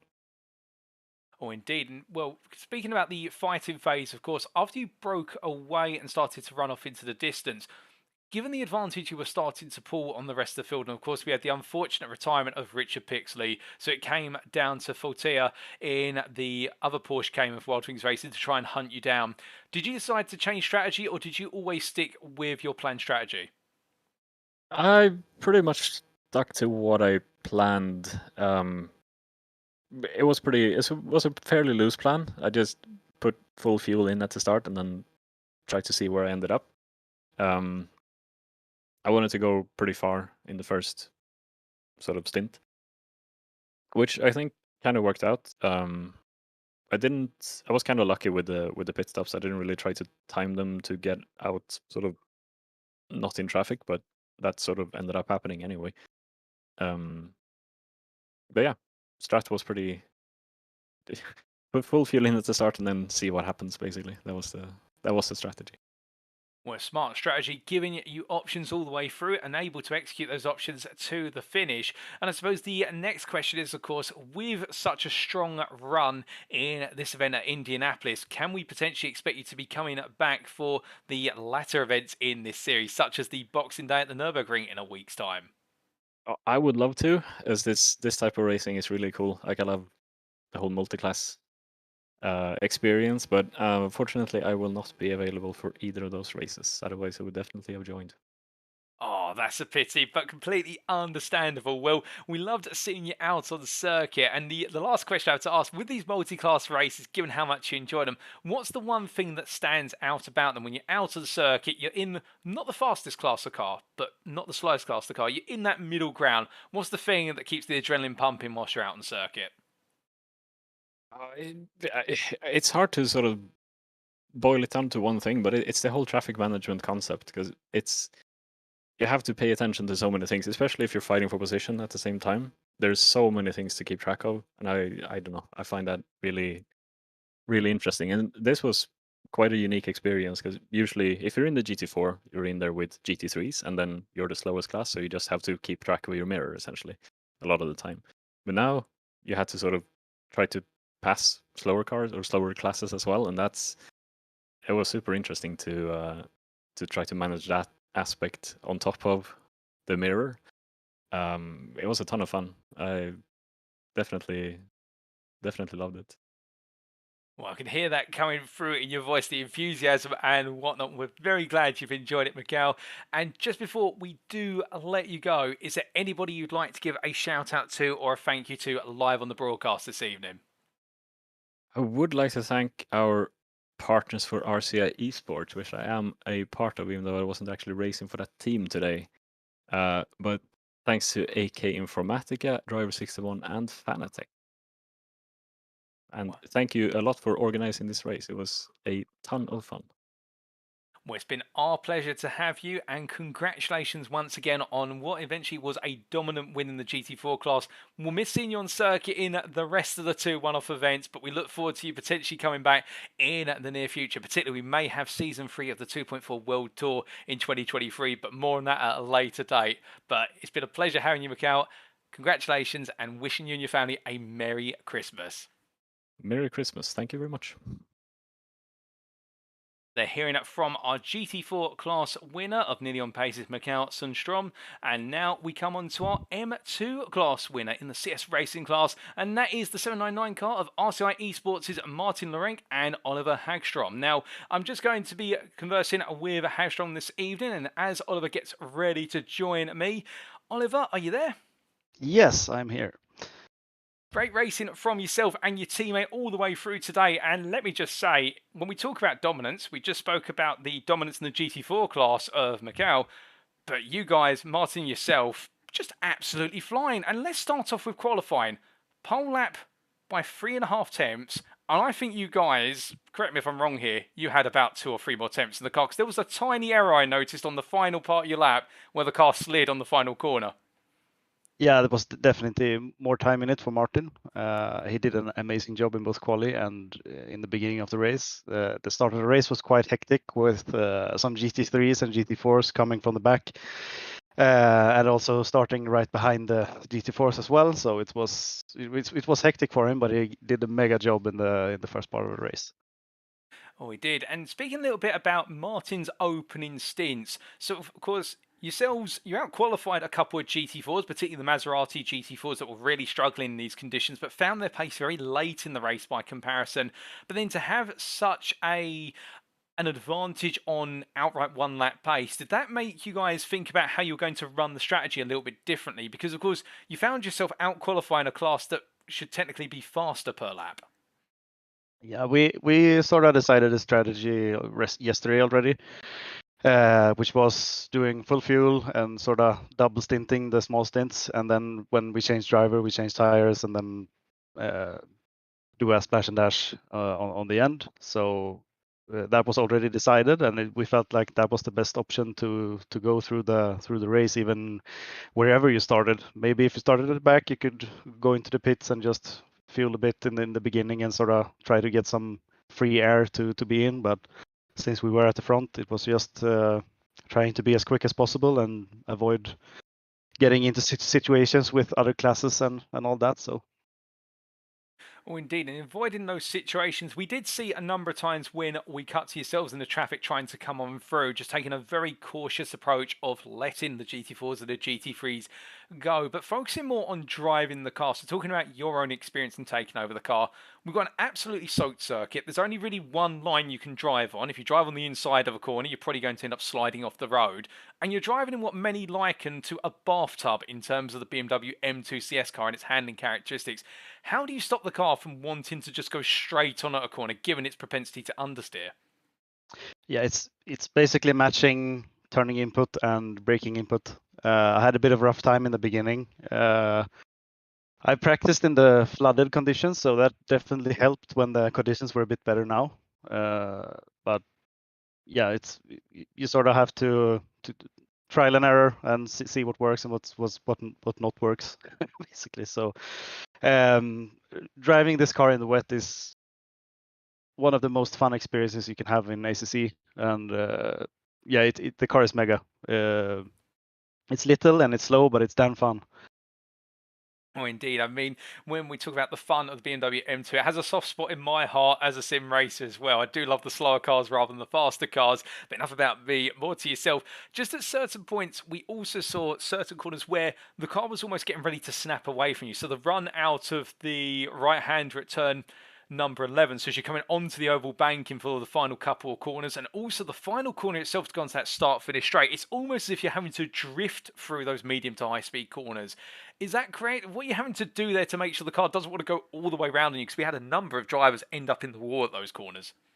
Yeah, if you don't drift a bit in those corners, you will understeer out in the wall. So you sort of need to initiate a little drift into the corner and then just try to manage it without overdoing it. So in the turn 11 when you go up on the banking. You sort of go a bit oversteer in, and then it sort of gravitates to an understeer when you get up on the banking. So it's first imagining oversteer, and then I'm imagining understeer, so you don't get into the wall up on the left, so to speak. Oh, indeed. So it's a handful, but it's fun though. Oh, it does sound it. And also, one thing we haven't really talked about. It's wet, it's flooded. Oh, and it's also nighttime. There's very little ambient light out of the circuit. How does that change Indianapolis for you as a driver? Because some drivers love night driving, others absolutely loathe it, and then there's those in between. Yeah, I don't have any problem with it.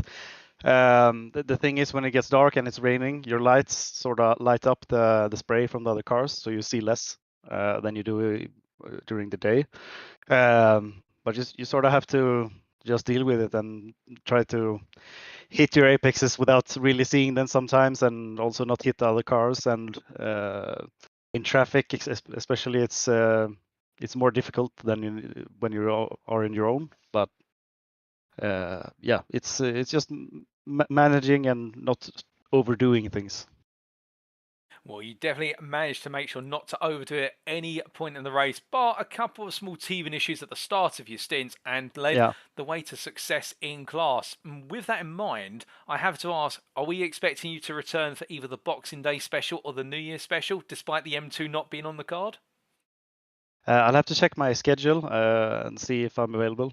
I don't really know when they are and when I'm available, so I'll have to come back on that. But maybe not. It was a really fun race, and shout out to all the other class cars, because it was generally really clean, and also the winner in GT3 was very, very patient at all times and was really not making you worried when they were going through. So shout out to them as well. It's not easy being in the lead and trying to pass slower cars and still be patient and doing it on the right places where it's safe to do it. Well, indeed, they'll really appreciate it. I'm sure Zon Sebastian is listening at the moment, and if not, he'll be listening later. But just before we do let you go, Oliver, one quick question for yourself. Is there anybody you'd like to give a shout out to or a thank you to live on the broadcast this evening, beyond the other drivers? Yes, my team, RSI Esports, is my first race for them, so I'm grateful for the opportunity to race with them. And also thanks to AK Informatica, Driver 61, and Fanatec, our partners, for making this happen. Well, I'm sure the team will be absolutely proud as punch with yourself, and you sound absolutely proud. And with that, Oliver, congratulations once again on your win. Thank you for joining us in the interview room, and well, I wish you a Merry Christmas and a Happy New Year ahead.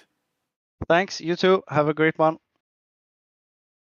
Well, with that concludes our post-race interviews with our 3 interviewees there you just heard it from RCI Esports' Oliver Hagstrom in the 799 machine. Unfortunately, we didn't have the pleasure of hearing from Martin Lorenk, but represented by Oliver Hagstrom there. And also we heard from our GT4 class winner of Mikael Sundstrom for nearly on pace in the 899, and also from Team Shumi Skins Works, Jean-Sebastian Kassengena, our GT3 class winner. But now, with that, ladies and gentlemen, it is time for us to wrap up. Thank you very much for watching, and if you do want to know more about the Rapid Drivers Club community, then why not check out our official Twitter, link available on screen there, and that is at twitter.com/Rapid Drivers Club. Alternatively, if you want to see all of our different socials and everything else in between, then you can always go to our official link tree, and that link there, linktr.ee/Rapid Drivers Club.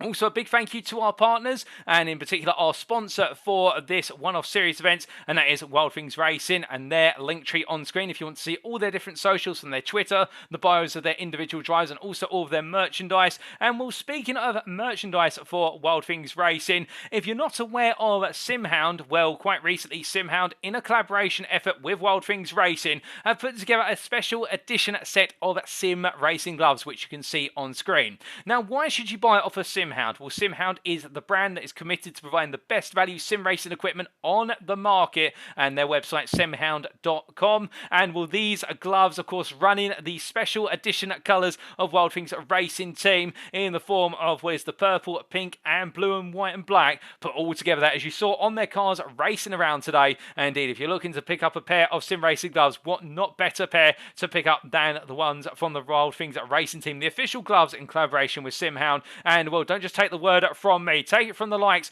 of sim racing drivers and professionals such as George Boothby, who have been pictured with racing these gloves. And indeed, they're a perfect fit and multiple sizes for all individuals. And Wild Things Racing, of course, the professional esports team, taking themselves to the next level, as founded and owned, I should say, by Denise Pope, competing in both sprint and endurance series in a set, of course, of competizione at the pro, silver, and AM levels. And again, if you want to find out more about them, do head to their official Linktree page. We can find out all their different information in terms of their socials and their different websites. And also, big thank you to the SimGrid, their web address, thesimgrid.com.